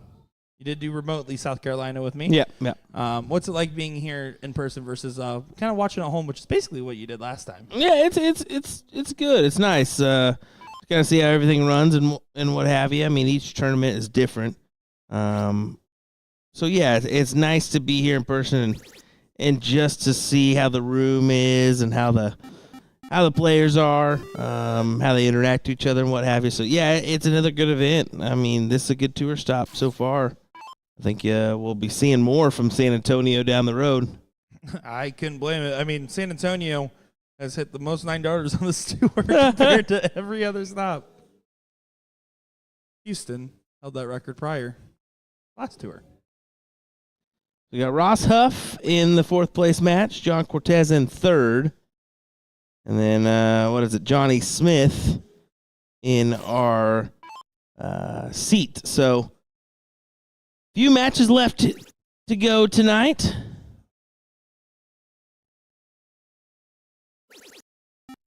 Oh, great shot there from Morrow. Well ahead in this leg so far. 2 numbers, 97 points, and a dream.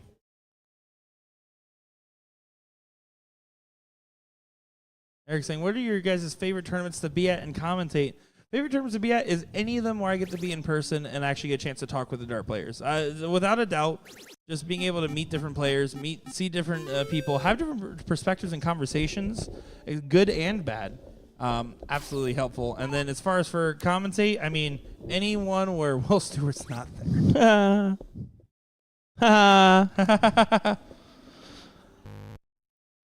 It works as an answer, I guess. Like you, Will. I'm sorry. Sure. DJ's got some work to do here. 18s. Yeah, needs a 4 at least. But I would just be tempted to stay, especially with my opponents having the 20s and 19s. That's exactly what he does. Alexa stay. Good 7 for him.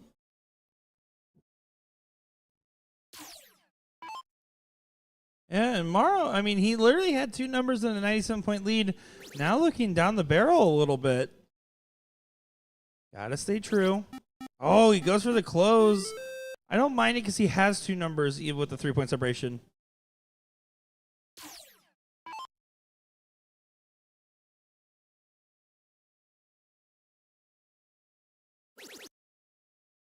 I'd say, Eric, this is definitely work now, so you got to remember that aspect for us. Yeah, events are fun, but there's still that work aspect of it. Well, I mean, everyone saw my video, or not everyone. A lot of people saw my video they posted last October after TOC. I mean, I of course, nostalgia for that tournament where I got to start. But I got to be honest, Chicago has been very quickly after my first time being there, one of my favorite projects to work on, and the Invitational Shootout as well.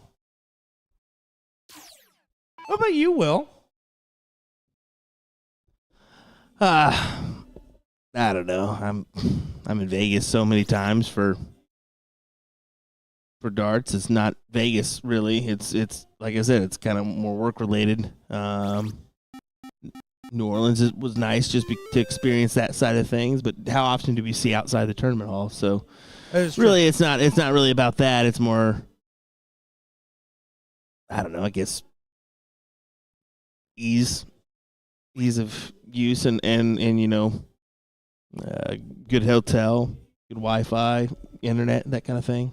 Good nearby amenities like restaurants. That's another thing too. Yeah. I mean, we'd rather stay in New Orleans quite a lot. I don't know.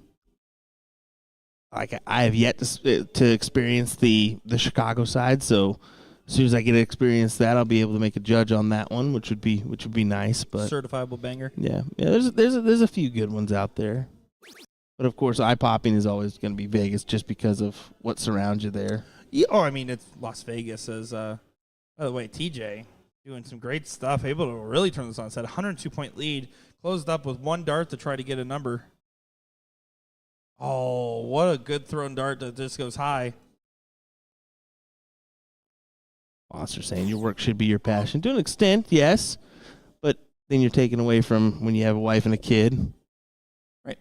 That side. And so as someone that doesn't have a wife and a kid, absolutely, Mark, I agree. This is the best time ever. If you're Will, you're like, man, I want to go home and hang out with my wife and kid. There's a couple times where you're like, yeah, I want to be home for that. So, yeah. No, yeah. I mean, you do sacrifice quite a lot to be on the road. I don't think a lot of people forget about that. A lot of time. It's a lot of time. I mean, what was it, over 100 days you spent last year in a hotel room? Yep. On track to do even more this year. Yep. Same here. Yeah, it's fun. It's fun, but it's a lot of work. So if you learned anything about wanting to be a darts commentator and you have a question, the answer is don't have a wife and kids. That is the answer.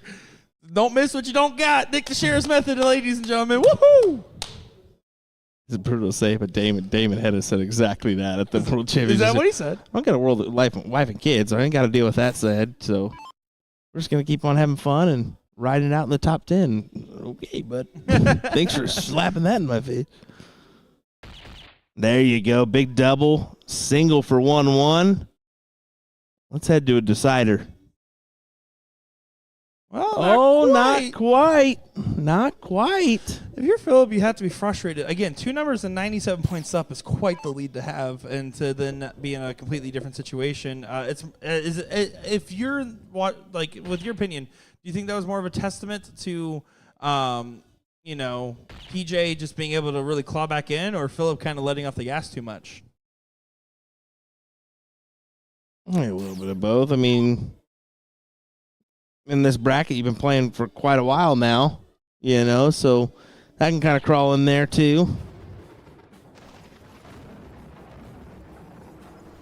Well, now it is 1-1, and this 1-1.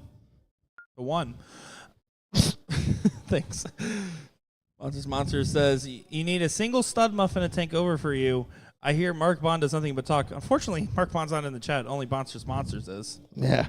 Does Mark Bond know how to set up cameras? No. He does. One singular phone for his league. I watch. There's that side, too. That's what it is. I mean, it's the 2 days before the teardown. It all adds up. It really does. But don't get me wrong. I don't mean to make it sound like I don't like my job. I do, but it's time consuming. Last call for alcohol is what What? they're yelling out there, by the way. Well, hurry up. Let's go get ours. I'm just kidding. Just kidding, guys. I couldn't doesn't imagine happen. doing our job with alcohol. Yeah, there's some people that can. Dead honest. Yeah, there's no, this is not. I can't do it. I feel wrong. I can do a lot of jobs. Maybe even a lot of jobs while drinking. This is definitely not one of them. Not one of them. It takes so much concentration. Too many moving parts. Lots of moving parts. A lot of things that you can just touch by accident and everything breaks. Yeah, and not realize it until it's too late. To apologize. Well, TJ does put up a decent margin, but you have a feeling that Philip can make this hurt. Big 150. Yep, big 150 indeed. Another secret to the success in this non-pro bracket, or applies to the women's bracket as well, but being really good on your bowls, right? If 2 out of the 3 games is Fat Bowl 01, you just need to be good at your bowls and maybe sneak a cricket leg when you can. Right now, we're seeing that Philip played really solid in that first leg. We're seeing it in the second.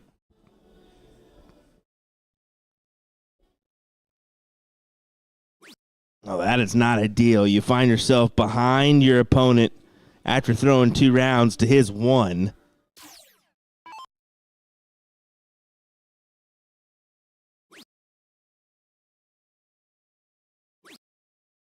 Morrow now having some sorrow on the Bulls. Goes outside on all 3.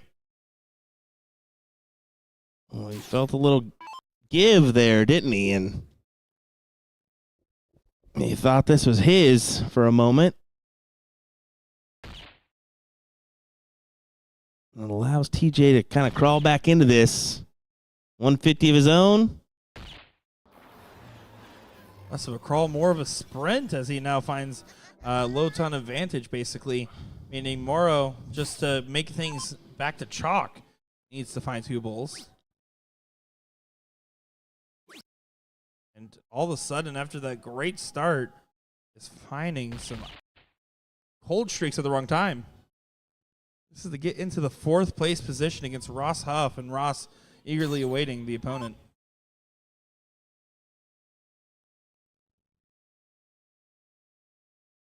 Coming down to the wire here in this non-pro bracket.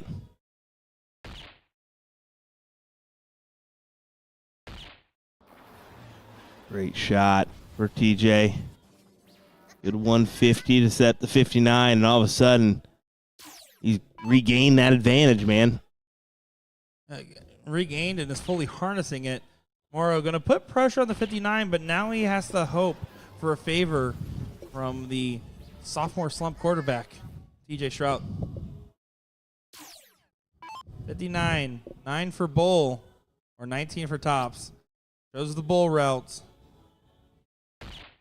Nails it.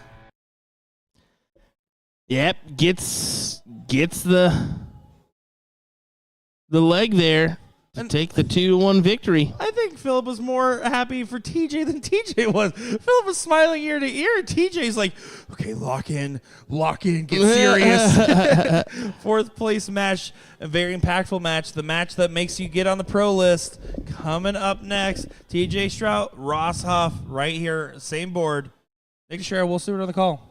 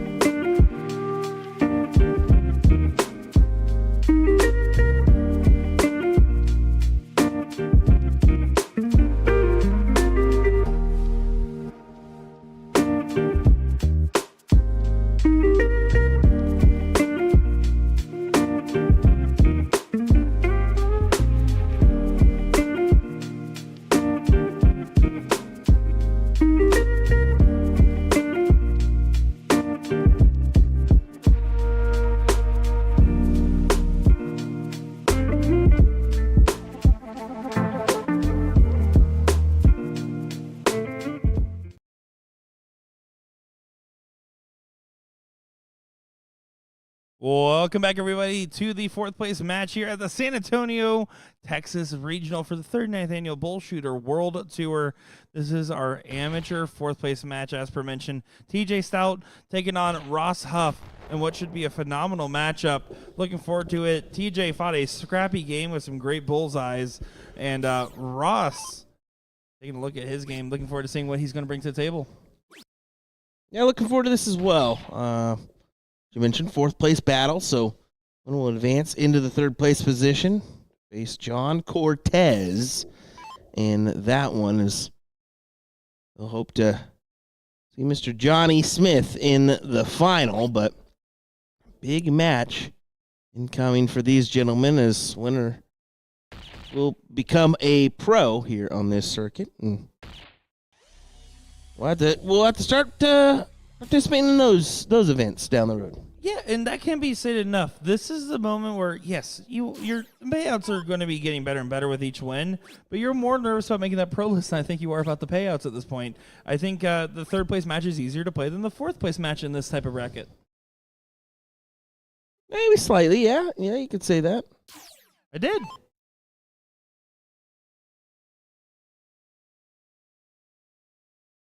DJ well out in front so far. 6 darts thrown, only 80 points scored for Ross. You saw this match, he was hanging out in the background, got some darts in, so he knew it was coming. It's the difference between throwing a couple warm-up darts and actually getting back into match rhythm.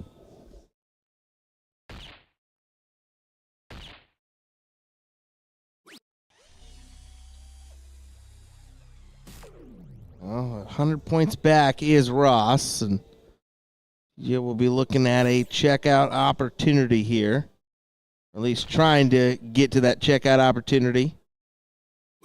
Should be able to do so from here.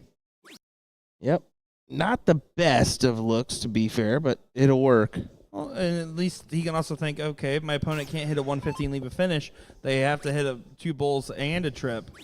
Would have still preferred, by the way, though, to hit like a 160 route instead, so bull and a trip, rather than start at the trip there for Ross. I think you're playing the odds a little bit better if you're relying on the bulls and leaving yourself a slightly harder finish.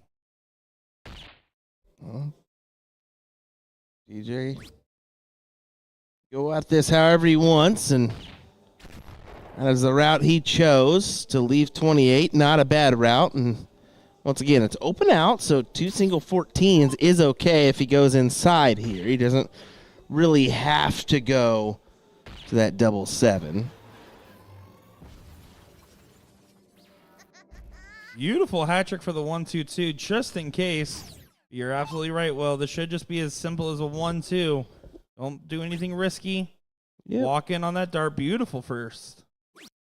Stay there. Yep. Gets it done. 2 single 14s for a 29.47 and a 1-0 advantage. Daniel, yes, I will be at Whammo. Yeah, Nick will be making that trek up there this year. I will unfortunately be at home. I may do some virtual. So, appreciate you, Nick. I'm good on the virtual. Thank you. Okay, I'll stay up. Don't worry. No, I got to at least get one day. It's the 40th, so it's a big deal. I'm kind of bummed I'm missing out.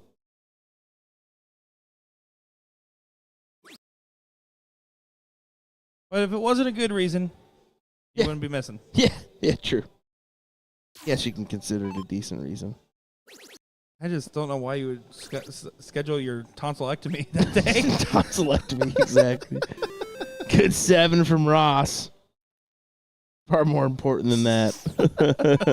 2 tonsillectomies. two. You and Bryson same day. Yeah, exactly. Great shot from Ross. Finds the 7.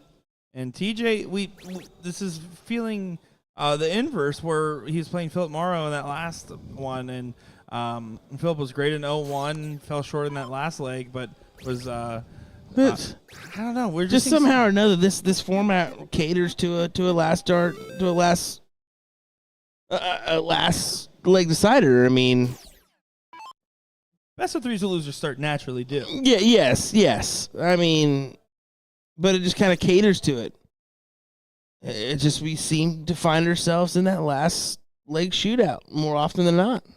And TJ just needs to figure out, I mean, Philip was 2 numbers and 97 points ahead to start off leg number 2, and TJ came back and ended up winning that leg.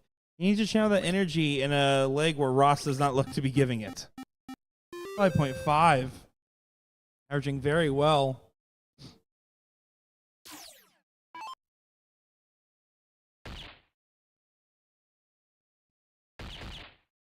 And yeah, TJ forgoes the 15s, moves on to the Bulls, finds 5, so wise decision to move to the Bulls, it seems. The only reason I don't like that is it just gives the 4th number a little too easily to Ross, almost guaranteeing this. I think Ross probably should have gone 15s to grab that 4th number, but he does. He was just waiting for later. He knew that 3rd dart was going in.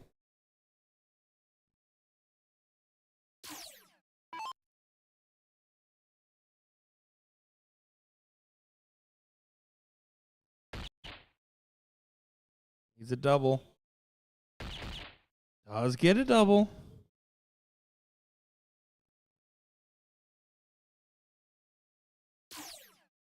With Ross with 4 numbers, he can shoot this however he likes, but hitting those triples first, leaving no doubt in his mind that this is going to a last leg decider. Well, it's throwing a 5-1-7 here compared to the 3-2-0 of TJ, so yeah, it looks promising for a 1-1 score line here.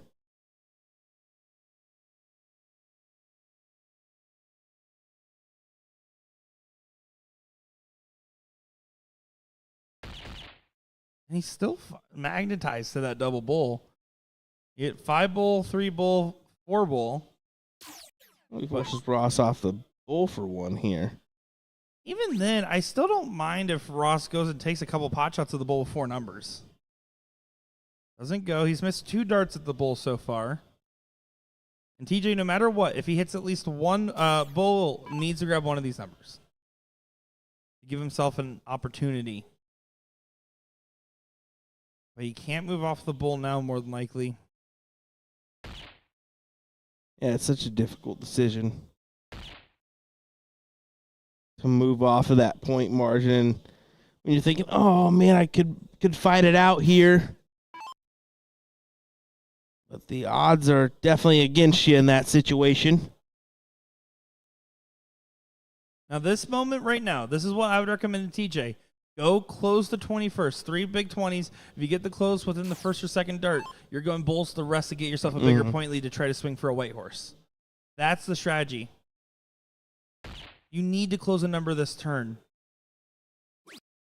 You need to close a number this turn. I don't like it. You need to find a way to figure out how to get to a game shot.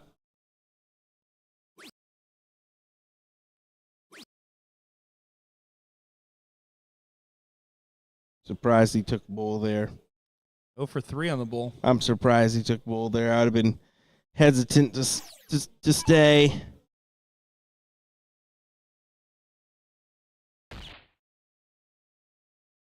Yeah, 2 20s from here. Stay and grab the 20. Going back down. I mean, he finds a double, which is a great last start. It's not, and this is it's not a bad. You're fighting to get the opportunity to take a shot, but you have to give yourself just enough distance in order to take that shot. But the problem is that he can do that on you at any point, whether it's the 20s, the 19s, or the 16s. Well, and when you're on bulls and hitting them well, 4 numbers down, no matter what, you still need favors from your opponent. Yeah, you need to count on them missing, and if they don't, it just ends it a little bit sooner. But he's fighting well on these bulls, admittedly. Yeah. Once again, though, you're going to see Ross be able to take a swing. He needs to just get that first bull, do that first bit of damage on it. Take a chance, yeah. Take a chance to go ahead and win it. 1, 2, 3. There you go. There you go. Made it suspenseful. Yeah, just a little bit. And see,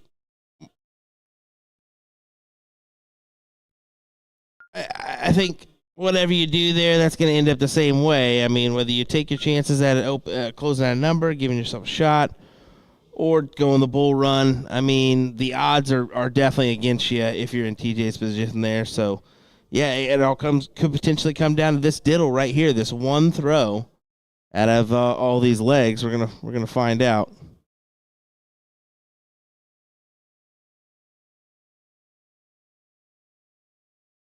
Taking the moment. Can he capture it, or will he let it slip? That reference only makes sense if you could hear the jukebox in the background. Captures it. Almost kind of ricochets off. Great dart. So TJ will get the start. He needs to have one strong 0-1 leg to get to that third place match. Same thing for Ross. It's all about getting 2 bulls or rounds. The fancy stuff's great, but 2 bulls or rounds even better.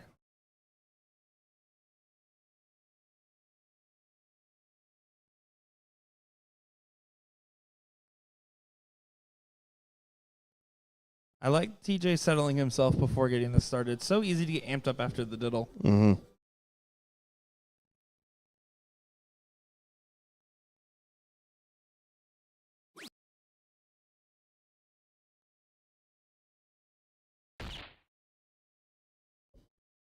Good correction on the second. Finds 2 bulls. Job done.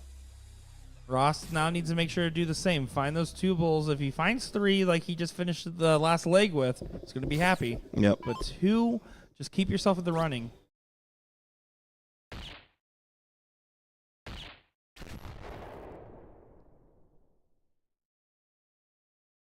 A good answer. Yeah, I mean, keeps him right in line. 118. It's a statement. He said, I'm going to be 1 point ahead of you.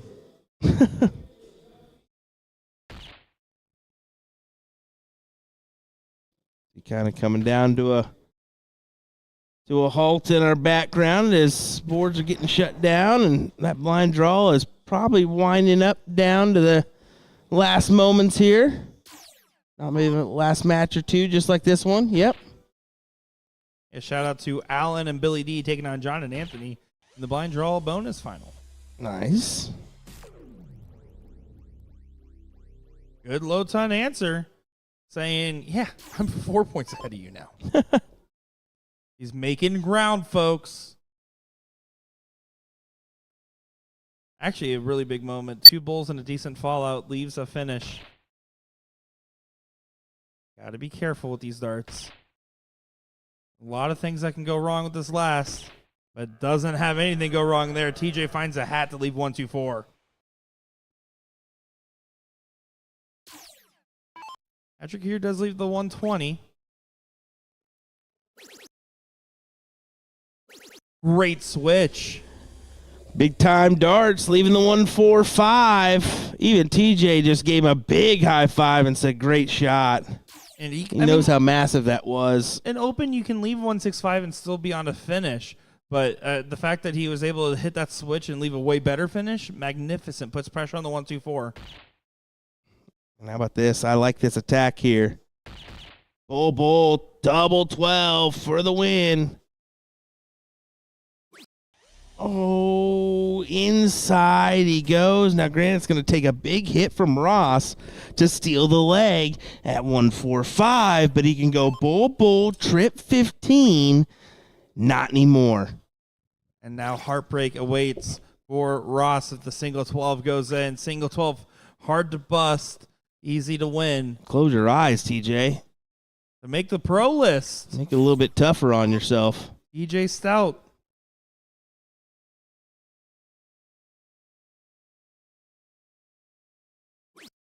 Gets it done. Immediately turns around, shakes the opponent's hand. Got to respect that. You got to take the deep breath. But look how serious he is. He is not going to smile till this final is in his name. He's going to try to make a run. He's got John coming up, and John's going to be ready pretty quick. So will we, folks. Hang on to your seats. We'll be right back with more from our non-pro bracket in San Antonio as we look to crown a winner and a plaque holder. Ready for this?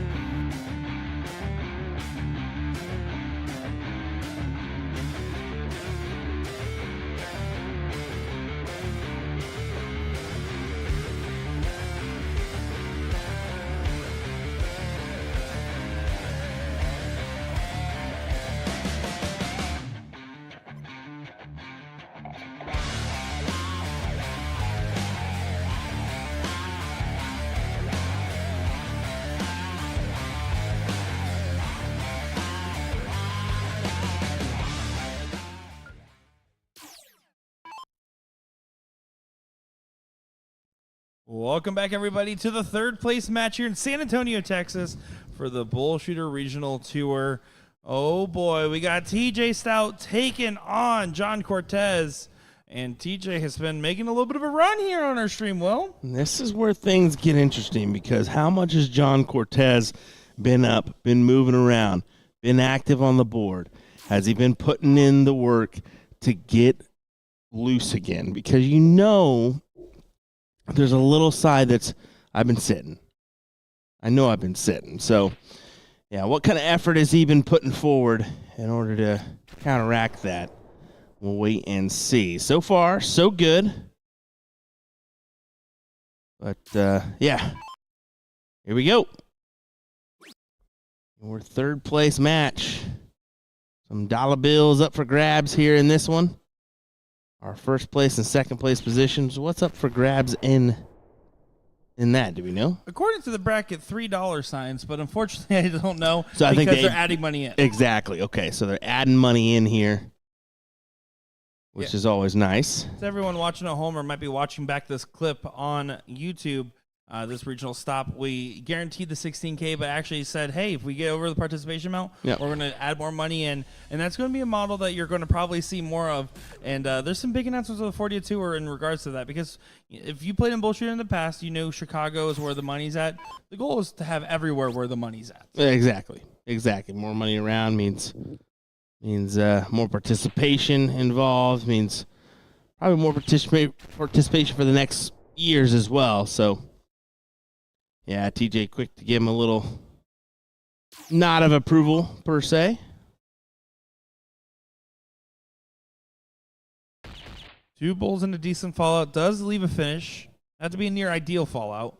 That's not one of them. The bull does not leave one at 179. Decides to stay there. Just go ahead and get ready, and knowing that John will be the first one to add a finish. Yavi in the chat saying John puts a lot of work, parentheses practice. Good luck to him. Well, practice paying off if you're this deep in a 100-plus person bracket. I mean, no matter your skill level, beating out 100 other people in a double elimination bracket is hard.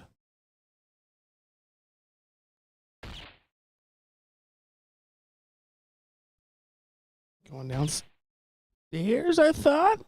Now he is. Oh, no, he stayed there. I don't like to stay on the last because What are you going to do with it, you know? 29's, I mean, it's open out, so you can go single, so it's not as detrimental as a double out format. Yeah, I guess, but I agree, though. Leave a 1 dart finish. Trip 10 for the fans. Never trip 10 for the fans. Single 15. Yeah, 15's fine. Let's take it. John up 1-0. Never do the trip for the fans. It's kind of messed up. Just cheering for you guys in chat as everyone's waking up for John right now. We got Rito Martinez. We got Yavi. Jack Wagon, we see you, buddy. Great to see you tuning in. Appreciate everyone still staying awake with us at this time of the night. And sorry about that spam comment we must have just got on our YouTube. Yeah, what the heck is that? It's one of those webcam bots from the shady websites. Oh, that didn't sound like shady at all, just to let you know. Shady. It took you a second, and then you clicked on it. Took everybody a second, I think. I'm sorry. Chat, play that back. Here we go. John on the run. Starts off with a hiya. What a great white horse from John. All right, bud. Great stuff from John. I mean, you're up 1-0. You're trying to get to the final, and you just hit a white horse. It's a massive 9, especially your opponent having to throw in this leg, and you know that you only need the one leg to advance back into that match with Johnny Smith. Another shot at him, per se. John does need to be careful. He wants to just grab the 17s to have that number advantage. But unfortunately, unfortunately, does not grab them. Only grabs 220s, which gives a little bit of relief to TJ in the scenario. Dennis Hart says, all TJ now for the last Slings Decider. 13 seconds later, never mind. That's brutal.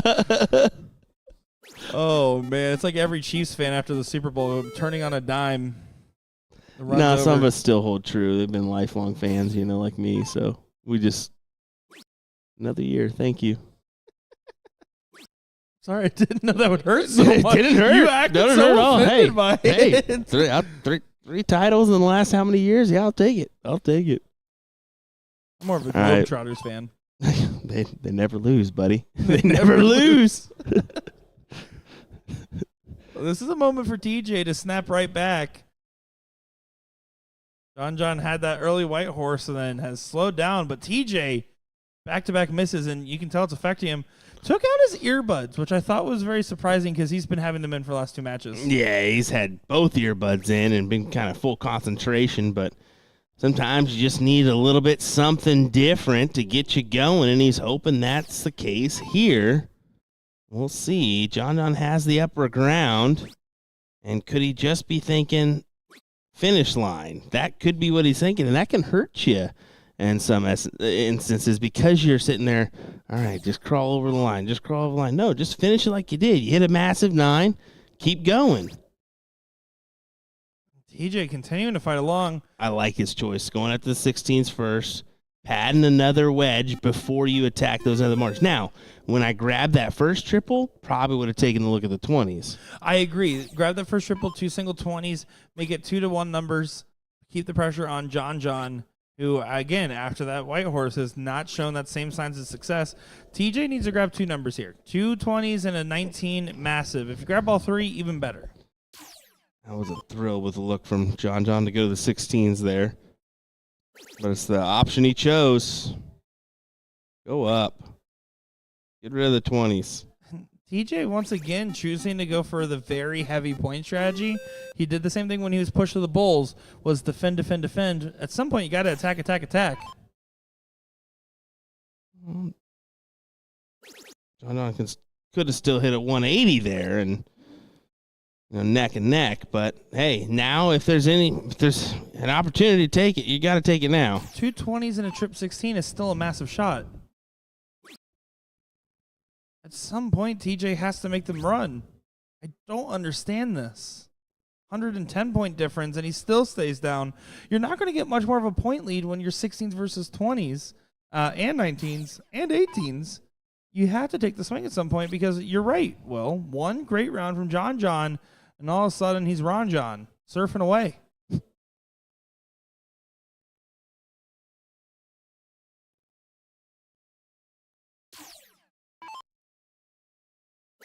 About 3 people are making your T-shirt reference right now. That's about it.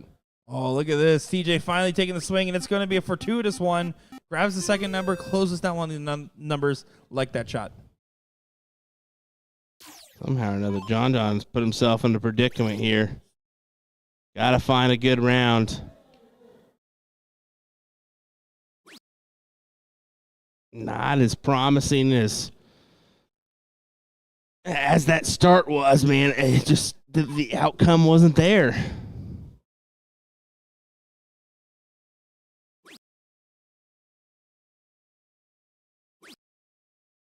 And there the 19 doesn't go. You see TJ showing some frustrations. John needs just one perfect round again, like we saw earlier. Yeah, he needs one big triple on the 19s here. There you go. Now you got an option. I like the option that he's taking. He's got the higher ground. Stay there. And I Good 7. Seriously think TJ just did not take his opportunities earlier in his leg when he should have. Exactly. Well, John, he had a couple opportunities to go ahead and take out the higher ground. He opted for a little bit more points in certain situations, and yeah, it's kind of crawled back on him here with John having this 50-plus lead now. There's the 16s. Over to 15s. Should go. It was a good marker. That's what I was thinking. It should go with that marker where it is, but place it on the high side. It still takes a big round from TJ, and he really can't stomp his foot and take out the 19s or 18s. So essentially has to stay on those 15s. Does so, and good round of a 7 for him. Yeah, that 7 is very helpful in the situation because it forces John a little bit more pressure. John down 30, needs to find a triple if he wants to swing the 15s. Wouldn't blame him for a stay on either number, especially with that 18. You should stay. He swings and hits. Wow. Bold move pays off, but it's a 24-point difference. This is where I would go for a close round. I think you have to take that gamble. Time's running out. He's taking that gamble. Time's running out. Got to do something. Big shots. 3-3. Big shots for TJ. He knows it's a risk, but you got to take it. Force John to hit the 3 to win it. A soft open from TJ, a white horse from John, a comeback that might be getting shut down at the end. That marker, once he hit that first start, I just knew that he was due. And what a scrappy little leg there after a dominant start from John. Kudos to TJ for trying to make that fight back. But we're going to have a rematch of our King Seat match between John and Johnny Smith coming up next for your title in the non-pro bracket at the San Antonio, Texas Regional. We'll be right back.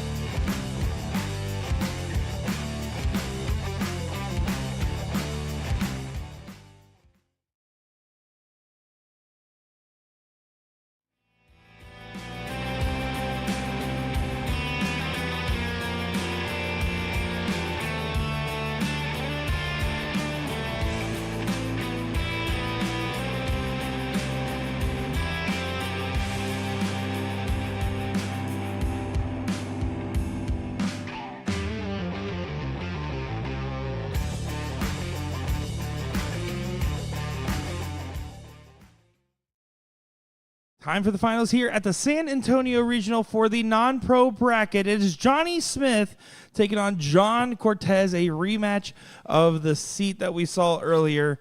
This is what it comes down to.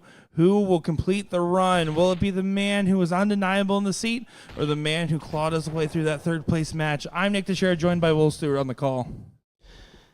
Yeah, we should be in for a goodie here. Being that they started so quickly, I believe that Johnny's been doing the work that he needed to kind of get back to the form that we saw in that hill match. John played pretty good in that third place battle. So we'll see what happens here. Do we see a second set? That's the ultimate question. Johnny Smith was so dominant earlier that it's going to lead me hard to believe that he's not going to be able to get this done in this first set. But John Cortez showed real grit right there, facing TJ, mounting a comeback in that cricket leg. And that's the type of play you need to have. Yes, the high gear is important, but facing grit, using grit during this adversity that you might face is also a big key factor.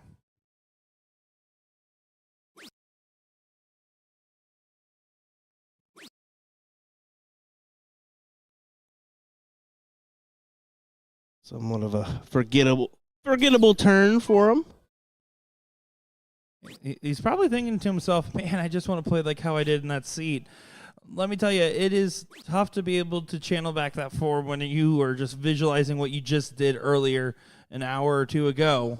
It's also trying to do that again. It's been a little bit of time, so it's tough to kind of get that back. I love that there's nothing else except this match going on. I walked out there was nobody out there, and some people are sneaking back in just to support these gentlemen right here, playing the last match of the day. Yeah, James Green does a little streaming himself, so good to see him hanging out.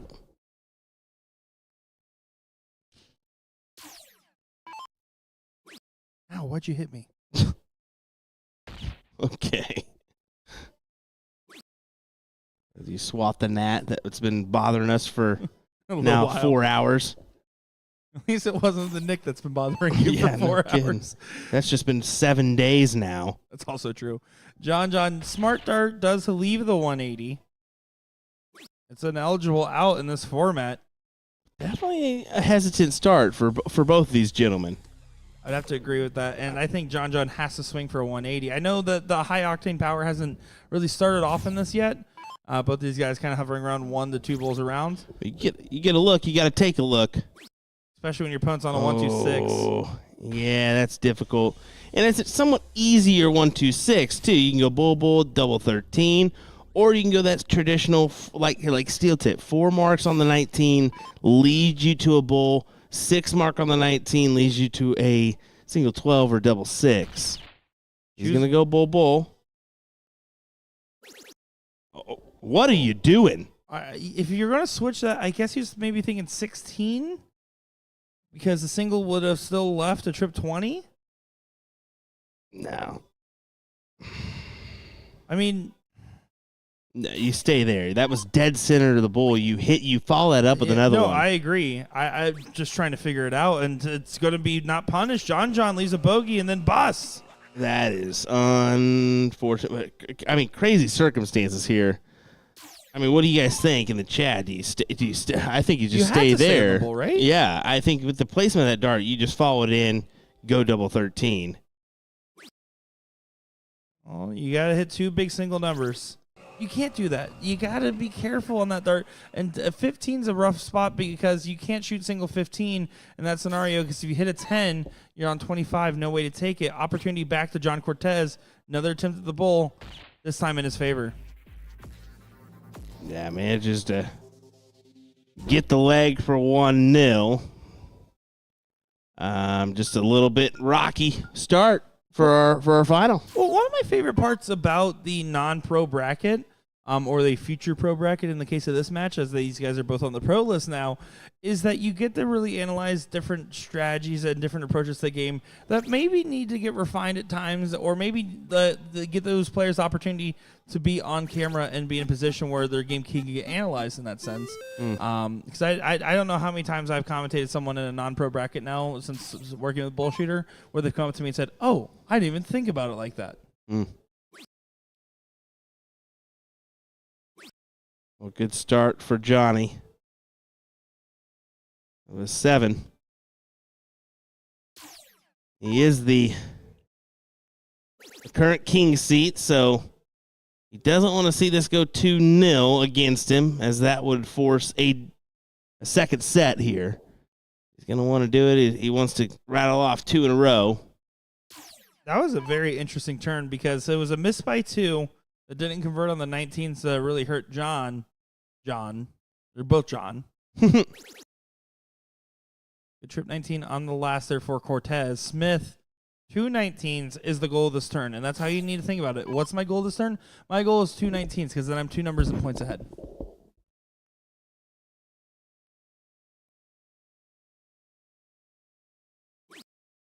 Kill shot those 19s. Yep. Good idea. I mean, you get two singles there to close. You do it in one. Perfect. That'll work. Now, I will say this.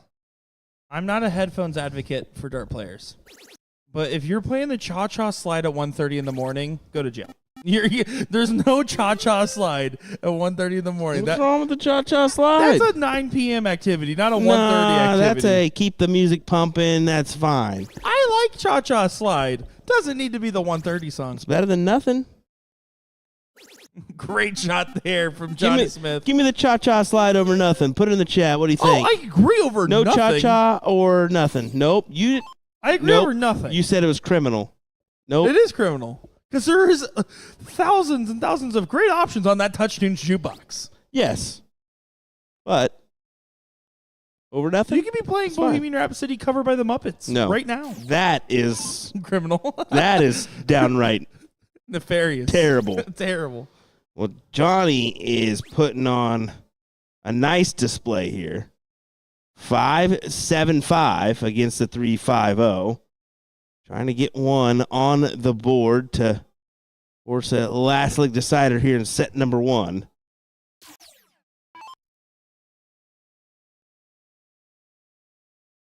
And Cortez has not really shown, other than that White Horse Open, a strong cricket leg for us yet. That's been the big difference maker. Johnny Smith's been very comfortable in cricket, but that doesn't help when the last leg's 0-1. I do think that there is going to be momentum for Johnny going along, and Cortez just needs to hope for Johnny to be feeling that last leg pressure to try to cross the line. Daniel Brooks in chat saying, not this late at night. Exactly. I'm not saying get rid of the cha-cha slide.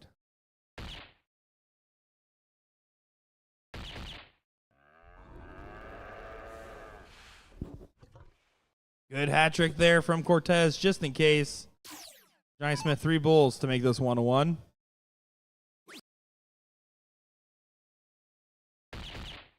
One more needed. Finds a double under a tough dart. Finds 2 doubles under the tough dart. Here we go. Last leg decider. Will John Cortez send us to another set? Or will Johnny Smith take the title?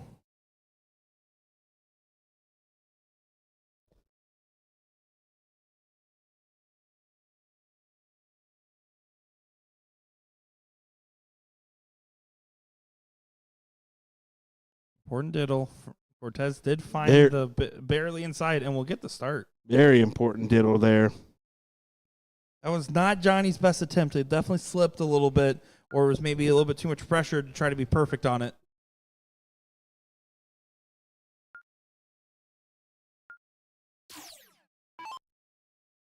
What do you got, chat? Let us know. Last leg decider right now here in San Antonio, Texas. Be the first non-pro champion held in San Antonio. Cortez starts with a 3 in the black to get things going. Woo-hoo, taking advantage of that diddle. That's a big start for the man. Trying to force a second set. And Johnny give it right back with a... Oh, he cannot. He was trying to say, well, mine isn't 3 in the black, but it still counts as the same amount of points, and wasn't the case. Low rider at 1:33 in the morning is fine, for the record. Yeah, low riders any day of the week. Yeah. I'll wake up to low rider. That's because Nick and Knight was still playing and George Lopez came on. Dang right. Dang right, son. Oh, King Cal, Johnny Smith facing some serious woes in this leg. Needs to find 2 bulls to course correct. Unfortunately, that's a big deflection. Yeah, and he takes just a second here, knowing he's in a spot, a tough spot.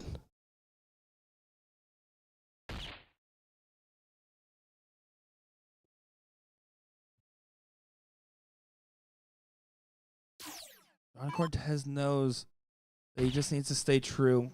Just needs to make sure to not give an in for Johnny Smith. He did what he needed to do. He put himself in a good checkout position. And 2 hat tricks and a last leg decider to send it to another set. I mean, that's clutch. Yep. 180 leaves 167. And he's not even thinking about it. Well, the reason why is because 177 is the finish. Exactly. So he went ahead and opted for that.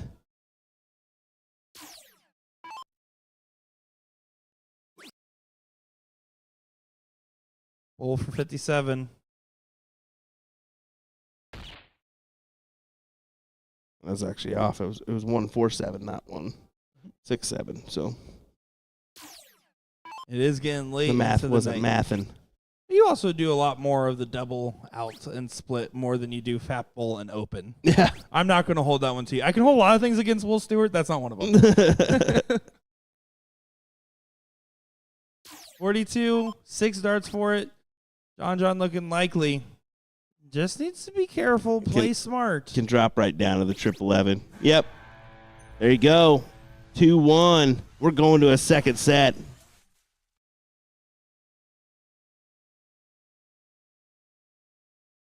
So here we go. Wasting no time. They're going to go ahead and get right into the mix. They're just having a quick little chat about it, seeing who wants to show first. You can see Johnny Smith's going to be the man to show first.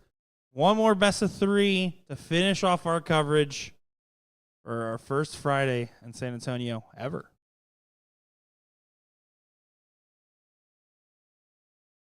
I think Cortez got that. His reaction says otherwise.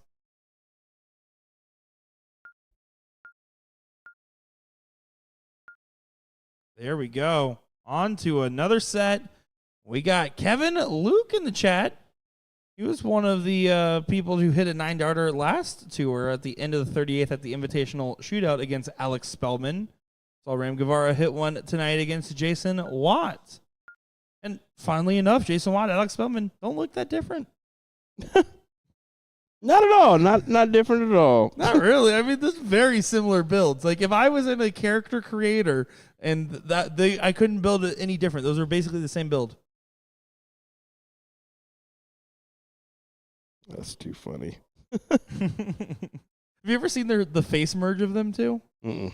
It's scary because you can't really tell. You can see a little bit of both. They're very similar. Kevin Luke saying, me and the Milkman watching in Virginia Beach. Well, hey, I hope you guys have been having fun out there because I know we've been having all the fun over here. And, man, I'm looking forward to it. One more good match. We got Dennis in chat asking for predictions. I'm still going to lean towards Johnny Smith. I think he wanted that seat or that final too bad in that first set, and I think he's going to snap out of it for the second.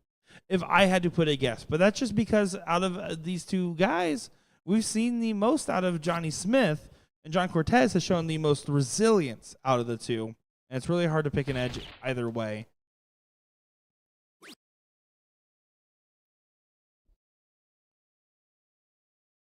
Yeah, somewhat of a dull start for John. Opens the door for ton plus from Johnny. It's difficult first. Difficult first with the position it's in. Does find at least another bull though, so yeah, ton plus there for Smith is nice. Yeah, especially going second, losing the diddle. Needs to get some ground. And here's the thing. Johnny's thinking, I just got to win this first 0-1 because, I mean, look at his cricket right now. His cricket's been incredible. Yep. King Cow down 77 at 3 less darts. Going to try to make up that difference and then some. It needs at least one bull on the turn to keep things chalk. And Johnny can't convert on another bowl, only the single one. And John's going to keep it interesting. And that turn, you expected more to come out of that than what ended up happening. Only an 80-point separation. Doesn't run away with the opportunity. This is definitely end of the night, but also just finals nerves kind of showing for both these guys right now.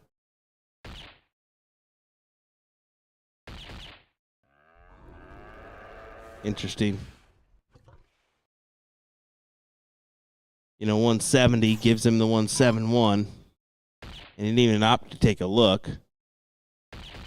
It's going to cost him. Well, it's going to cost him the first look, no matter what. And going second in that position, you kind of have to do that. You need to at least give yourself the opportunity, right? Well, I know Cortez has been struggling, so I think I might have opted for a similar decision. But you're absolutely right, Will, and that gamble didn't pay off. And it's especially not going to pay off if you can't set up particularly strong from going at the bull first. Mm-hmm. John will get a look at 111 now for a match point advantage in this final. And the thing is, you kind of mentioned it. John has the better look here, and if he doesn't hit, Johnny has to collect perfect to take it out. So it'll be bull 15 bull. At least you would imagine bull 15 bull. That should be the route that you would take here. Bull 15 bull. I was very confused by the trip 16 look at 96 from John Cortez. Inconsequential if this goes. Johnny Smith for a match point advantage. Doesn't go, and he says, come on, stop it. Not happy with that one. Not a bad option on 96 to go 48-48. I just think that I would want the double coverage more, and I think I shoot a lot more 20s in practice than I do 16s. But it doesn't matter. John gets his first true lead of this match, as he's now one leg away from that win. Yeah, that's gonna be nice. And in the back of his mind, he's like, okay, somehow or another, I just need one leg, and I wrap this up. We have two of our ESPN athletes now in the chat, Kevin Luke and Elliot Milk, who are bunking together. We saw them make the top 4 of the Invitational shootouts on the main stage, where they put on some performance there. We got to see them on the big screen. Looking forward to seeing them back at the Invitational shootouts. Top 4 automatically gets reinvited. Nice advantage of being in the top 4.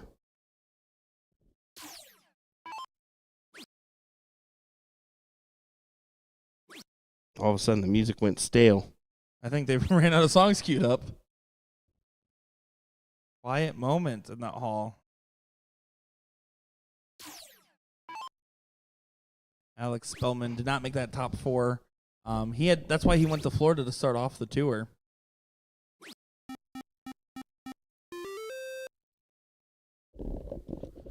And that's why he ended up going ahead and getting that win out there in Florida, because he said, I don't want to have to worry about qualification. I didn't have to after the first year. Exactly. That's a nice feeling.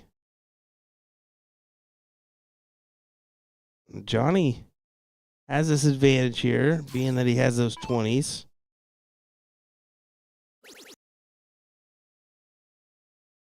Okay, it's coming back on now. Someone was bound to play another song in the jukebox. They weren't going to keep it quiet. I was so scared for a second there. I was like, these guys are going to hear us. Well, I mean, only Johnny Smith. Cortez has headphones in. Yeah, exactly. Still, I ain't getting blamed for no loss. Well, I would blame my caddy for not putting more music in and refilling my drink. There you go. There you go. Yeah, once again, Smith attacking these 20s, and rightfully so. He's got that upper hand. Oh, but he took the attack move on the 18s. So a 4 mark here on the 17s from John. And he sense that's a difficult dart to work around. Anything on that top side is difficult. You want to be on the bottom side of the treble if you're going to miss. Yeah, it's definitely a tough situation to find yourself in. but not punish because John doesn't get those 17s close. King Cal should start these 17s because he has the one mark on him.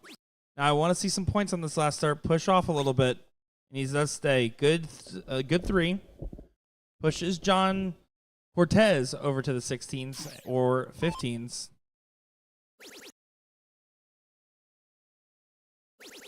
Oh, what a kill shot. Look at him. Oh, I thought he was going to turn the tide. Look at James back there just going, can't believe it. Oh, my goodness. Yeah, you can see him kind of slumping back. Unbelievable miss in the last start that's going to get unbelievably punished. Even just by one triple alone feels like a massive punish. And finds a 6 mark instead. Good correction, Johnny Smith. They cannot believe it back there. The power of a single number, folks. Kill it. And again, put himself in the same mathematical difference. So Look takes at him. that shot, but this time doesn't collect again. That's 2 missed starts for the big single. King Cal going to do the same thing he did last time. That's going to hurt Trip him. the 17. Yep, that's going to hurt him. You can't miss you can't miss 2 single fat wedges and get away with it. But King Cal should have not moved off until he hit at least one more single on the 17. I Put agree. himself out of mathematical range. I agree. And look at this. He finally takes it out. You should not be able to get away with that, Nick. And he gets away with it, and he not only gets away with it, he gets away with it this time, which gave him the point lead. The other 2 times he would have been behind. Somehow he planned this. But here's the swing. One time on the one time. John doesn't even look it. Or Johnny Smith doesn't even look it. Needed 2 16s on that last start. Why do you not swing with a 5-point lead? You have to there. Especially in the circumstances where you're fighting, you need the one leg. I don't disagree with you. And John's going to make him pay. Oh my gosh, John Cortez to complete the comeback is 2 bulls away. Johnny Smith let it slip. How about this?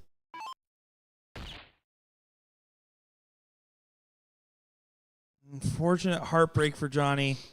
John Cortez, despite the 2-0 fast record time sweep in that King Seat match, fought all the way back here. This is his to win, his to lose. 1 bull to do it. Gets it done. Wow. What a back and forth battle between those 2 gentlemen. It was exciting in the Hill match. It was exciting here in the final. And John gets it done over Johnny Smith to take the title in your non-pro bracket. That was wow. That was intense. It was intense, and each of those players had moments in darts where it cost them, but moments where they took advantage and could have went either way. Well, that does make 2 more welcomed additions to our pro list, and that also ends our coverage for tonight. We go live tomorrow, 10:30 a.m. Central Time, where we'll be covering our Pro-Am bracket as well as our amateur doubles cricket bracket and our ladies doubles bracket as well. So, folks, that will be it for us tonight. Don't go far. We will see you soon. Thank you for all the love and support. Have a good night, everybody. See you tomorrow.